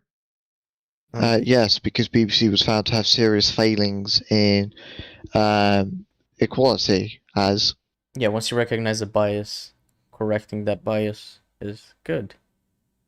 I don't understand the issue here. Meritocracy is completely out of the window. Meritocracy. Okay, sure. You could still earn it based on performance. In fact, meritocracy is more out of the window when you don't promote diversity, because minorities are less encouraged to get into roles or prohibited in some form due to certain biases. If you're more open to being inclusive, then people would definitely like apply more. And The reality is we don't operate on meritocracy. In an idealistic world, we would like to, but yeah, that's not how it works. I would agree. In fact, We don't 'cause operate on meritocracy anyway, and the least we could do is just fucking balance out the bias. I mean, to be honest, conservatism is not beneficial to meritocracy. I would agree with that. Because rather the reverse is more beneficial to meritocracy. Until it gets weaponized in some form, which is what we see with communism.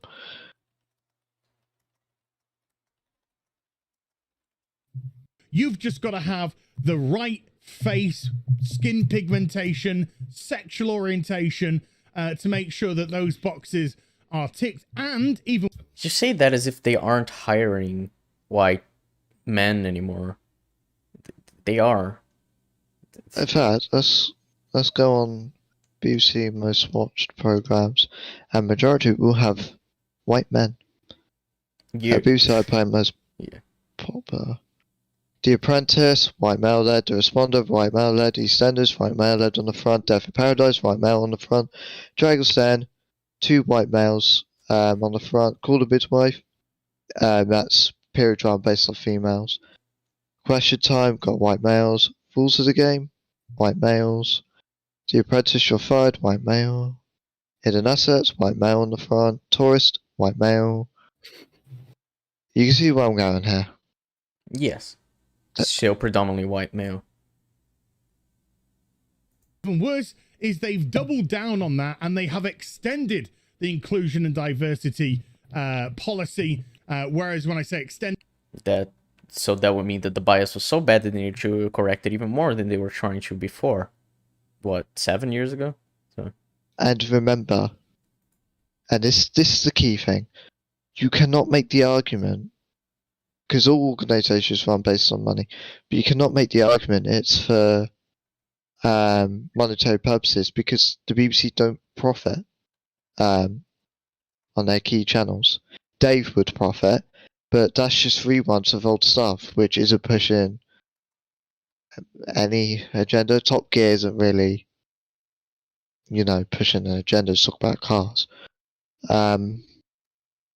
So this doesn't make sense. Like there's no business benefit to BBC financially to do inclusion diversity. The reason it is there because the government actually mandate it to push diversity further, and also because it is better for the industry. and they mean they have expanded the box sizes to get people in. It's exclusion.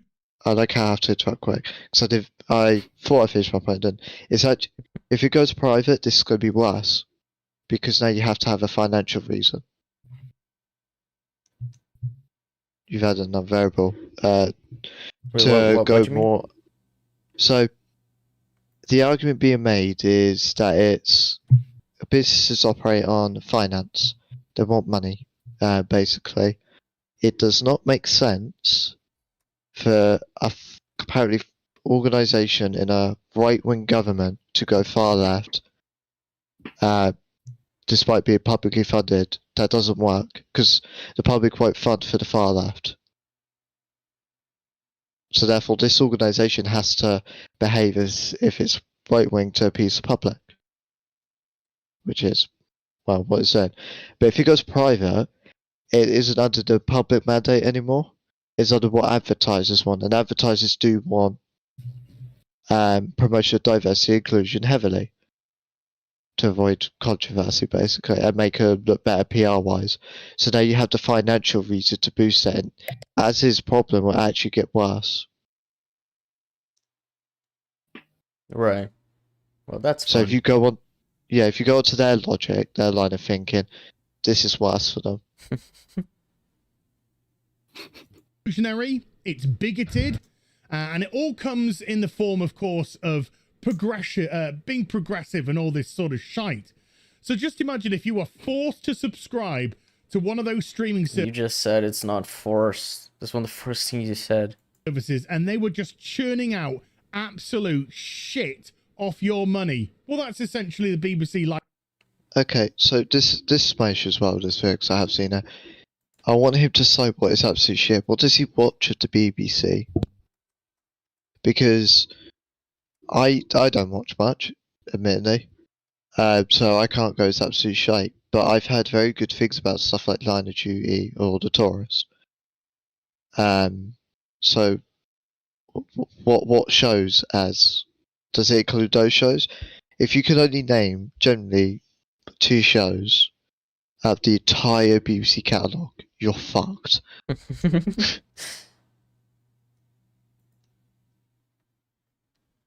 License fee.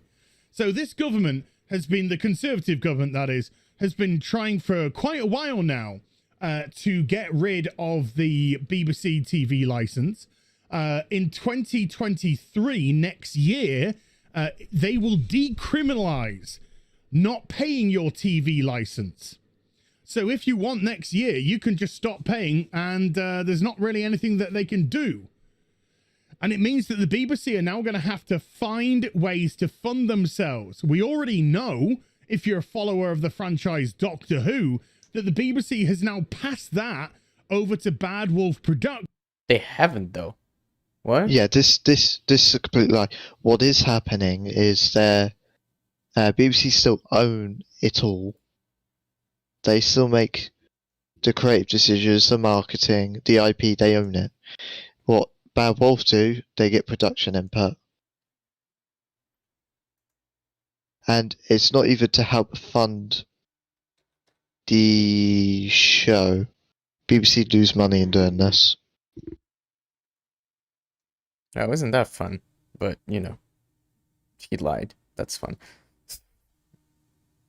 Which is Russell T Davis's company, and that has just been bought out by Sony.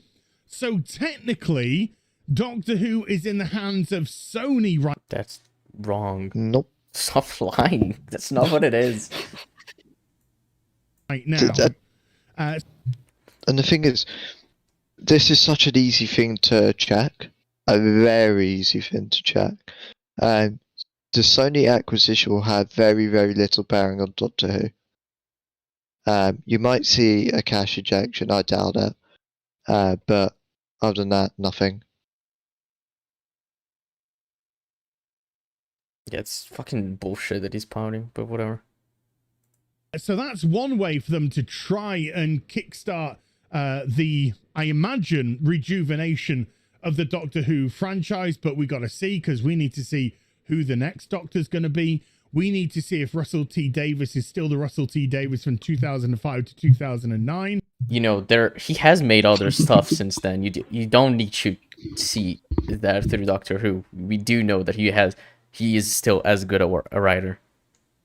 Yeah, and if he sees that stuff, then he's going to be very concerned. As Yeah. True. I will recommend you to watch Farewell Sarah Jane, written by Russell T Davies during lockdown. It's a 15-minute episode, and it's incredible.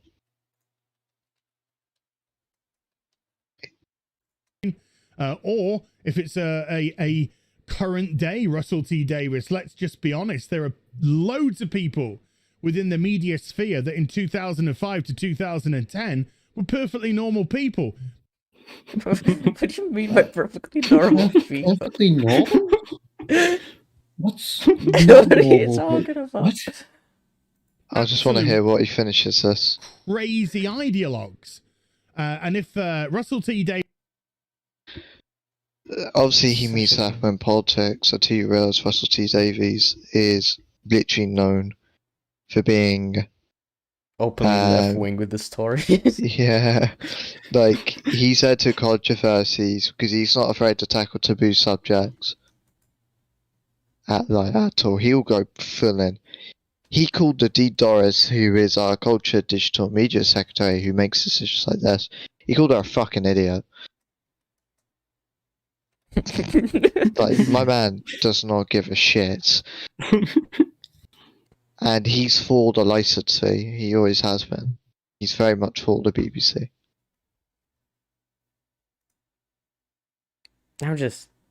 I wonder about who he means by like being changing from 2005 since then. Do you think he'd cite the Wachowski sisters? Because I think that'd be funny.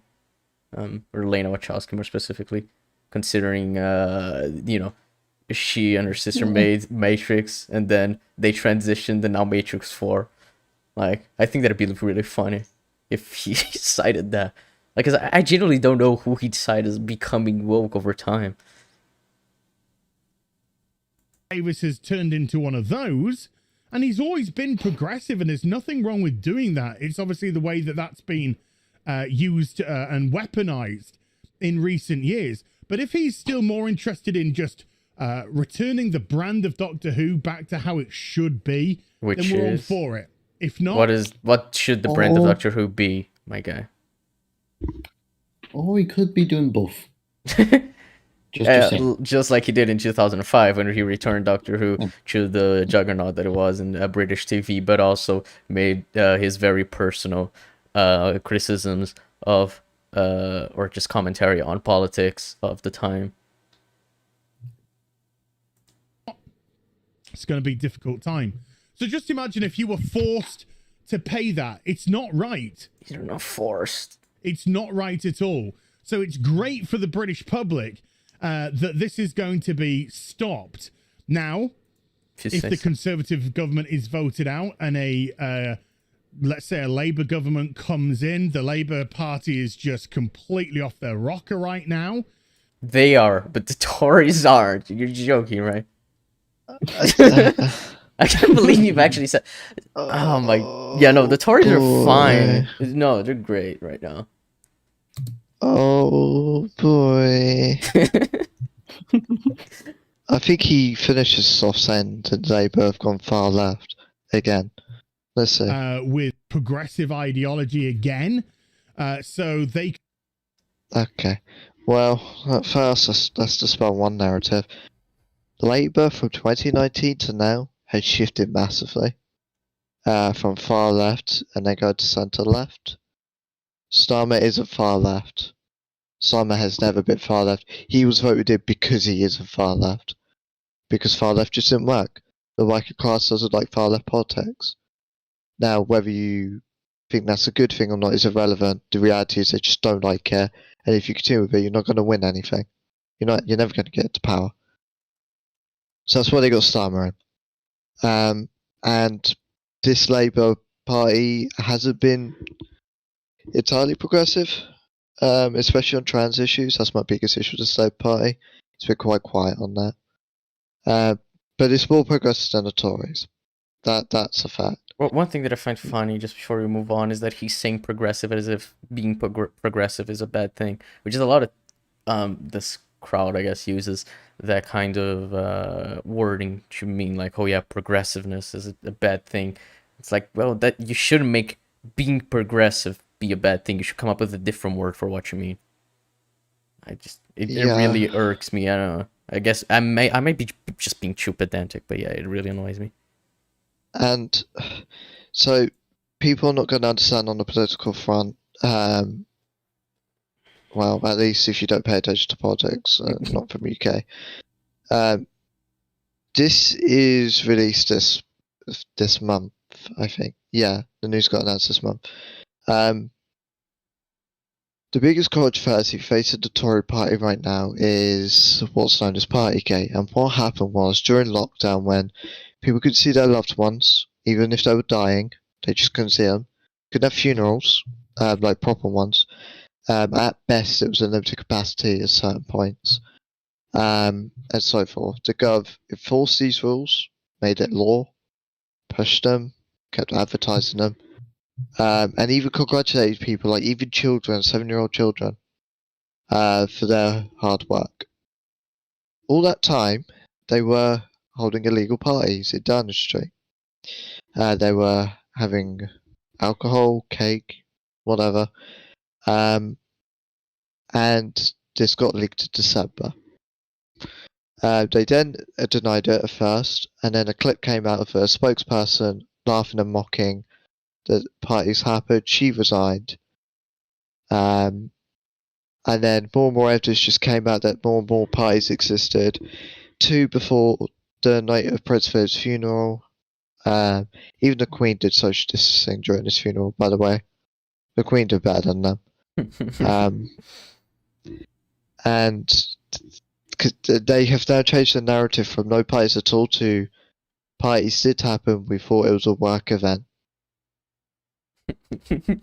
I love the idea that they just didn't know it was a party. And I'm not going to bring in the Met stuff because that's irrelevant to this video. It wasn't made then. But there's an inquiry ongoing at that time, and it was being done by Sue Gray. But the person before that was found at a party, so they had to replace that guy with Sue Gray. That's one issue. Afghan fell. We're still dealing with the immigration situation there. We've actually treated immigrants like shit that are fleeing. What else is there? COVID, one of the worst performing countries. Vaccine rollout failing. Rises in tax. The fraud being written off, I think was at this time. It might have been after, so I don't know. Corruption, lobbying. Just imagine a government corrupt completely and at a point where it's sociopathic in the way they lie about everything. And each day something new's coming out. Whether it's related to another scandal or a completely new scandal. This is the government that Yaz is saying. Yes. As is saying is preferable to Labour right now because he doesn't agree with the politics. And this isn't even a political issue I'm bringing up. These are moral issues. And even political issues such as corruption and such. Like, these people are hired to serve the people. And they're frauding the people.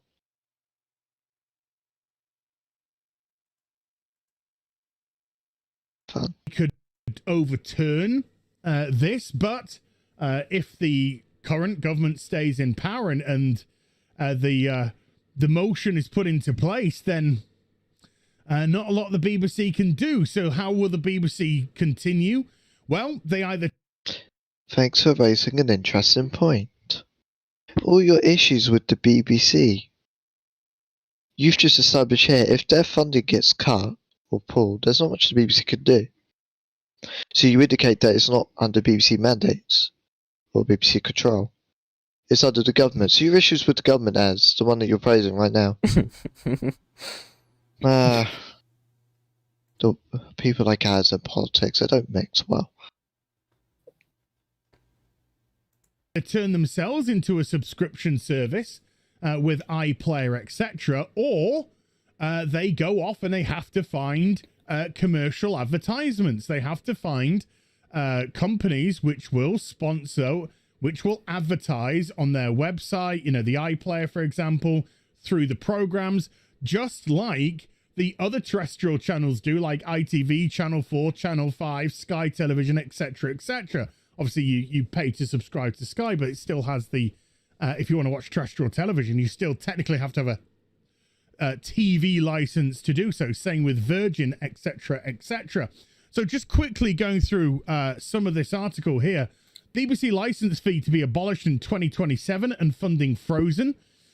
The BBC will have to make deep cuts to its programme budgets after the government said that the broadcaster's funding would be frozen for the next 2 years, with the license fee abolished completely in 2027. The Culture Secretary Nadine Dorries is... So yeah, Nadine Dorries is Culture Secretary. This is how big brain she is. Here's two fun facts. She thought Channel 4 was publicly funded. It's not. it's funded by advertisements. She said that in front of the committee where she's presenting her case to, and then she just crumbled when she got called out on that. She didn't know Channel 4 was a publicly funded, and this is her job. She also doesn't know that kids really like YouTube. Wait, what? She literally went, I was very surprised how much kids use YouTube. I was like, What? what? She retarded? I She's literally a culture secretary. How can she be surprised by that? She's hired by Boris Johnson. That would all I explain gotta it. say. Yeah. No, this is how funny she is. Oh, she's amazing on Twitter when she tries to defend him. She went, so 10 minutes with cake and stuff. It's enough to constitute a party. I went, well, you kind of missed what down the street confirmed the party did happen. She's basically not allowed to defend Boris. Like what a prime minister would tend to do under a controversy would get their ministers to regurgitate what they want. The Doris is not allowed to do that because she's a fucking idiot. She has to keep quiet. I gotta love UK politics. Seeing it from like just entertainment value, pretty fun to me. I'm not gonna lie. It's bizarre. Is expected to confirm that the cost of the annual license required to watch live television and access the iPlayer services will remain at £159 until 2024 before rising slightly for the following 3 years. She said this would be the end to the current TV license fee funding model for the BBC, raising doubts about the long-term financial future and editorial independence of the public service broadcaster under a conservative government. Again, this is really, really good news for the British public because it means that the BBC, if they want to continue making their progressive bollocks, if they want to continue making their ideological shite, if they want to keep pushing agendas, which they have been doing, if they want to keep playing the woke game. Hurry the fuck up with your point, stupid Yeah, cunt. Jesus Christ. I got it the first 2 times. Also, I'm kind of Jesus Lord confused because he would call like a lot of shit fucking woke, and but like, would you say like, oh yeah, no, but the Netflix, but Netflix is doing a lot of woke content, but at least they're in a public forum and they're making money. It's like, no, they're actually like operating at a loss, which is kind of the huge downside of that people don't realize of the BBC becoming a streaming service. Is like, you do realize that streaming services are all operating at a loss, right? Not just Netflix, but fucking Amazon and HBO. Their services aren't making them money. They just need to keep those services to keep their market share and not lose like their influence. But Netflix loses so much money every year. It is actually insane. Exactly. This is what, and this is why, like, Shiny, for example, I had a discussion with him, and I put it out. They lose money. This is what's not really commonly known. That these services lose money, and BBC can't afford to lose money, given how much it provides. BBC during the pandemic provided free education across the country, free laptops across the country, because it's publicly funded. It was in the public's best interest. Mm-hmm. You're not going to get that if it becomes private. And I know he's going to go, if he wants to continue his progressive thing, he's got to try and find advertisers. You call Disney super woke, and yet look at it. Literally owns 80% of the film industry. It's like, well, this doesn't benefit you and in fact, content's going to get worse, and you're actually going to have to pay more money for it. Because that's what happens with subscription services. They're inherently tailored services. So you pick the package you want, but at a cost, to get certain things overall, it costs more money. So a typical household will have 3 subscription services. So Disney Plus, Netflix, and Amazon Prime, BritBox, or whatever. That comes to 220 plus quid. I did the math ages ago, and that's with like the best deals you could get. 220 odd quid, and you get Disney's catalog, Netflix, House Department. That's good, but that's 70 quid more than everything at BBC, including the national broadband rollout, all the radio services, all the websites. So, you do you, as. They're going to have to do it off somebody else's dime. They're going to have to do it off somebody else's dime. And of course, if the viewers don't turn up and watch, then the advertisers pull out. Because the advertisers want as many people as possible to watch their television shows. And so the BBC will... So do you want the BBC to fail? Is that what you're saying? Or do you think the content will get better if it stops being funded because they need to be better to make more money from advertisers? Because that's not a logic you should follow when their funding is being cut.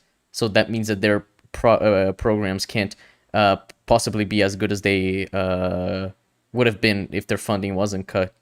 It's like you're expecting them to do way better with much less money to do so. It's like really backwards thinking. Which is why fucking it's a long to actually privatize the BBC would be a long process to actually be able to transition into that without like causing the BBC to fail. Like the way they're going by it is extremely counterproductive if they actually want the BBC to continue existing as producing programs. And it's like, again, if we go and look at the most popular streaming service right now is Disney Plus. A lot of it isn't better writing or what as would deem better content. A lot of it is regurgitated, or it's a visual spectacle. Casual audiences are going to think of writing qualities as we do, and to a very big extent, because as is too caught up in politics, but there is an element of objectivity there. They're not going to think of it from a political war or that at all. Yeah, if they... Yeah, pretty much. I don't have anything to add. I agree fully. Find itself in a position, I would imagine, I mean, I am quite happy for them to die on their own sword. Oh, so he does want them to die. Okay, that's fun, Ed. I'm glad that you want the biggest source of fucking television programs in the UK to just die out because you think their shows are too woke. That's fun. True of their like thousands of shows are woke. Like if we break down so far, we're nearly 8 minutes in, and he's gone. I want. Bear in mind, he's very for patriotism, so he should be very for the BBC as an establishment, preserving it, because it's a very British thing. It's 100 years old this year, which is why I hate that this announcement was done this year. Mm-hmm. But anyway, he wants an entire 100-year standing organisation to collapse, lose all those jobs, all those programs, all because they're hiring minorities and he doesn't like certain politics put in certain shows. And he's praising the Tories and is like, they're better for this. And that's how petty it comes down to. Mm-hmm. It's no consideration of the long-term implications or how viable it is, or really anyone else's impact on it. It's about how can it benefit me in my petty little culture war as I froth at the mouth at a gay person. Yeah, and I just remember like another point we brought up is like because you said earlier about how if you pay for a subscription service, you know, you're paying just like for like the content that you want to get, and that's why, you know, it gets like a bit more expensive than if you were just, you know, paying for one channel to watch on TV, because, you know, subscription service is going to be more tailored towards what you want. But even then, like if you pay for Netflix, there's going to be so much content that you don't watch on Netflix. There's so much content that nobody has watched on Netflix. But you're still paying for that content, like whether you like it or not. If you're just paying it to watch The Witcher, you're still fucking funding their Netflix's other projects, pretty much. Like, you're still paying for that content if you don't watch it. It's the same principle of this license fee. It's like, well, I don't care about listening to the BBC radio. I don't care about watching BBC News. All I pay for is to watch Doctor Who. It's like, yeah, it's the same principle. You're paying for this entire thing, which is just how the package works, but you're only using it for a specific thing. And the rest of the content you're still paying for, even if you don't watch it. And it's going to be the same thing whether this is a subscription service or not. The only difference is that it's tied to like the government in the BBC's case, as opposed to Netflix, which is private. But like the principles are always going to remain the same. So if you say just like, oh yeah, they need to become subscription service because this model just doesn't work, and then we come to that fucking video of RTD comparing like HBO to the BBC, where it's just like, well, it's pretty clear how good the BBC is as a deal in terms of how much you pay and what you get for it, in terms of all the content that it provides you. And that's what people don't realize. People are too busy in a narrow worldview that the BBC just does probably BBC One, and that's it. When no, it covers weather, educational, obviously media, film, radio. It's the most culturally diverse thing we have in this country, and it's not even close. Which is why it's weird that people who claim to, trying to preserve culture as the culture secretary wanting to abolish the license fee. It seems really counterproductive. And if you knock down the BBC, other things will suffer, because because the whole point of competition is your competitors help you in their existence. Mm. If you become a single market entity with only one entity sharing that market share, there'll be an eventual collapse.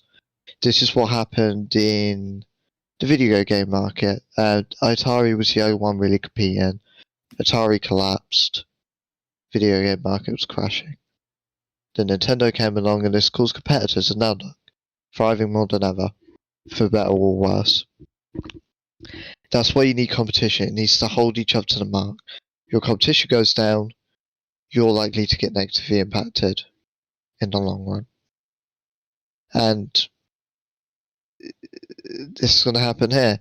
And also, a big consideration, and Az hasn't considered this, you have no control over how a private organisation behaves.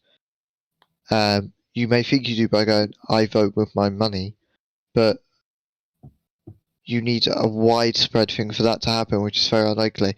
Whereas for the BBC, you could provide feedback, depending on who you vote for, depends on how it's handled.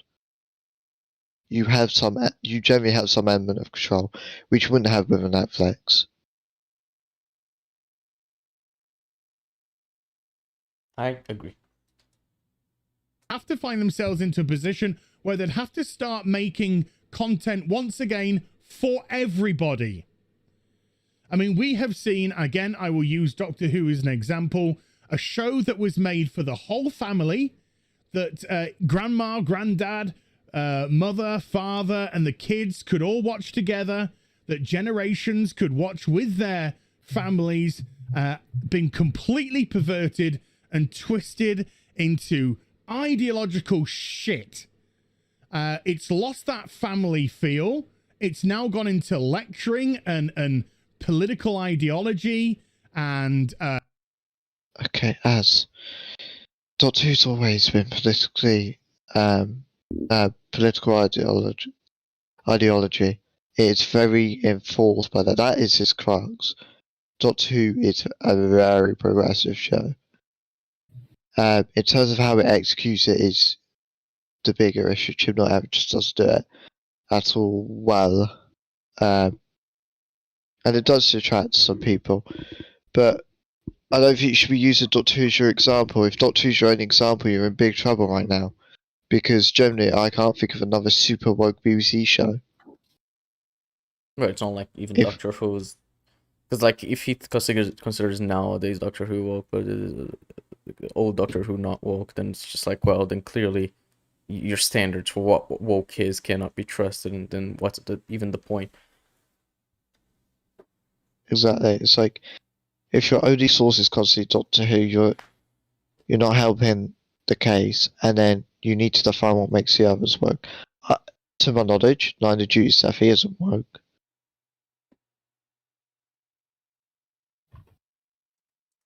Intersectional feminism and all this kind of shite that nobody gives. What? Intersectional feminism? What? I've No, heard what that is that? term so much and never knew what it means. That's fine. Let's search this up. Intersectional feminism is an analytical framework for understanding how aspects of a person's social and political. No, that's intersectionality. That's not right. Intersectional feminism. What it means and why it matters now. Aims to separate itself from white feminism by acknowledging women's different experience identities. I don't see the issue with this. Yeah. By going Centers of not us on all those experience overlapping concurrent forms of oppression in order to understand the depths. Depths of the inequalities and the relationships among them in any given context. Okay. Yeah, I don't see the issue with saying not all feminists go under the same thing. Yeah, it's kind of obvious. It's like the last video we covered from this stream is like, oh, everyone's an individual, everyone goes through their struggles, but intersectional feminism is like, let us acknowledge the different struggles that feminists go through. Like, see, that's bullshit that nobody cares about. Thank you, Az. You're a very nice person. It's like Sorry. It's like I was watching this video I linked in the chat where that guy was phoning about how he's anti-woke and he was just asked to define it and how he's seen it, and he couldn't do that. If we did that to Az, he wouldn't have a clue. He's just throwing out words at this point. Pretty much. Well, I've heard so many people saying intersectional feminism, and I never bothered to look it up, and I was like, let's actually see what he's saying here. And lo and behold, it doesn't mean anything from what Az is saying. Like, it means something to the people that actually, talk about it. For Az, it just means, oh, woke, drivel, I don't know, I'm not going to care what it actually means. It's about. Nobody wants to be lectured to. Nobody gives a toss. Thanks for saying that in a lecture to me about nobody wanting to be lectured. That is very good, Az. Thank you very much. It's about your ideology. People on a Saturday night, Sunday night, whenever it turns on, just want to be entertained. They want escapism. They want to just... Yeah, and that's why they watch a show about this 1,000-year-old alien being who lives life all alone because he doesn't feel like he can relate to any other person because of the experiences he has not being the same as other people's, because regular people are, they don't live long enough, and they don't go through the same things he did, especially because of the time war. Wait, this sounds kind of political, doesn't it? Kind of sounds like it could be an allegory for war veterans potentially, or something like that. That is interesting, but definitely just escapism. So stupid as. Just get away from everything for a little bit until they have to go back to work on Monday. I also want to add to that point. Progressive politics by its very nature is tackling modern day politics and what the future shapes. So you're not getting away from anything. It's being highlighted in the things you watch. RTD did this excellently during his era. Chibnall again, not so much. And the BBC has cut that away from them, and a British institution like Doctor Who completely cut away. So not only is it away from the BBC now, not only is it in the hands of a completely different company, but they might have to do that with other licenses. It literally has 100% majority stake for BBC. I don't even know why it's a majority stake, but there has been no change in the ownership of the Doctor Who IP. None at all. It just means production is tied to another company. It doesn't mean that it's owned by anyone else. If Dot 2 was owned by Sony, that would be everywhere. Mm-hmm. And as would make a video on that, he never did, so he knows it's not owned by Sony. He just made it up. Yeah, he's just saying it to make it sound like the BBC acknowledges its failings, which is just not true. Gear, I think, is the #1 export from the BBC, but fewer and fewer companies have been picking it up. Why? Because they got rid of Jeremy Clarkson and the crew. Because of, I think Jeremy hit the producer for some argument that happened with the producer. Okay, then that's fine. Obviously, if he hits a producer, do you really think they'd continue with him? I don't. Yeah. But the facts of the matter is, Jeremy Clarkson wasn't politically aligned with the BBC. He was What? You just said he hit a producer. What does political alignment even matter? Wait, how long was Jeremy? Hold on, I'm gonna look it up. Jeremy. He got fired from BBC in 2015. 2015. All right. And has he been since the start? He was there since 1988. So 2015 minus 1988. Bearing in mind they pinpoint things after 2015 as it going woke, so Right. So it was 27 years. So he was with them for 27 years, and then he hits a producer, and obviously he's fired because his political ideology doesn't match with the BBC. It's not because he hit a fucking producer. That is preposterous. to be honest, he's done a lot of controversies. If I break down, I'm going to read them. In 2004, BBC apologised and reservedly paid £250 in compensation to Somerset Parish Council because cars had damaged a 30-year-old horse chestnut tree. 1756, BBC Complaints Department upheld a complaint of 4 Top Gear viewers that Clarkson used the phrase ginger beer from his time for quit in a derogatory manner. Yeah, that's a lot here. So it kind of In the seems like latest- as the world gets more and more aware of social issues, having a person that is so controversial and who doesn't care about aligning himself with the way that the new views on I guess gender and shit like that would not be wise for the BBC, and then he fucking hit a producer. So kind of seems like a logical idea to fire him at some point. When he made a joke about murdering, like lorry drivers murdering prostitutes, BBC defended him. Bruh. When he called Gordon Brown, Prime Minister at the time, and said he cunt during a warm-up while recording, BBC didn't do anything. Did he do anything here?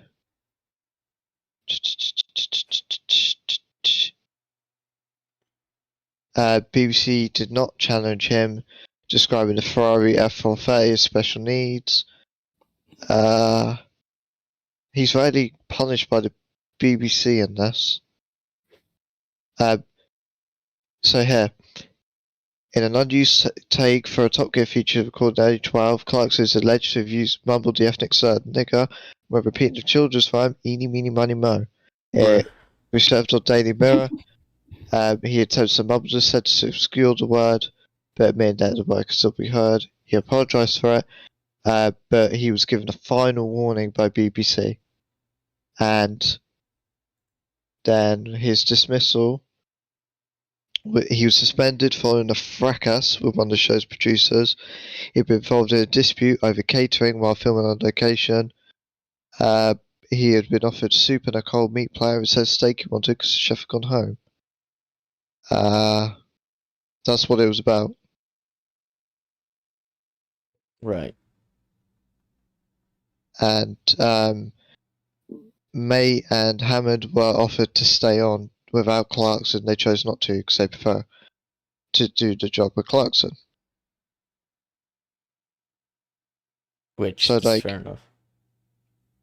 Yeah, like literally, he's been in multiple controversies. He was on a final warning, and then he punches someone over catering. Kind of seems He like deserves- firing him is the logical decision, but you know, let's make it a political thing. Pretty much. Expensive to have. Same with Richard Hammond. Same with Captain Slow.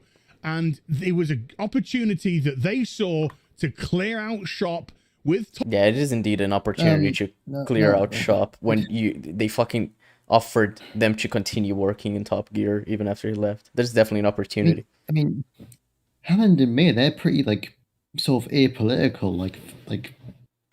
Like James May, he's pretty much just does his own thing. He hardly speaks on politics. Like, and now it's just Richard Hammond. So firing them for being the wrong sort of political side, I guess, would make no sense because they never fucking speak on it. So. As being misinformed, that would never, no, that's never happened. Top Gear and to get some more fresh-faced, in-line presenters, and it just didn't work. They got Chris Evans on board first, flat as a pancake. Matt LeBlanc, I do like Matt LeBlanc, but he didn't want to stick around for too long. Now we've got Freddie and a couple of other people, and to be honest with you, I haven't watched Top Gear since Clarkson and crew left. But So how do you? So how? Yeah. So how quality. can you call? Yeah. How can you comment on Chris Evans and Matt LeBlanc? So I've watched some of that since it's been. Chris Evans wasn't good. That No. part wasn't good. He knew his stuff. He just isn't a presenter.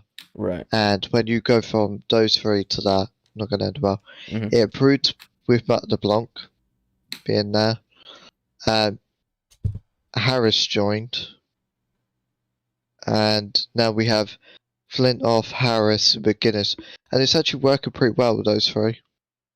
Right. I've seen some of them and I got it. Yeah. Over the years, I've watched a few episodes. Like, I remember sticking episode 2 on when I was at my dad's flat on like a Sunday or something. And honestly, it's not that bad. To be honest, he's making a bigger deal out of it than it actually is. No, but the funny thing is that he's commenting on something that he has no idea about because he just doesn't watch it and hasn't watched it for years now. So Yeah, I mean, like, there's no point dismissing it immediately. You might as well give it a chance, even if, and just to see what it'd be like, and then judge it. Mm. Just a thought. Yeah, especially if you liked it before. I don't see why the problem would be. Obviously, the But- Grand Tour's much better because it has the three hosts, but Yeah. I'm fine with it.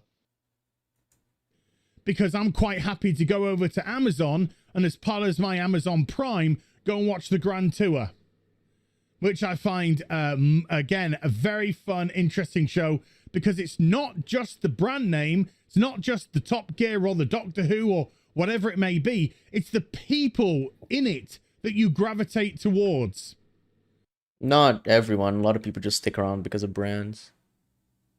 With like if it wasn't, then you wouldn't see the sequel trilogy making as much money as it did. Like, see the success of fucking The Force Awakens, the film that had nothing to do at all with the original creators of Star Wars. George Lucas completely not involved in it, and so did Disney, and then it's fucking J.J. Abrams doing it. Well, actually, then it wasn't the writer for Empire, so I may be wrong on that. Yeah, I think the writer for Empire stayed on for a few projects. Yeah. Yeah.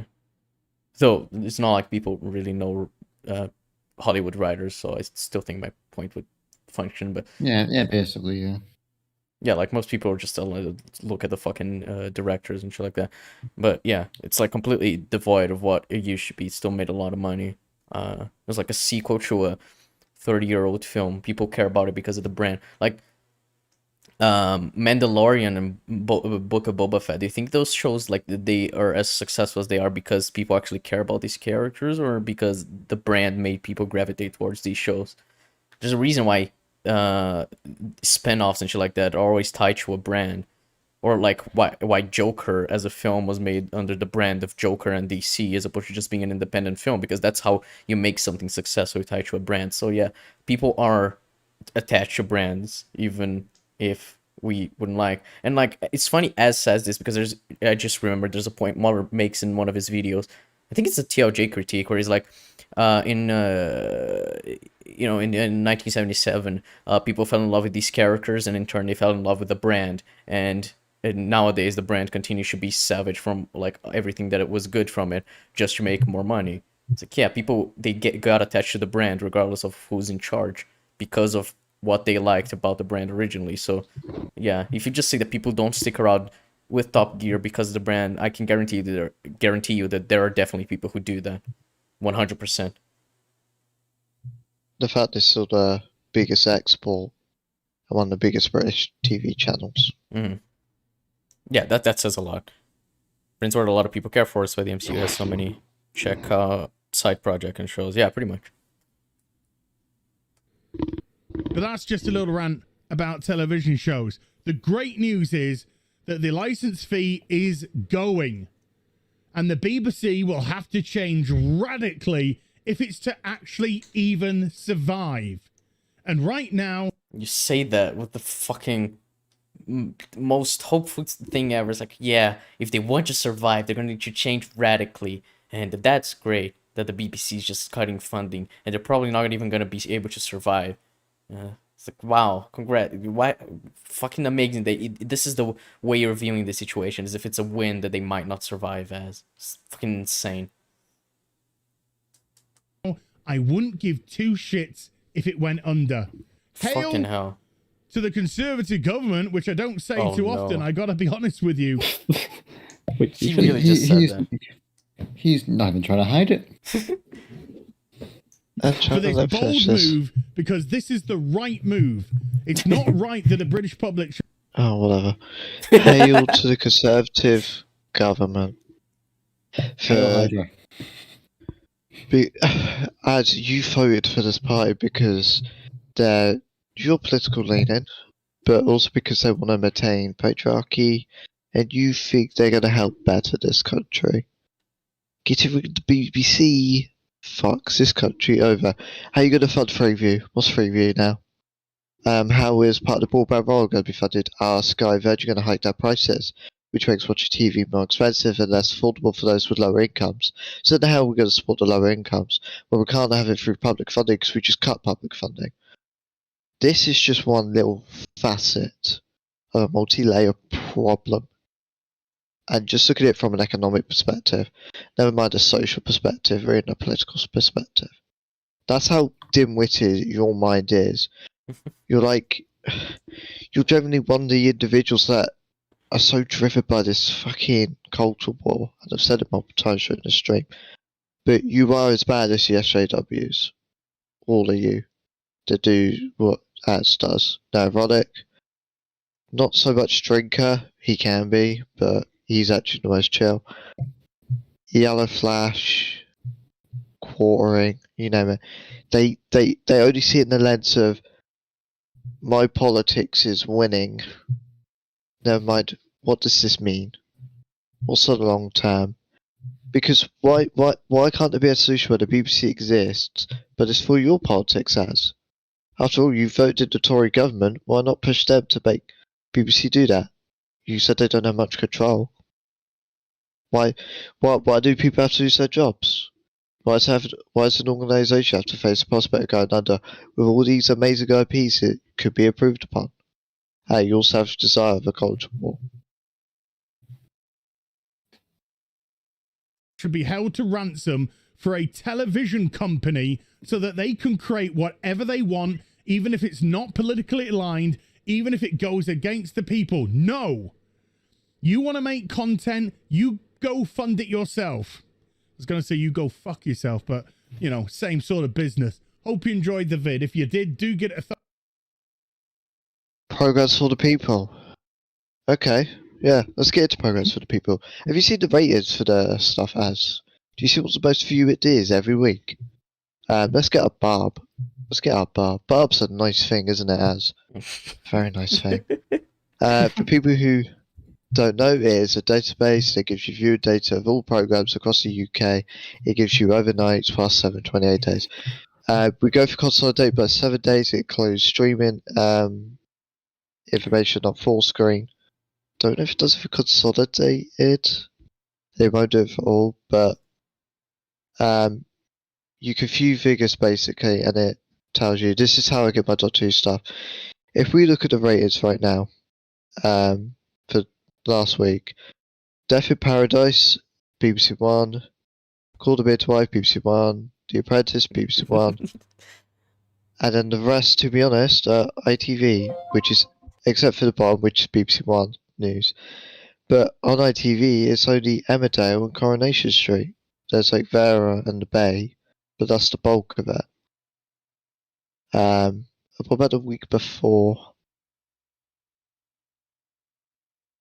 And bear in mind, this data is accessible for anyone. They can check it for themselves. Including Az, he just doesn't. Okay. So last week, is that the exact same? No, it's not. Top 3 again, all BBC One, the same as I just said earlier. Then you got the Green Planet, BBC News, 6 of the stuff for BBC. the rest are ITV. Again, Emmerdale and stuff. For the week prior to that, literally BBC One, BBC One, BBC One, BBC One, BBC One, BBC One. 6 in a row. 7 of them are BBC Row 1. The rest is ITV with Masked Singer, Coronation Street or Emmerdale. The usual for ITV. What about before that?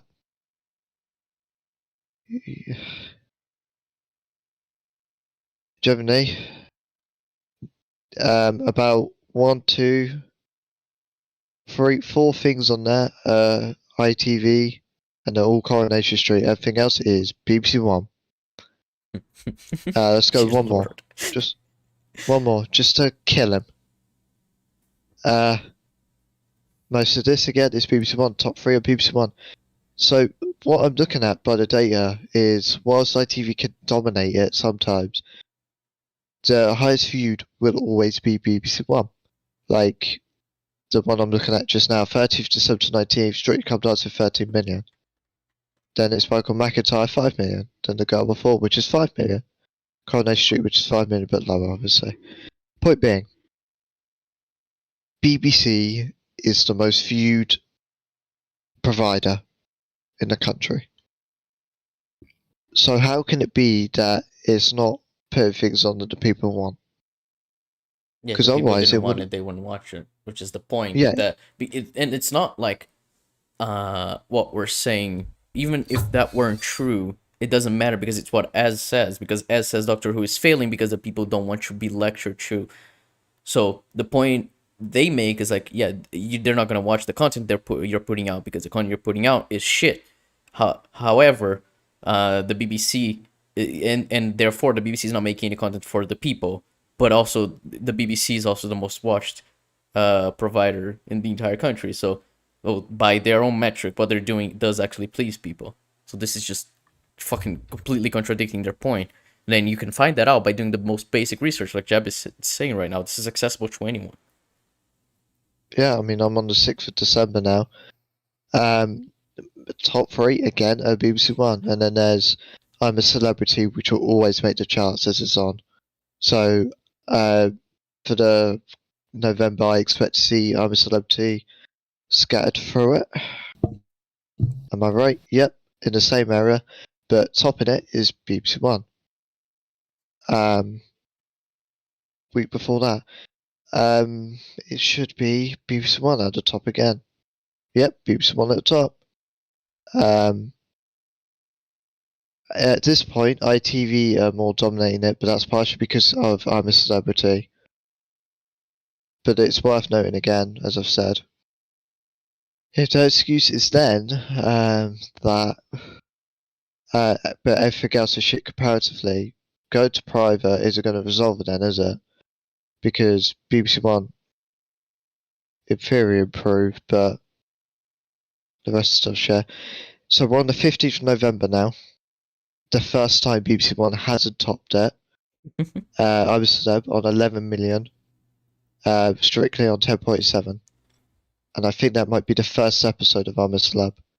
I could be wrong. I'm likely wrong on that. Let me check. Actually, yeah, it was his first episode. That's why.